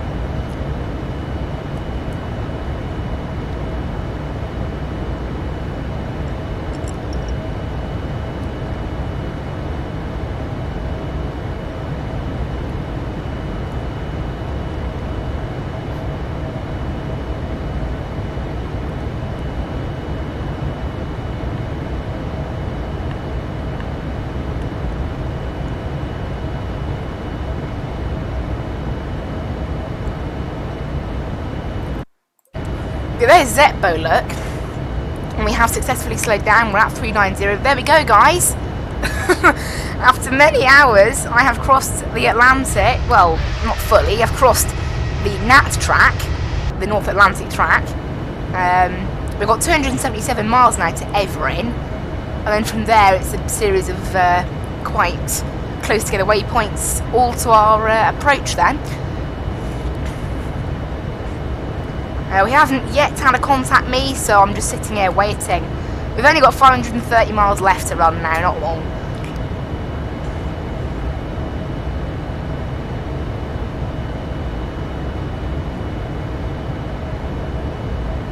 So just got to wait on the contact me again. The airspace boundaries could be slightly out of sync. They're not always accurate. Remember? What's that KLM? Is that KLM literally like right above us? Oh, they're up there now. Because obviously the KLM will go onto its own separate route from here now. It's not on that track Zulu, it's heading to Vlapmo. Which is obviously, I think it's going to head over Manchester. And then head over that way to Amsterdam. Maybe, I don't know. But it'll be on a different track than us. As we're no longer flying oceanic things.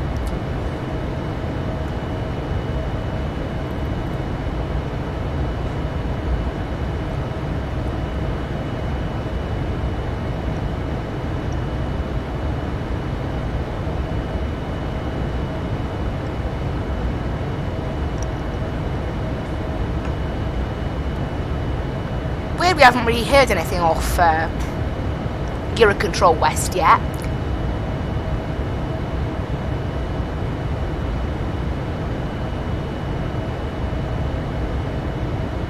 Unless they're choosing not to control Ireland. Do they do that? Actually, have a look at SimBrief to see what SimBrief thinks the, I can get rid of the NAT stuff now, I can get rid of the ETOP stuff now. What does SimBrief think that Ireland's boundaries are for ATC? Because sometimes it gets them wrong. No, we are, you know, we are safely within Ireland Centre, so who knows? They just haven't chosen to contact us. Oh, London West Centre have come online now as well. London West are, of course, the ones that cover Cardiff and Bristol and the, you know, Exeter, Penzance.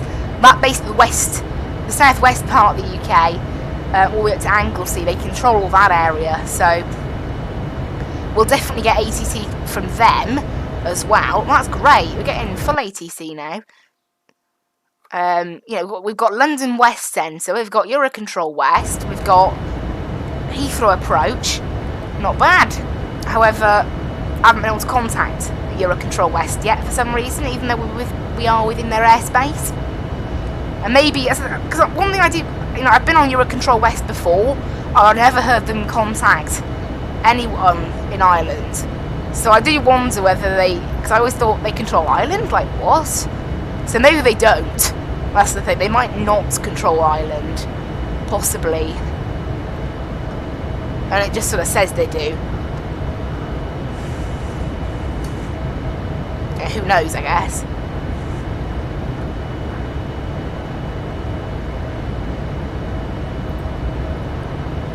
That could be the case.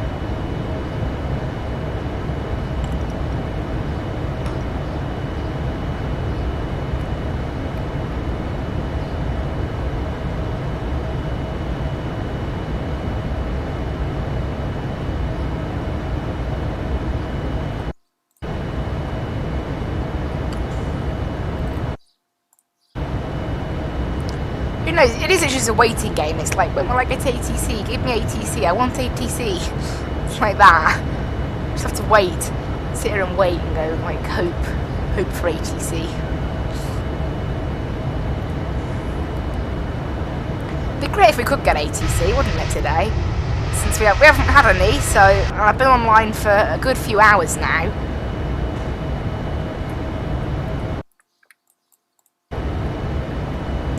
Yeah, 5 hours have been online, so interesting. Surprised VPN hasn't run out of memory yet. Gave me like an alert last time after about 4 hours of using it. Like 3.5 hours connection, 4 hours use, because I connected twice. So yeah, after about 4 hours use, it just crashed. But even that 4 hours use wasn't actually. It was quite a bit of ATC, so maybe that. I don't know whether we're having ATC. I hate this plane. Randomly, sometimes it brings up this error saying, "Oh, you haven't done a step climb properly," or something, and it just goes away. It did it for the whole flight while I was at a certain altitude on the way to Dubai. I did see it pop up earlier for about 5 seconds, although it seems to be just staying there right now. Although it wasn't there a few minutes ago. I'm looking at the replay on my phone, and I haven't done anything. It must think that I'm like slightly off course or something. I'll go ahead and actually pre-tune the QNH. Oh, I hate this. Because for some reason it takes ages to tune it all the way up for some reason. It takes absolutely ages. 1027, there. We got their plane. And that's because we are slightly off flight level 390, so maybe it thinks, oh no.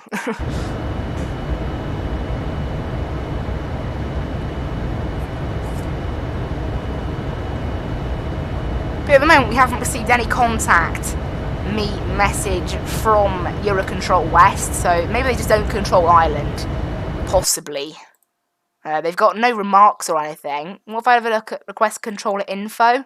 Here you go. UIR ATC for LECB, LECM, LFBB, LFEE, LFFFF, LFMM, LFRR, LPPC. Oh, there we go. That's what it is. Eurocontrol West do not control Ireland. Thank you. Nice and useful. That's what it is. Request controller info for London West. London Control, cool. So I'll tune them then, because we're not going to be getting Eurocontrol West because it's wrong. There we go. It only controls Spain and France and Portugal. It doesn't control Ireland. So we want to tune 126.075 or 07. That's fine.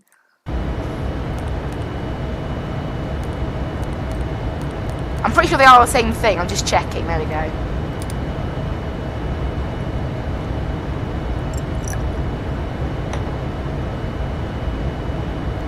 When it comes to frequencies ending in 5, some planes say it ends in a 0, others say it ends in a 5. It's a little bit, they have a little bit of a disagreement.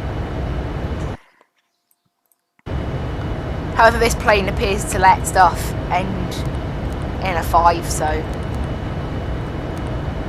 who knows? I'm okay with that though, I don't mind. We should get to contact me. Also, Skytrack might ask me to switch frequencies soon, because it's been 1 hour and 3 minutes since it last asked me, so it could potentially ask me again. Anywhere between now and the next 2 hours, it can ask me to switch frequencies to whatever it wants. But that'll probably be the last bing I get from it then, because we haven't really got much more than an hour left in the air. We've got just under an hour left in the air currently. And often it does it more close to the 2 hours, because obviously, you know, it's minimum 1 hour, maximum 3. So you normally get somewhere in between. Yeah, it's random that VNAV step climb thing only just came out now, despite the fact that I've been up here at 390 for absolutely ages, but we'll just ignore that. And our cruise is even set to 390, that's what's even more odd. Who knows, that's just what the plane's like, I guess. So yeah, we'll be contacting London West, which we intercept at, I believe, at Everin.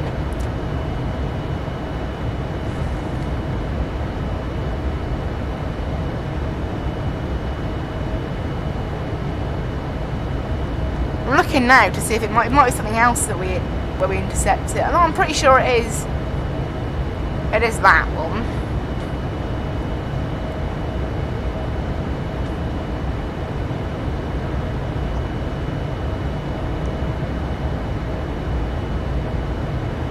So we should have full ATC to Heathrow. We've got London West, London South Centre, we've got Heathrow Approach. So that covers us all the way into Heathrow, hopefully. We might get something from South Centre. London or West might pass us off immediately to Approach, because remember, we only enter SC's airspace at 14,000 at Bedeck, and that's a restriction we have to follow. But obviously, at 14,000, I don't think Centre really cover that, so you may as well be handed off to Approach at that altitude. Who knows, we'll have to see what we think of, I guess.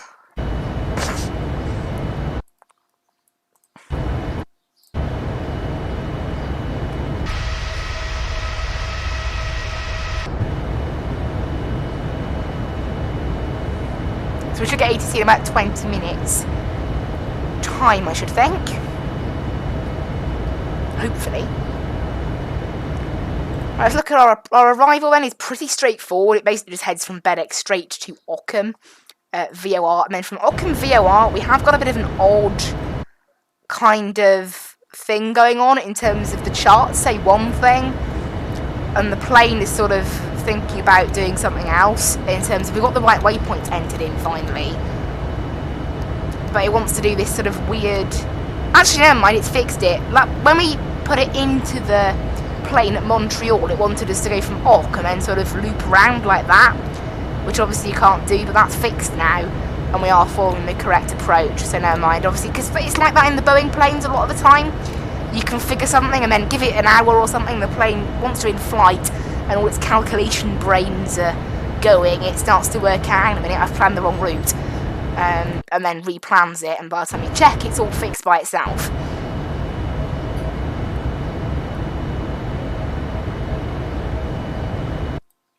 Now what does this say here? Minimum holding level, that's flight equivalent of, is above transition altitude and will be allocated by ACC. Initial approach procedures are designed for manoeuvring speeds up to 220 knots. That's fine. Continuous descent approach should be used wherever practicable.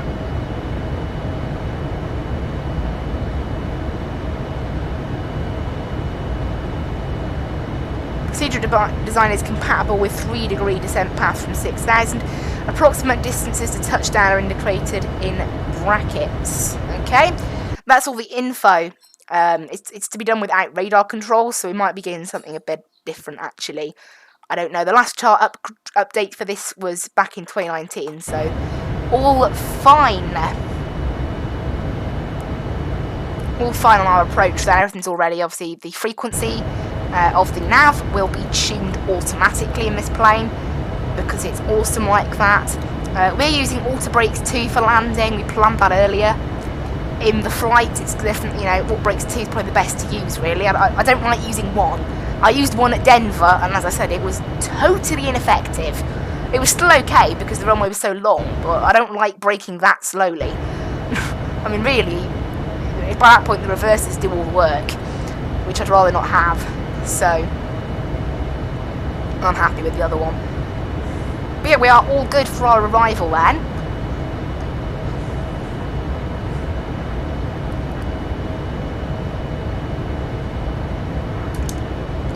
And I said we'll get some ATC quite soon. They do tend to contact you a little bit early as well, so yeah, I mean, I know we should get ATC in 20 minutes. We might get it in more like 15, because they like to contact people a bit early on Vatsim, because, well, we're not on any other ATC, are we? So it doesn't really matter.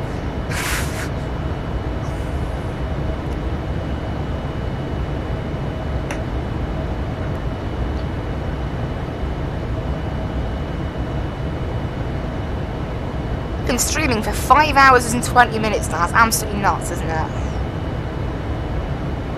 5 hours and 20 minutes. We were on Vatsim for probably quite similar. 5 hours and 13. Nuts. Absolutely nuts. I've been on my sim now. Absolutely hours. Look at that. 339 minutes. Oh, wow. I enjoy it, though. It's one of my favourite things to do. Flight simming, so... I had a free Friday, no work to do, so what should I do? I thought, hang on a minute, I've never flown transatlantic, why not? And that offline screen's also convinced me I can stream for 5 hours. You know, being able to use that offline screen obviously is quite handy, because I can't stream, I couldn't talk for that long constantly. It hurt, really, but never mind. Getting a bit more cloudy down there. We are over island right now, obviously, according to Vatsim. I'm in Eurocontrol West's airspace. However, I'm obviously not over Eurocontrol West's airspace. It's totally wrong. So who knows? It just doesn't really know what it's doing, I don't think. Honestly. We're not in range of Heathrow 80s yet, so I won't be able to grab that. We've just come in range of London SC Centre, so it probably won't be long before we're in range of Heathrow 80s. Normally it's about 250 miles out, so we've still got a bit longer until we're that far out of Heathrow. We're still, if we're going to go direct, 377 miles. So we've got a little bit further to go yet.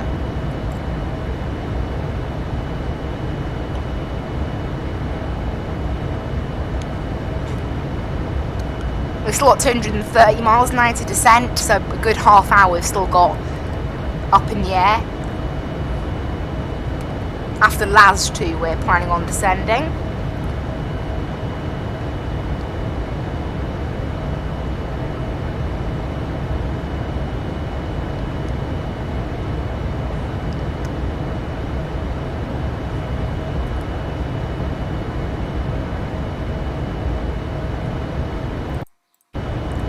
Yeah, it'd be nice to have some ATC. It might be a bit chaotic at Heathrow with only approach online, but saying that, there's 12 planes on the ground there, so yeah. Hopefully it won't be too laggy for my sim. It shouldn't be too bad, hopefully. Keep my fingers crossed. It's always a bit laggy when landing at Heathrow with that UK 2000 scenery and the numbers of planes we have. I do need a better processor to cope with the streaming and the game at the same time, but it's not urgent. That's the thing. Like, it lags a bit when I fly into Heathrow, so what? I don't often fly into Heathrow, do I? Well, nice, we had a new sub as well over the stream. That's kind of nice. Thank you to the person who subbed. I don't think they're watching now, but I always appreciate new subs, put it that way. Always appreciate it. Never won't. Actually, no, they subscribed a minute ago, so thank you, anyone who does subscribe to the channel. I greatly appreciate your support.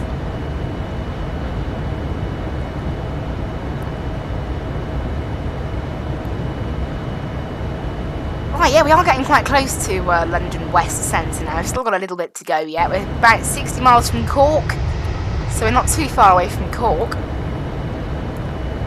And since I haven't actually run you guys through the approach procedure, why don't I do that? I haven't done it, so let's show you guys. So we're going to be, first of all, jumping on at Bedeck and heading down to Ockham VOR. Nice, simple, be assigned by ATC, that will. And then we're jumping on to initial approach then at Ockham, sort of arcing round onto the ILS. We'll be taking runway 09 left, I believe. Are we taking left? Yes, we are. So we'll be taking the left side of this one. And then after that, we'll be jumping on we'll join the glide path about 7.5 miles out. We've got our minimums all tuned in there. And then once we land, we'll probably vacate around Alpha 8, somewhere around there. From Alpha 8, we'll taxi down Alpha. Make sure I get the correct, because literally every time I land at Heathrow, the controller says turn left or right on Alpha, and I get it wrong every time. Twice now I've got that wrong, so I'll have to really pay attention to what they say. Because last time they don't pay attention that much to what you say. They said right on Alpha, I said left on Alpha. They didn't correct me, so it's partially my fault, partially their fault. Hopefully that doesn't happen again. So we'll head all the way down Alpha, I expect, and down Lima is what I'm expecting to park somewhere around gate 244, 246. It's what I tend to get given at Heathrow. But yeah, that is our approach briefing done with you guys.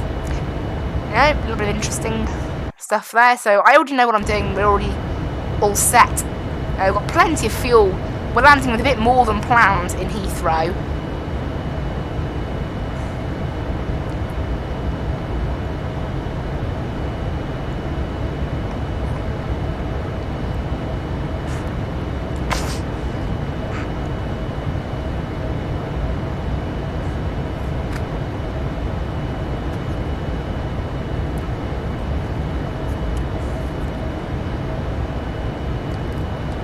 So we're coming up to Cork in about 40 miles, so we should see the lovely city of Cork down there. Cork's a city, right? I think it's a city.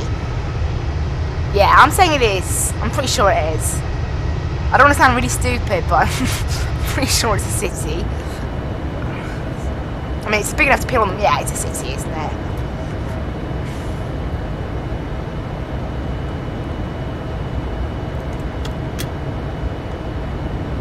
It's been a pretty interesting flight this. As I said, I've never flown transatlantic. It's been pretty fun today. I've very much enjoyed it.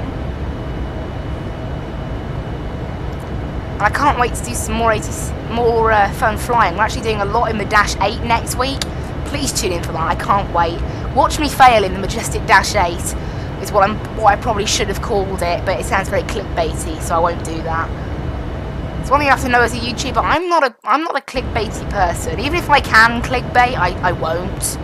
I'm not a fan of it. I don't watch videos. It's the same with making thumbnails, all that sort of stuff. I don't watch a video because of the title or because of the thumbnail.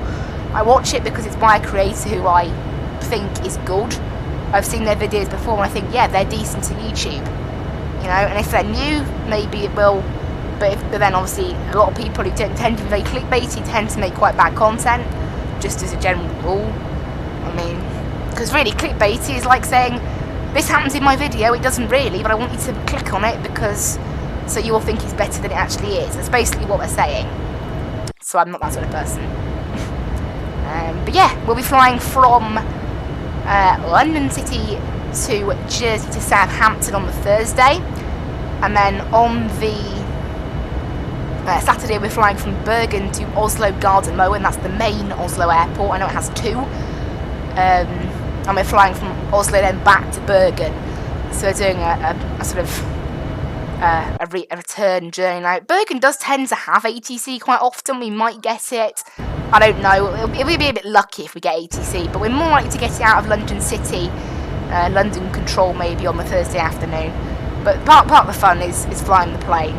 It's a pretty fun plane. I just gotta hope there is a weird graphical glitch that causes the panels to go black, and it can be quite difficult to solve it. Generally, it does sort itself out. It just takes like 10 minutes sometimes.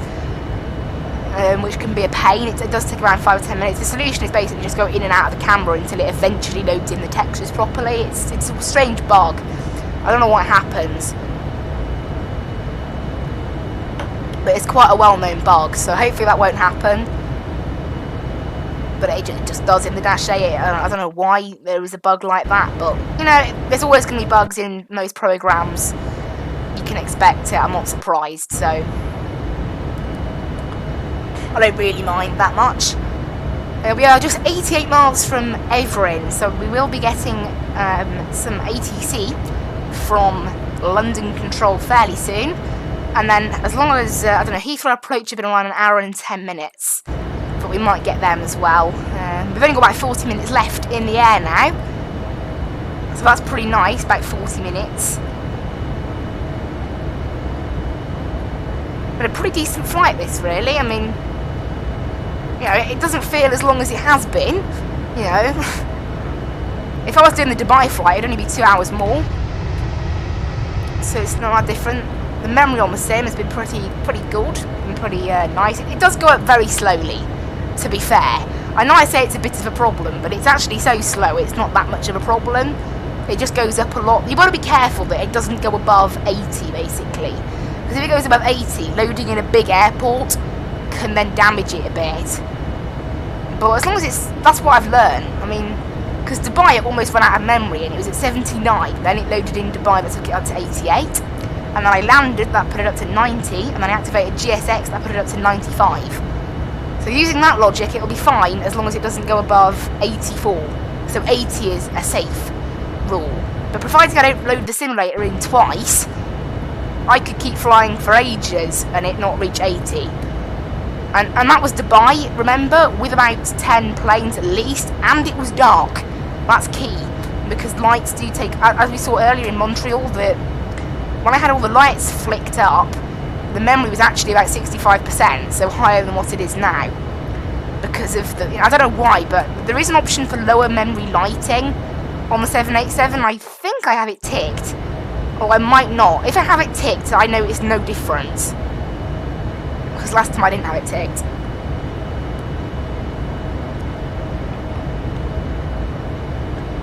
I think my throat is starting to go a little dry now from all the talking. But I'm not going to bother going offline now. There's absolutely no point going offline, as we'll have ATC and then we'll be descending. So that's the fun part, isn't it? That's the fun part of flying. We've sat here at cruise all day to do that. Get all this approach and vectors from ATC and all the other stuff that everyone likes doing. You know?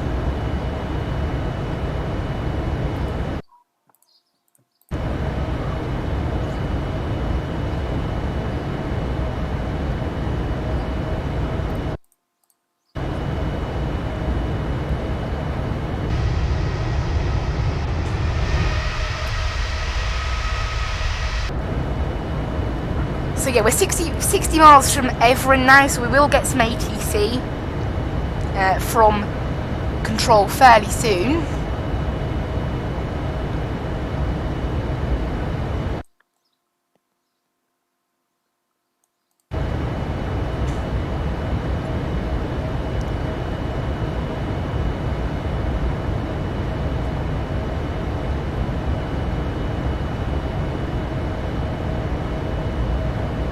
Oh yeah, so that's confirmed. I'm looking at a map up there I've got of London Centre, and I can see there Evering. I couldn't see it originally because its name is covered a little bit, but yeah, Evering is the entry point for London Control West, so we will have them. Oh, I'm in range of Heathrow ATIS. Let's request the ATIS. The ATIS is Heathrow Information Echo. It's from, oh great, it's not accurate. Runway in use 09 right at the moment, but it's from 2 hours ago. So that's from the previous controller, I think. Right, I'll have to give it a listen. 11972.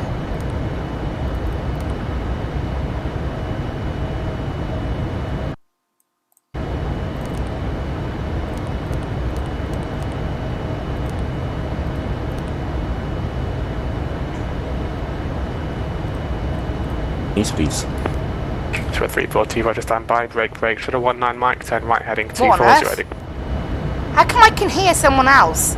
Oh, I'm tuned to the wrong, 128075, I was tuned to approach. That's what's happened there. Report aircraft type and current QNH on first contact with Heathrow. Heathrow information echo. Time 1150. Automatic. Runway in use 09 right. Transition level flight level 70. Surface wind 110. 11 knots. Visibility 10 kilometers or more, no cloud detected. Temperature +23. Dew point +3. QNH 1027. Right, that's all I need to know. Really, that is literally all I need to know. That's what's important. So Heathrow. So excellent. So we're going to be using runway 09 right. That doesn't require any changes from me in terms of minimums, as they are on the same sort of level. It's just going to require a little bit of a change when it comes to. Okay, boom. Going to require a little bit of a change on the arrival, maybe. It's going to require a little bit, because obviously the arrival that this thing plans is totally wrong. Like, totally wrong. It puts in an extra sort of waypoint, almost, I guess you could call it, TR287. It does bug it out. There we go, that's what I want. It hasn't really changed anything much. We haven't received a contact me yet. We are still 35 miles out, to be fair. So yes, it's a bit of an old information, but I'll have to report that we have information echo. I don't know why it's so old. It's 2 hours old now, but you know, normally they refresh it every half hour, which is when the weather refreshes. But I'm not arguing. That's what they're going with. My ETA has gone back quite a bit. Don't really know why. But yeah, 09 right is the runway in use. Obviously, they are using single runway ops in Heathrow in real life, so they tend to mirror that in Vatsim. Not all the time, but they are typically mirroring it in Vatsim. I'll just check that we have, yeah, they are tuned on standby, London Control West. We haven't received a contact me yet, though, so it's not really relevant. We should be contacting them in about 4 minutes. So fairly soon we should get a contact me. But yeah, it's a bit odd that it's that out of date. So the text status I asked for is the correct one. It's 2 hours out of date. So I guess that's just it, I guess. Bit odd. It isn't typically that out of date, ATIS. But, you know. I said normally it's about half hour to an hour out of date max. So it's a little bit unusual, but never mind. We'll report we have information echo when we meet Heathrow approach. Also, it does mean it's slightly messed up the OC arrival now as well. Now, I won't need to change my initial approach, luckily. I don't need to change it. I only need to change the ILS charts, so I'll get the new one in.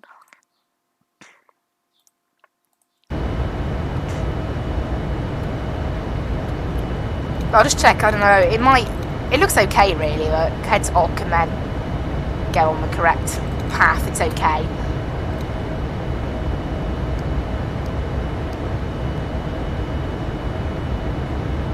So we should receive a contact me fairly soon. But in 5 hours now, it's absolutely nuts. 5 hours.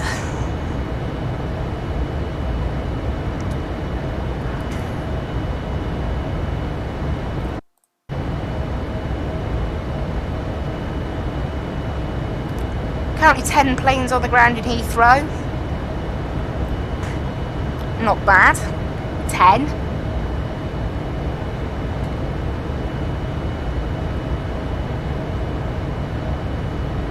I'm surprised, I don't know, I'm not technically in their airspace yet for another 12 miles, but normally they would send it just before we enter their airspace, which is now.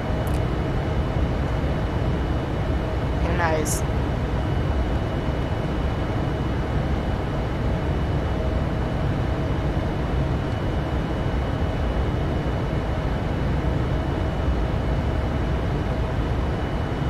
But yeah, 9 miles to Everin now, so we should get picked up by them fairly soon.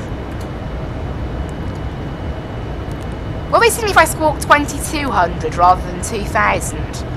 Because I was over the ocean, I should be back to 2200 now. Maybe? Like, can they not see me when I'm on 2000? I'm pretty sure they should be able to see you, but, you know.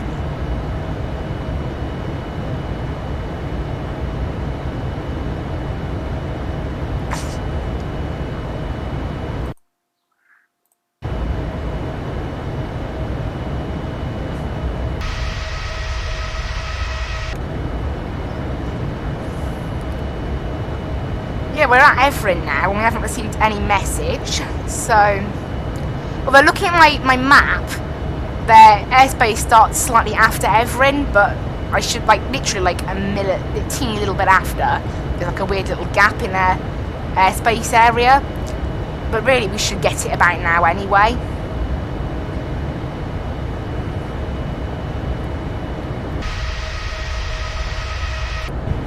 Who knows? So, like, I mean, I'll just have to wait, won't I? That's the thing. They're the ones who asked me to contact them, not the other way around. That's how Vatsim works. It makes sense, really, because how am I supposed to know where their airspace starts? They're the controller, I'm just going on VATSPY, which isn't always correct. So, you know, I'm pretty sure they know their own airspace better than me.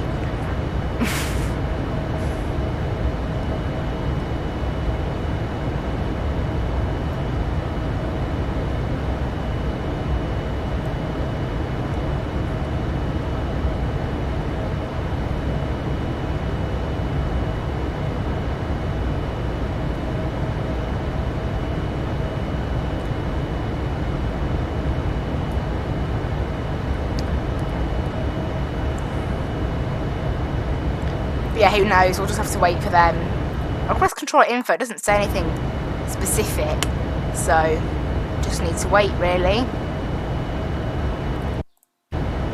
So then, I mean, they might contact us slightly later, I don't know.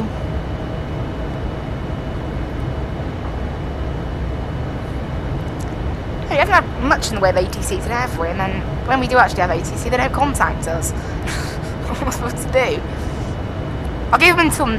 what, kneecap or neckap? I'll give them until then, because they might be contacting me a little bit late because of the gap in the airspace. Possibly, you know, they might.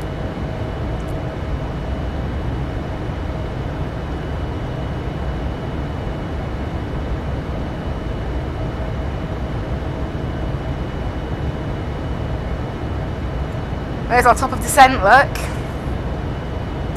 There it is. Amazing. Come around pretty quickly actually, 68 miles. We are saying fairly early out.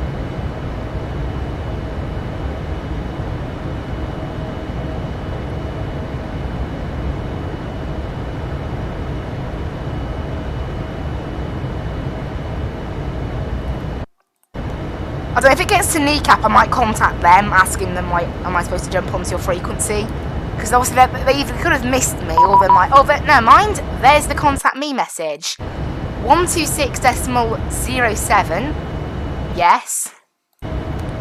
Romeo, Bedek 1 hotel arrival, cross Bedek, flight level 140. Bedek 1 hotel 140, Bedek 50.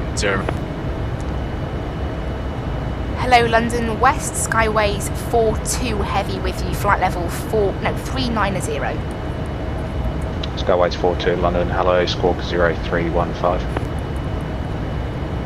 Squawk 0315 for Skyways 42.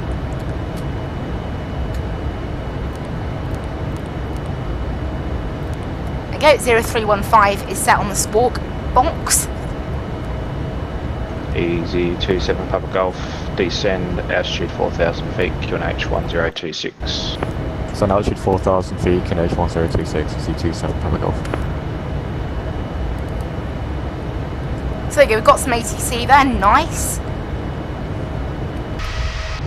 Then we might get London South Centre, we might get Heathrow approach. I don't know which one we're going to get next, so I won't bother pre-tuning. 27 Papa Golf, because I keep neglecting you, make left-hand orbits on track flight level 180, just, on track heading 180, just due to reduce your altitude. Okay, copy that, we'll go left-hand orbits, present position, easy 27 Papa Golf.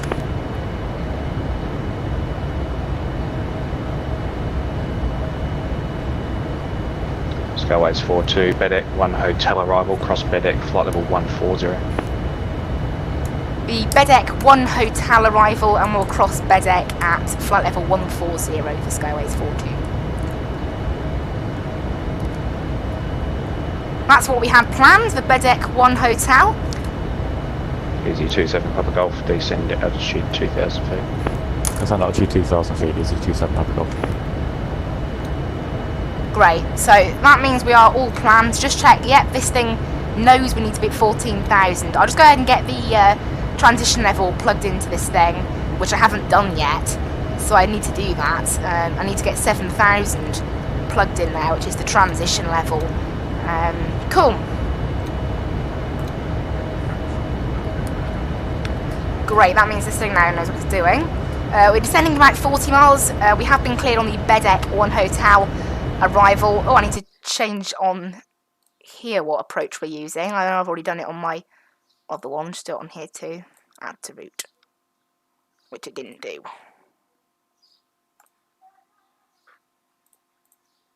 There. So 9 right has been added instead of 9 left. It doesn't really change the path at all, particularly. It's basically the same route. Easy 27 Papa Golf, continue left-hand orbit, fly heading 090, cleared ILS, runway 09. Continue left-hand orbit, and fly heading 090, cleared ILS 09, easy 27 Papa Golf.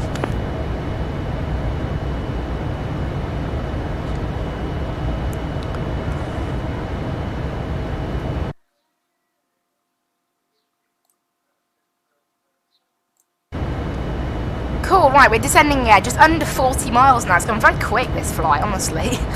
5 hours and 10 minutes have just flown by, pun not intended. Oh dear. There we go. And then we might get vectors and things from Heathrow approach, hopefully, that'll be nice. No serious bit of time. But yeah, we need to cross Bedek at flight level 140, which we have already got in the sim. Yeah, this thing obviously you can see is going to level out its descent. Easy 95 Golf Tango, contact London 132.6, good day. 132.628, easy 95 Golf Tango. Easy 27 Papa Golf. We're keeping this turn pretty tight. 090 is not going to work. We won't be able to catch the localizer from there. Is that okay if we head out a bit towards the west and then try re-intercept from the west? Easy 27 Papa Golf, roger, tracking your discretion, cleared ILS from a 09. Okay, track our discretion, cleared ILS 09, and we'll call you established 27 Papa Golf. London, hello, this is Lufthansa 403, is your frequency 503, correction 410. Lufthansa 403, London, hello, squawk, ID. Oh, that's the Lufthansa I passed earlier. Oh, I need to tune something to activate Skytrack. 721, nothing further for you, Unicom 122.8, good afternoon. Roger, over to Unicom, thanks for your help today, sir, stay safe, United 721.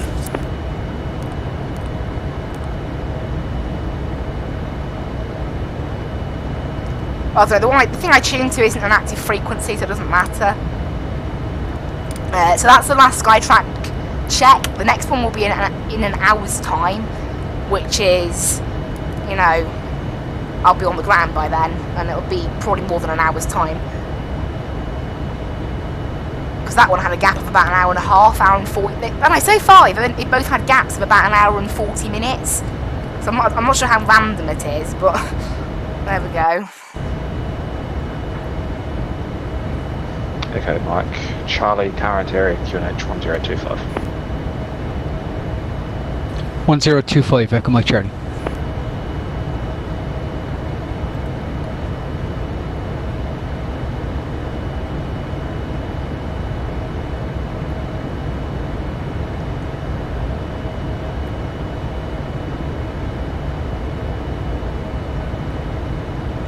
London, hello, Golf Bravo, Bravo, Yankee Bravo, request basic service. Golf Bravo, Bravo, Yankee Bravo, London, hello. Just confirm you're ready to enter control airspace as well. AFA.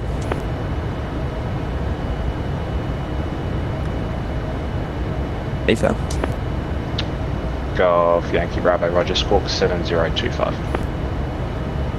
7025, and we are PA38 routing shore to Cardiff. We're just currently just past 2,000, correction, 3,000 feet. Golf Yankee Bravo, Roger. Sorry, just confirm you were tracking direct for Cardiff. AFA. Golf Yankee Bravo, Roger. You're clear to enter the control zone tracking Cardiff. Runway 09 for landing. Roger that, clear to enter control zone, it's routing direct Cardiff, and runway 09 is in use. Golf Yankee Bravo. And Golf Yankee Bravo going to get a QNH. Golf Yankee Bravo, QNH 1025. 1025, thanks Golf Yankee Bravo. Someone's doing VFR flying there, nice and interesting. Oh, I missed that. Long return control, I need to descend. Ryanair 210, ready to push and start. Ryanair 210, push back onto Zulu, approved, face east. Push back onto Zulu, approach and facing east for Ryanair 210. Give you 27 Papa Golf. Good afternoon, Ryanair. Oh, I'm still waiting. 27 Papa Golf, thanks, surface winds 1109 knots, runway 09, clear for land. I need clearance here. 27 Papa Golf. London, good afternoon, Ryanair 34 Foxtrot. We'll stand at Bristol, 738, stand 23 Romeo, clearance to knock. Ryanair 34 Foxtrot, London, hello, cleared, knock. Stand by, action. Hello, London Control, Skyways 42 requesting descent. Skyways 42, as stated earlier, when ready you can descend to flight level 140, make sure you're level by bedeck. 140 level by bedeck for Skyways 42. I didn't realise it cleared us to descend. Ryanair 34 but there we go. Foxtrots, you're cleared knock, Recon 1 Zulu departure, squawk 4471. Come on, plane, we start ascending now. I've messed this up a little bit. Zulu 4471, Ryanair 3. I didn't realise it cleared me to descend to bedeck. I just thought he asked me to. I wasn't. Bravo, can you confirm the runway use at Cardiff?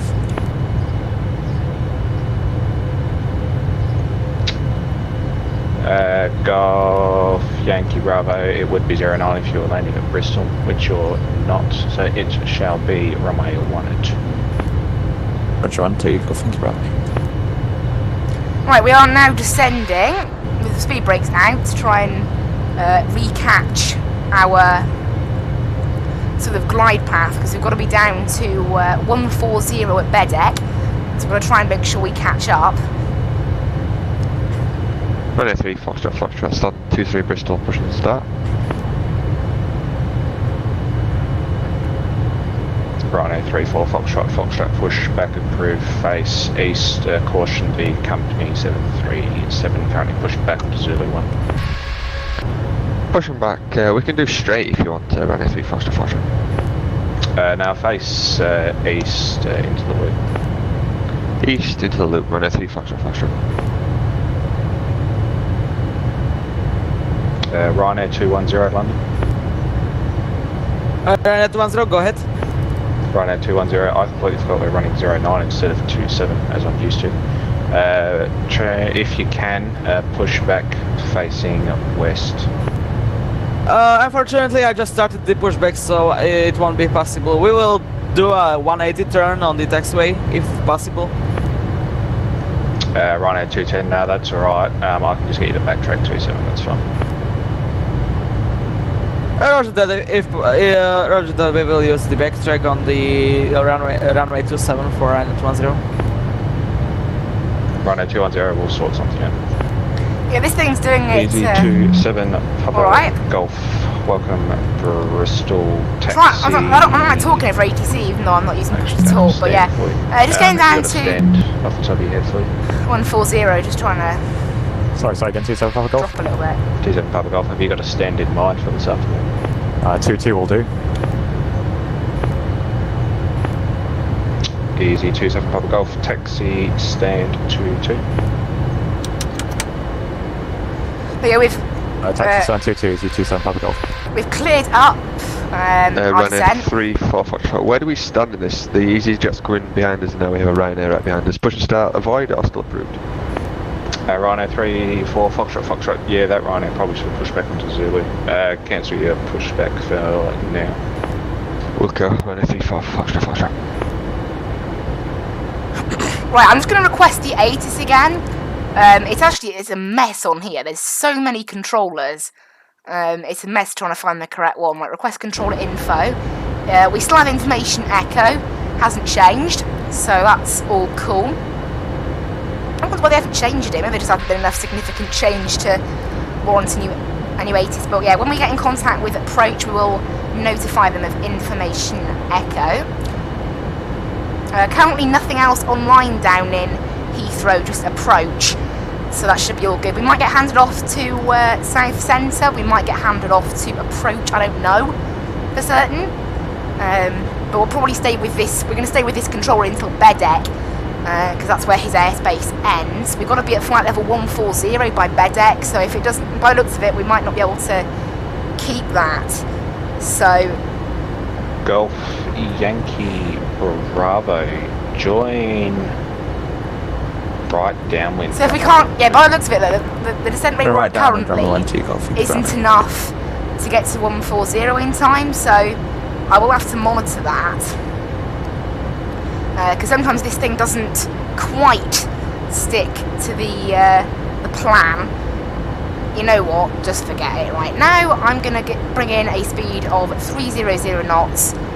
And Rhino 210, request taxi, and sorry for the bad push, but GSX is sometimes just unpredictable with this. Rhino 210, that's no dramas. Your pushback actually helped you out a little bit. You can taxi Golf X-ray holding point runway 09. There you go. Looks like we'll be good if we maintain Golf X-ray to holding point runway 09 for Rhino 210. Rhino 3-4 Foxtrot after the company 738 has cleared behind, pushback approved, face west. Push that approved after the company has gone. Rhino 3-4 Foxtrot. Impossible on whiskey. Rhino 3-4 Foxtrot, that is approved. On the whiskey, thanks. Rhino 3-4 Foxtrot. So I've taken vertical speed. Cleared the visual approach from runway 12. Because it doesn't seem like this is doing it properly. Visual approach from 12 Golf Yankee Bravo. But we're turning pretty nicely now into sort of. Speedbird 20 Romeo, contact London 132.6. Okay, they're handing him off to London because obviously that Speedbird 20 Romeo has followed us all the way across the Atlantic ahead of us. It's been a slightly quicker than us. Sorry, 20 Romeo, see some chocolate, sorry about that. Contact London, frequency 132.6, later. 132.6. That radio panel that I found that pops out is like the most useful thing ever. Right, down to 40 nautical mile range on here now. I can start to see the airport in range, so it helps a bit. However, saying that, Bedeck isn't quite 40 miles away yet, so I'll keep it in my sights so I can see it. Because I want to make sure we are steady at 1,400 feet per minute, and it didn't look like, no, at 14,000, and it didn't look like the plane was going to be keeping its promise there, so I'll be taking an eye on that. So let's reduce the speed a little bit. We've got to be at bring up the chart actually. We have got to be at a maximum of 250 knots at LLW03 in terms of speed restrictions, so no, it's a bit of a problem. We are actually staying pretty much on course with our descent profile anyway, so I just want to be deck because it's level by Bedek, which this plane never understands. It always just briefly does it. Like briefly gets to 140. It doesn't actually, it's not level by the waypoint, which is what ATC request. So I want to make sure.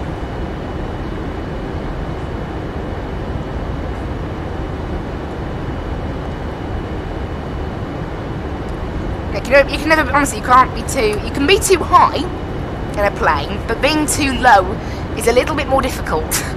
And, you know, being too low, you can just climb a little bit. If you're too high, it's a bit of a pain to get back, really.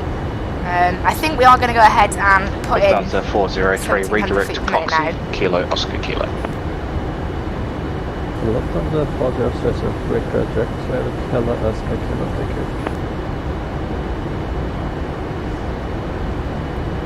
So you can see now we're passing flight level 220. Transitional level is 070 in Heathrow. I mean, we have some pretty out of date ATIS. I'll check it again now one more time.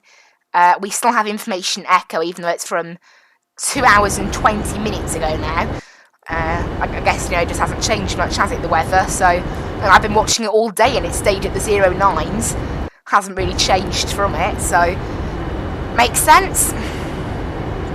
But at the moment we're just a pretty steady descent, really. Down to 140, and I'll let it control from there because it'll know when to slow down to 250 knots. I don't know, there's quite a big gap between Bedek and LLW03, so we've got plenty of time to slow down should we need to. Make sure our heading's set correctly now.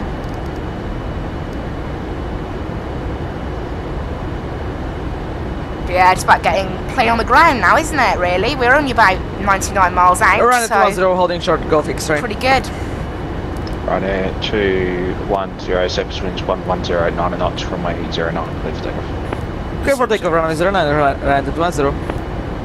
Golf Bravo, Bravo Yankee Bravo is downwind, run 2 for a full stop. Golf Yankee Bravo, report final, you number 1. Report final number 1, Golf Yankee Bravo. Skyways 42, contact London 132.6, good day. 132.6 for Skyways 42, thanks for ATC. Right, over to South Centre. Director 119725 Scandinavian 79 Hotel, good afternoon. I'll go ahead and pre-tune. 469 London, hello, I can see you're with me. Climb now, flight level 240. Okay, loading on 702 Papa London, hello to you. Book up 1 Sierra into Southampton, squawk 0353. Book up 1 Sierra 0353702 Papa. Speedbird 20 Romeo descend flight level 80. Down to flight level 8020. Easy 169 London, climb flight level 240. Flight level 240, easy 169. Hello London Control, Skyways 42 with you, passing flight level 180 for flight level 140. Skyways 42 London, good afternoon, descend flight level 110. Descend to flight level 110 for Skyways 42. Okay, cool. 6 Quebec Victor, contact Eurocontrol 135.25. So we've been cleared now, down to, we have been absolutely cleared. London Control, so Emirates 030 I can get rid of flight our... level 290.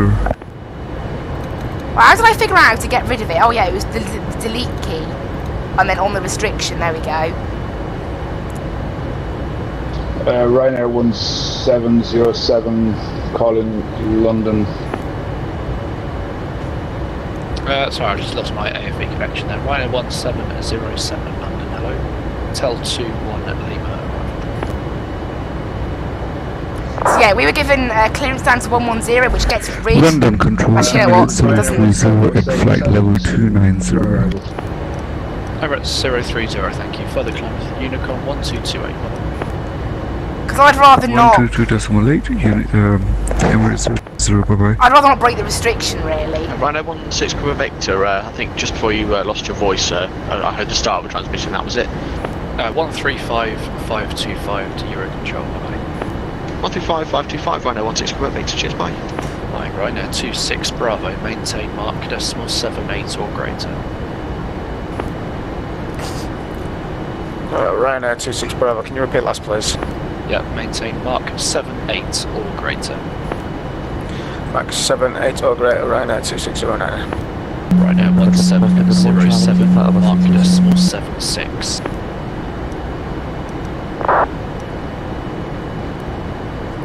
Getting very busy on frequency now, people talking over each other and things. Bluebird 1 Charlie London, hello to you. It's the Jacko 2 Lima into London City. Turn right, heading 180 degrees. Jacko 2 Lima, right, heading 180, speed over Charlie.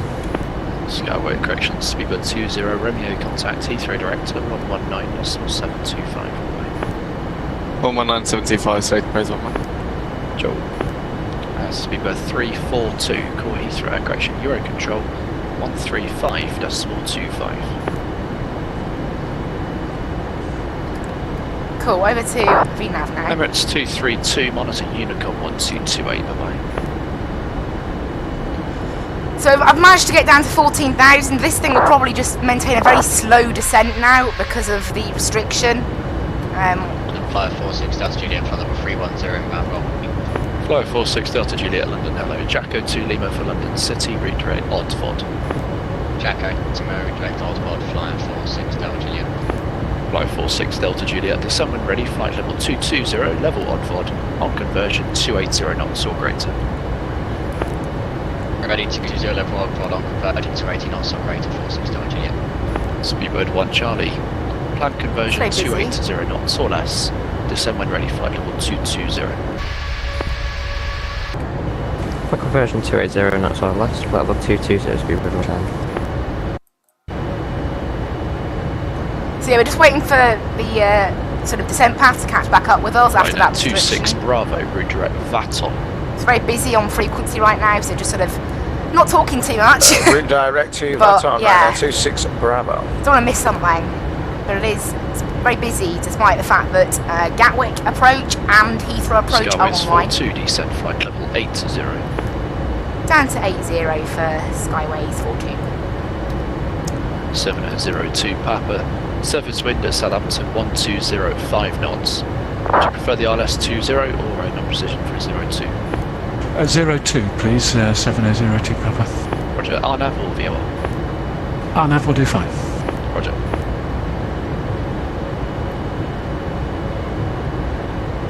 Okay, the descent path is starting to catch up with us. Charlie, turn left heading 140 degrees. Left 140, speed over Charlie. Speedbird 130 Tango for higher, monitor Unicom 122.8, bye-bye. Montreal, Speedbird 130 Tango, bye-bye. London Center, good day, Speedbird 33 Kilo with you heading 280 and off at 8,000 feet. Speedbird 33 Kilo, hello to you, climb flight level 130. Climb level 130, Speedbird 33 Kilo. Channings 51 Hotel Mike, descend when ready, flight level 220, level Hemel. When ready to set flight level 220 level by Hamel for 51 Hotel Mike. Tomjet 4 Juliet Bravo, monitor Unicom 1228, bye-bye. One PS1, thanks, Tomjet 4 Juliet Bravo. Right, there we go, we've caught back up now Good 100 with our descent path. You climb flight level 210. We've got to slow down to 250 knots soon as well. Speedbird 33 Kilo, turn right heading 2905. Button heading 295, Speedbird 33 Kilo. Skyways 42, reduce speed at 220 knots. Down to 220 knots for Skyways 42. Skyways 42, report that speed now to Heathrow Director 119.725. Bye-bye. Yeah, we'll report the speed to 119.725. Thanks for ATC today for Skyways 42. Bye-bye. Yeah, so I need to go ahead and get myself... Right now, 26 Bravo, descend when you're ready, flight level 180. Centre flight level 180 and ready for Ryanair 26 Bravo. Ryder 26 Bravo on conversion, fly speed 280 knots or greater. Alpha Yankee, and could you say stand again, please? Stand 519, giving way to the KLM 737 to your right. Hello Heathrow Director, Skyways 42 with you passing flight level 120 for flight level 080, and we are slowing to 220 knots. Skyways 42, Heathrow Director, roger. Information Echo, leave Ockham heading 280 degrees. Information Echo, we'll leave Ockham heading 280 degrees for Skyways 42. 220 Romeo, speed 220 knots passing Ockham, please. Yeah, we're already 229, hit 0. Scandinavian 79 Hotel, turn right heading 270 So I need to be a heading of 280. 8 track miles for 09 right, descend to Leaving altitude Ockham. 3000 feet, QNH 1026. 270 degrees, descent to altitude 3000 feet, QNH 1026, Scandinavian 79 Hotel. 220 Romeo, fly heading 280 degrees. Cool. I think Heathrow just loaded in because I felt a bit of a lag then. And FPS has dropped to 220 Romeo, fly 20. heading 280 degrees. So yeah, that confirms now, it's 30. Heathrow is loaded in. Request taxi shuttle to Victor. So we're down to 220 knots. Victor, taxi via passing Alpha, 10,000 now. hold short of Yankee. So we slowed down. Alpha Hill shuttle We need to Yankee, leave shuttle to Ockham at a heading of 280. Cathay 256, taxi via Echo, hold Echo 1. Echo, hold Echo 1, Cathay 256.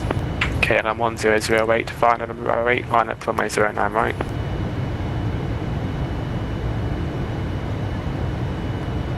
KLM 1008, via November Bravo 8, line up runway 09 right. Line up runway 09 right, KLM 1008. 280 Romeo 26 track miles for 09 right, descend to altitude 6,000 feet, QNH 1026. QNH 1026, 6,000 please, 20 Romeo. So we need to 280 Romeo, turn left we heading need to leave 270 degrees. Ockham at 280. 270 degrees for 260 Romeo. Which I'm waiting for that. Scandinavian 79 Hotel, speed 220 knots. Speed 220, Scandinavian 79 Hotel. KLM 1008, remain 09 right, clear for takeoff, surface wind 090 degrees, 11 knots. It's very busy here. Shuttle to Victor, continue taxi via Alpha, hold November Bravo 10. Make sure I can slow down. November Bravo 10, shuttle to Victor. Shipbird 9 Echo Delta, taxiing left onto Alpha, Charlie, stand 547, good afternoon. Left onto Alpha Victor Charlie and stand 5. Say stand again please for 219 together. 547. 547 is 219. Scandinavian 79 Hotel, turn left heading 180 degrees. Left heading 180 degrees, Scandinavian 79 Hotel. 280 Romeo, descend to altitude 5,000 feet. 5,000 feet, 20 Romeo. That's what I heard him say. Correction, Skyways 42, descend flight level 70. Descend to flight level 70 for Skyways 42. Skyways 42, turn left heading 270 degrees. Turn left heading 270 degrees for Skyways 42. Right, heading select. No, plane. 1227, stand 531. Plane, why are you going this way? 227, stand 531, push and start approved, face south. Push that approved, face south, 227. Okay, correction, shuttle to Victor, line up runway 09 right. Line up runway right, shuttle to Victor. Why is this plane doing this? It wants to go right for some reason. Scandinavian 79 Hotel, speed right. 180 knots. So I'm going to tell it to do 290. 280 Romeo, descend to altitude 4,000 feet. Because we've been told go left, not right. Skies 40, confirm you're turning left, that's a left turn, heading 270 degrees.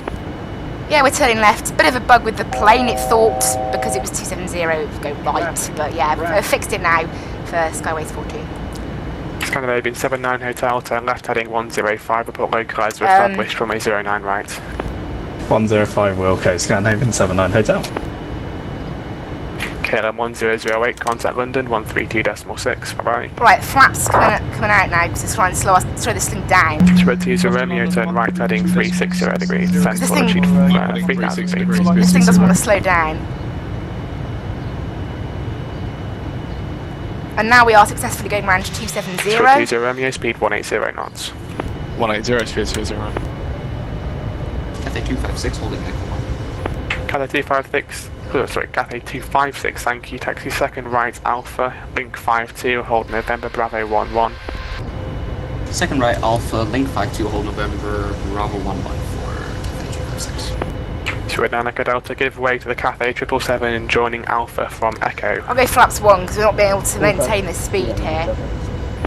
Shuttle 2 Victor, runway 09 right, clear for takeoff, surface wind 090 degrees, 11 knots. Okay, take off, Shuttle 2 Victor. Scandinavian 79 Hotel, descend with the glide path. Descend with the glide and lock established now, Scandinavian 79 Hotel. Skies 4227 track miles for 09 right, descend to altitude 5,000 feet, QNH 1026. Down to 5,000 feet, QNH 1026, we'll expect runway 09 right for Skyways 42. 20 Romeo, turn right heading 070 degrees, abort localizer established, runway 09 right. 070, we'll call the localizer 27 right. Sorry, 09 right, smooth 20. We're a little bit too high here, I'll go flaps 5 again to try and make sure this thing doesn't overspeed. Because it's going to be a bit of a sharp descent down to 5,000, I think, maybe, I don't know, that seems okay. But yeah, we are slowly getting ourselves down after the Canadian 79 Hotel, fully established long 9 flight. Canadian 79 Hotel, runway 09 right, cleared to land, surface wind 090 degrees, 11 knots. 09 right, clear to land, are you happy 160 to 4? Canadian 79 Hotel, a firm 160 or greater till 4 DME.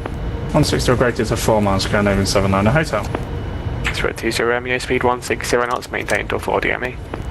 160 to 420. Skyways 42, descend to altitude 3,000 feet. Descend 3,000 feet for Skyways 42. Shuttle 2 Victor, contact London 132.6, bye-bye. 132.6, Shuttle 2 Victor, cheers, bye-bye.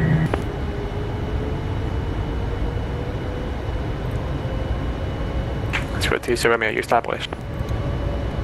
Oh yeah, sorry, 20 Romeo, fully established. Well, I'm just checking that... 20 Romeo, thank you, descend to altitude 3,000 feet, further with the glide path. We're perfect on the glide path with 20. Yeah, but you weren't clear to descend with it, so you're now cleared to descend with the glide path. Shut up, yeah.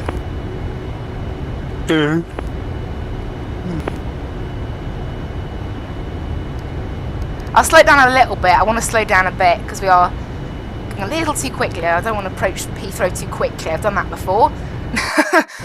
And we're stable on the sort of path in. Coming down to below 5,000, we've been cleared down to 3,000. Heathrow director speedbird 227, ready for taxi. Sure, 227, taxi via Bravo, link 53, Yankee, hold November, Bravo 11. Taxi via Bravo, link 53, Yankee, hold November, Bravo 11, speedbird 227. I'm expecting to get a turn instruction here. I should be turning... Sorry, 40, turn right heading 060 degrees. Right heading to 060 degrees for Skyways 42. 060, yes. Okay. I'll do it bit by bit to make sure the plane doesn't get messed up again. So this is our sort of approach 256 behind to you, the right, ILS. Scandinavian 737, line up runway 09 right behind. Line up runway 09 right behind the next line, Scandinavian 737, Cathay 256. Skyways 40, no further ATC speed restriction. When established on the localizer runway 09 right, descend with the glide path. We'll descend with the glide path, our speed on localizer 09 right for Speedbird. No, Skyways 42. Cool. Our speed then, I'm going to go down to 180 knots, as I want that. About 175, go on. I want to slow down a little bit, just to make sure. Just making sure we can slow down in time. We do appear to be pretty good. I'll go ahead and get the approach arm now as well. We're actually already on the localizer, pretty decent, nice. So this thing has got us onto the localizer, we'll go ahead and follow that now. And this thing should just start slowing down.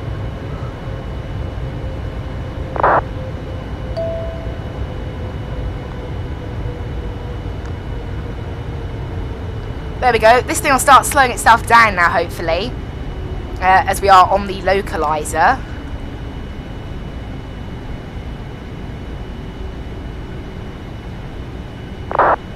And we need to descend via the glide path as well. Plane. There we go. Even though we have the localizer, it wasn't quite ready yet, so I'll get it round to 090, and then I can actually focus on what it's doing, because it's a little bit messed up right now. Cathay 256, you've been a bit late lining up there. Hold position, I say again, hold position, acknowledge. Actually, I can't go flaps 20, it'll yell at me. Might have just passed the short line. Okay, roger. Right, now I can go on to the localizer, yes? Cool, we have the localizer with us. 220, runway 09 right, clear to land, surface wind 090 degrees, 11 knots. Clear to land, 09 right, 220 runway. Cathay 256 behind you, arriving British Airways 747, line up 09 right behind. On way bound, next landing British Airways 747, we'll try to be quicker this time, Cathay 256, sorry about that. No worries. Right, I am established, I think. I'll just wait to pass our ILS point and I'll inform. Leaving 79 Hotel, taxi straight ahead, and T-stand 233, it's literally that right ahead of you. Straight ahead, stand 223 for Scandinavian 79 Hotel, thanks. We're established on the ILS for Skyways 42. Skyways 40, roger. Continue approach runway 09 right. Continue approach runway 09 right for Skyways 42. Excellent. We've been cleared approach. We haven't been given any instructions for speed. It's our discretion. We'll set 170 knots, just let us slow down a little bit. We're on the glide path now. I don't know what our go around altitude is. It's not there, so I'll just leave it at 3,000. Yeah, for whatever reason we haven't actually got to go around altitude. Who knows why? But the sim doesn't, the plane doesn't have any missed approach loaded in, so just set it at 3,000 basically. Landing lights are on. We are how far from Heathrow now? I dropped to 160 knots.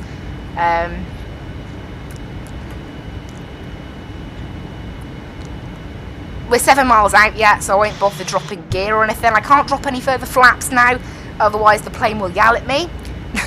Because it does that if you do landing flaps without the gear down for some strange reason, all the planes yell at you. Well, not all the planes. By all, I mean all the Boeing ones. 256 from 09 right, clear for takeoff, surface wind 090 degrees, 11 knots. Clear for takeoff, runway 09 right, Cathay 256. Right, Short 20 Romeo, vacate left Alpha, hold short Charlie. Short Charlie, and it's 546 available. It is, yes. You can taxi via Alpha Charlie to stand 546, good day. Alpha Charlie 546, thank you very much. right, all the brakes are set, speed brake is armed. We can drop the gear now and go down to landing speed of 136 knots. And go ahead and drop the flaps as well. Let this thing slow down. We are ready for landing, guys. 277 behind the arriving 787 on a 4 mile final line up from 09 right behind. Land 3. Line up behind you. Oh, that goes the autopilot. That goes the auto throttles. Skies 40, runway 09 right, clear to land, surface wind 090 degrees, 11 knots. Runway 09 right, clear to land for Skyways 42. Here we go, we've been cleared to land, so we're on a nice final. We'll just go ahead and follow our path down, basically. Excellent. About 5 hours and 45 minutes we've spent in the air, so pretty much on time with what we had planned there in the end. Not bad. Been a nice long flight, hasn't it? I've enjoyed it a lot. But here we are at the end of it, 6.5 hour stream. Yeah, I'm massively enjoying it. 29 Echo, with information Echo on board, Boeing 747 QNH 1027 requesting clearance to Chicago. Sorry, standby plate brakes, Skies 40, I can't remember if I cleared you to land or not, but 09 right, you are cleared to land, the wind 09011. Yeah, you already cleared us to land for Skyways 42. Lovely. And sorry, station calling, I believe it's Speedboat 29 Echo. Can you report your aircraft type and stand number for me again, please? Sure thing. Speedboat 29 Echo stand 536 Boeing 747. Requesting clearance to Chicago. Speedboat 29 Echo, thank you. Cleared to Chicago via Compton, then flight plan route. After departure, runway 09 right, climb straight ahead to London 2 DME, then turn right heading 220 degrees. Climb to altitude 6,000 feet and squawk 7661. We clear to Chicago after departure, turn RAF to 2 DME, heading 220, climb 6,000 feet, squawk 7661, Speedbird 29 Echo. Right, there's Mims past it. Echo negative. After departure, runway 09 right, fly runway heading to London 2 DME. Right, here's then 9 turn right then. Heading 220 degrees. 50, 40. Try and get a good landing Okay, in this fly thing. runway heading after departure to London 2 DME and then right 220, Speedbird 29 Echo. Speedbird 29 Echo, correct. Okay, minus 334. I don't know. I thought the plane was a bit higher than it actually was there. Cool. We are landing. Reverses are out. Any knots, reverses are back in. And we'll go ahead and disarm the auto brakes now.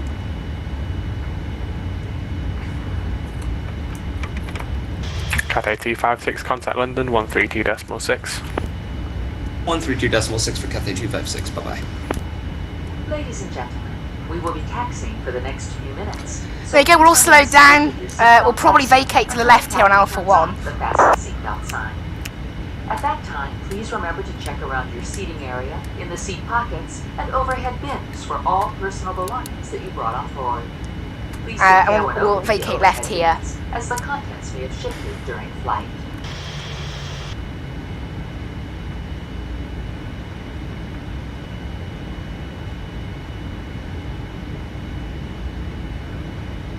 And we vacated. I don't know where we vacated actually. We vacated on around. I don't know where we are exactly, but. Sure, 227 runway 09 right, clear for takeoff, surface wind 090 degrees 11 knots. Clear for takeoff 09 right, Speedbird 227. Skyways 42, have you got a stand preference this afternoon? Anywhere around Terminal 2 that's suitable for a 787 really, for Skyways 42. Skyways 42 was a taxi right Alpha, Lima stand 2... Sorry, right Alpha and Kilo stand 238. Right on Alpha to Kilo to stand 238 for Skyways 42. Right on Alpha, right. Need to learn that. And then down Kilo to stand 238. There you are, stand 238. And we'll request Donata probably. There we go, GSX works here now. So we'll head all the way down Alpha, and then it's a left turn onto Kilo. All the way down Kilo then to our stand 238. So yes, I see our stand, so I'll be able to follow the other chart here now in a minute. Once we get on to Kilo. Hello and welcome everyone to to Heathrow. We took off from Montreal. Flight time back 5 hours and 47 minutes. Very long flight. There you go. Longest stream ever. That was exciting. Plenty of ATC, and not the greatest of landings. We'll go over that. But that was down to, I honestly thought the plane was a little bit higher than it actually was. I haven't flown this plane for about a week now, so at least. So yeah, I know I'm just going with excuses, but you know, why not? I haven't lost to do good landings in this thing lately. Who knows? APU is running. We've got all our lights and everything set as well. Slow down a little bit. Going a little too quickly there. Speedbird 227, report your passenger altitude. Speedbird 227, passing 2000. Speedbird 227, roger, turn right heading 280 degrees, climb now, flight level 80. Right, into Kilo, which is where we are now. And we'll head straight down this gate. We should see GSX somewhere on the right. There they are. Stand 238 for us today.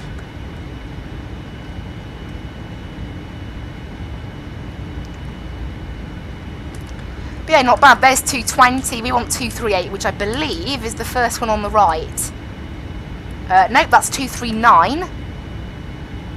And 238 should be the next one, yes, I think. Here we are, 238. Right. And slow yourself down. Look, like these little UK 2000 sceneries that are free. Cool. And then we'll taxi into the gate. We've got a little jetway as well to meet Heathrow us. Director, very good afternoon. Speedbird 78 Zulu, looking for clearance to Zurich, please. Information Echo, QNH1027, and we're at A320. Haven't really got a leg. We have got a marshaller, but he's sitting inside Can you accept the new a pushback truck for some reason. mod departure, or do you not have a new latest airback? Apologies, we don't have the latest Iraq. Speedbird 78 Zulu. 78 Zulu, no problem. You're cleared to Zurich, Midhurst 3 Juliet departure, squawk 0326. Squawk 0326 and the Midhurst. Got a little bit too far there. Oh well. 3 Lima was it? I'm sorry. Speedbird 78 Zulu. It's Midhurst 3 Juliet for 09 right. Engines cut. There we go. Midhurst 3 Juliet for Speedbird 78 Zulu. That's 78 Zulu, correct. Yeah, we parked a little bit too far, but you know I'm not fussy. Right, Control and J to get the jetway up. Moves way weird. Obviously, it's not a default jetway. It's a UK 2000 jetway. There you go. Plane's been reset. Look, it'll be reset now as well when I go on to external power. 227, contact London 132.6. Correction, port heading to London 132.6. It like temporarily slightly loses power. It gets itself like back on the new power. But there we go. That is us on the ground here after what has been a very long stream and a very long flight. So there we go. I enjoyed doing it. Taxi lights can come off. Beacon light can come off. All our fuel pumps can come off. The APU can come off. And that's it, I think. So let the jetway park itself up. We're going to disconnect now. Thanks for ATC today for Skyways 14. Skyways 14, Roger. We'll see you soon. Cool. So Director, good evening, Virgin 106 Heavy 11, correction, flight level 117, descending flight level 80, Bovington 1 Bravo. Remember we have 227 on board today. Virgin 106, Heathrow Director, Roger, fly heading 160 degrees. So we weren't able to have 160 and descending. we weren't able to have them over in we weren't able to have it over in what's it called, Montreal, because of the bug scenery. I'll have to try and work that out now. What goes on there, because there is a strange bug that seems to cause GSX to not recognise the new scenery I install. There are no passenger stairs. You will not see passengers visually. That's because I don't have GSX level 2. What's wrong with you? It's quite a strange one, that. There we go. Yeah, all the doors are open. I did open the door. Okay, I guess it didn't open. Random. Right. Heathrow Director, good morning. Spirit 761 with information Echo A320 cleared flight level 80 and bound Lambo.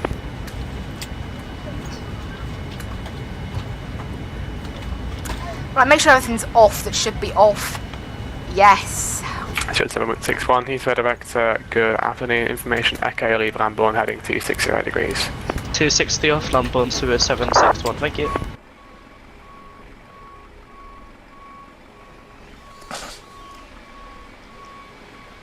We're all parked up at the gate. Quite nice. It's very busy here in Heathrow, but the memory didn't go up too badly. It didn't lag too much either, but there are 9 planes on the ground here, which is typically as busy as Heathrow ever gets, really. But there we go. I don't know, who knows, maybe my PC's in a good mood today. We'll never know, but there we go, guys. Hello and welcome to Heathrow. I'm quite tired now, actually, after 6.5 hours of flying, but there we go. That's what I get for doing it. I like doing it, so I don't mind. But yeah, I will go ahead and disconnect from Virgin Vatsim. 106 descends altitude. Now, there we go, at Vatsim. Great. I had plenty of people watching today, actually. 38 playbacks in the end, not bad. Not bad at all. Really, but there we go. I hope everyone did really enjoy. Scheduled flight time was 5 hours and 47. In the end, we clicked about 5 hours and 45, I think, something like that. So pretty much perfect schedule. Thank you, SimBrief. It's amazing how accurate SimBrief can be, especially with a flight that's this long. It's absolutely amazing. But there we go. You know, I will never get tired of GSX. No, not GSX. I will get tired of GSX. I hate them. But sadly, it's the only Grand Cru and pushback ordering you can get. I'd love an equivalent of better pushback for that X-Plane has. Please, someone make it. Like, honestly, it does drive me nuts. It's the one case where the X-Plane modding market is better than this. Literally, for ground services, you've got GSX. And it's alright, but to be fair, as I say, I've encountered a fair few bugs, and it doesn't seem to be that good on performance either, so that's how it is, I guess. But yeah, Simbrief's absolutely amazing, able to plan flights like that. But there we go. I really enjoyed that. Thank you guys so much for watching. I'll go ahead and stop. Block time was 6 hours. We flew a total of 2,900 miles. That is absolutely nuts. 2,919 miles travelled today. That's an awful lot of nines. But there we go. That was great fun, that was. Thank you guys so much for joining me. We had plenty of people, didn't we, today? My phone battery's like dead. Started on 100. It's on 57 now, so not too bad. But yeah, my voice is tired and I think it'll need a rest now. But thank you guys. Join me tomorrow. I'm at this again tomorrow. I know you guys probably think I'm nuts. Flying from Manchester down to Innsbruck in the 737 tomorrow. I can't wait for that, even though I've just done this now. You see, I don't get tired of flight sim. But I will see you tomorrow at 8:30 AM BST. No going offline tomorrow either. But there we go. I hope you guys did really enjoy. I'll try and sort out that problem for GSX for future. It doesn't cover all airports, but it does seem to affect quite a few that I upgrade the scenery for. You know, I upgraded the scenery for Dubai. It didn't happen. It was fine. I upgraded the scenery for not for Denver. I upgraded it for Minneapolis, and it was fine. But for some reason, Montreal and Oslo, so far, I'm having major problems with. So I have to figure out how to change what BGL file GSX is using. I might try it with Oslo, because it's had an update since I used Oslo. Maybe it needs to update every time. I don't know how that works. I'm not an expert on GSX. But it does seriously need a little bit of a change. Because the problem is I can't delete the BGL file, because that might cause some major issues with the airport. So I don't want to delete it. But I'll have to see what I can do about GSX, really. There doesn't appear to be a way I can do it. The GSX control panel isn't really much of a control panel, so there's nothing I can really do. So sadly, I'll have to wait and see what I can do, really. But thank you guys so much for watching. I'll leave you with the background music. Bye bye.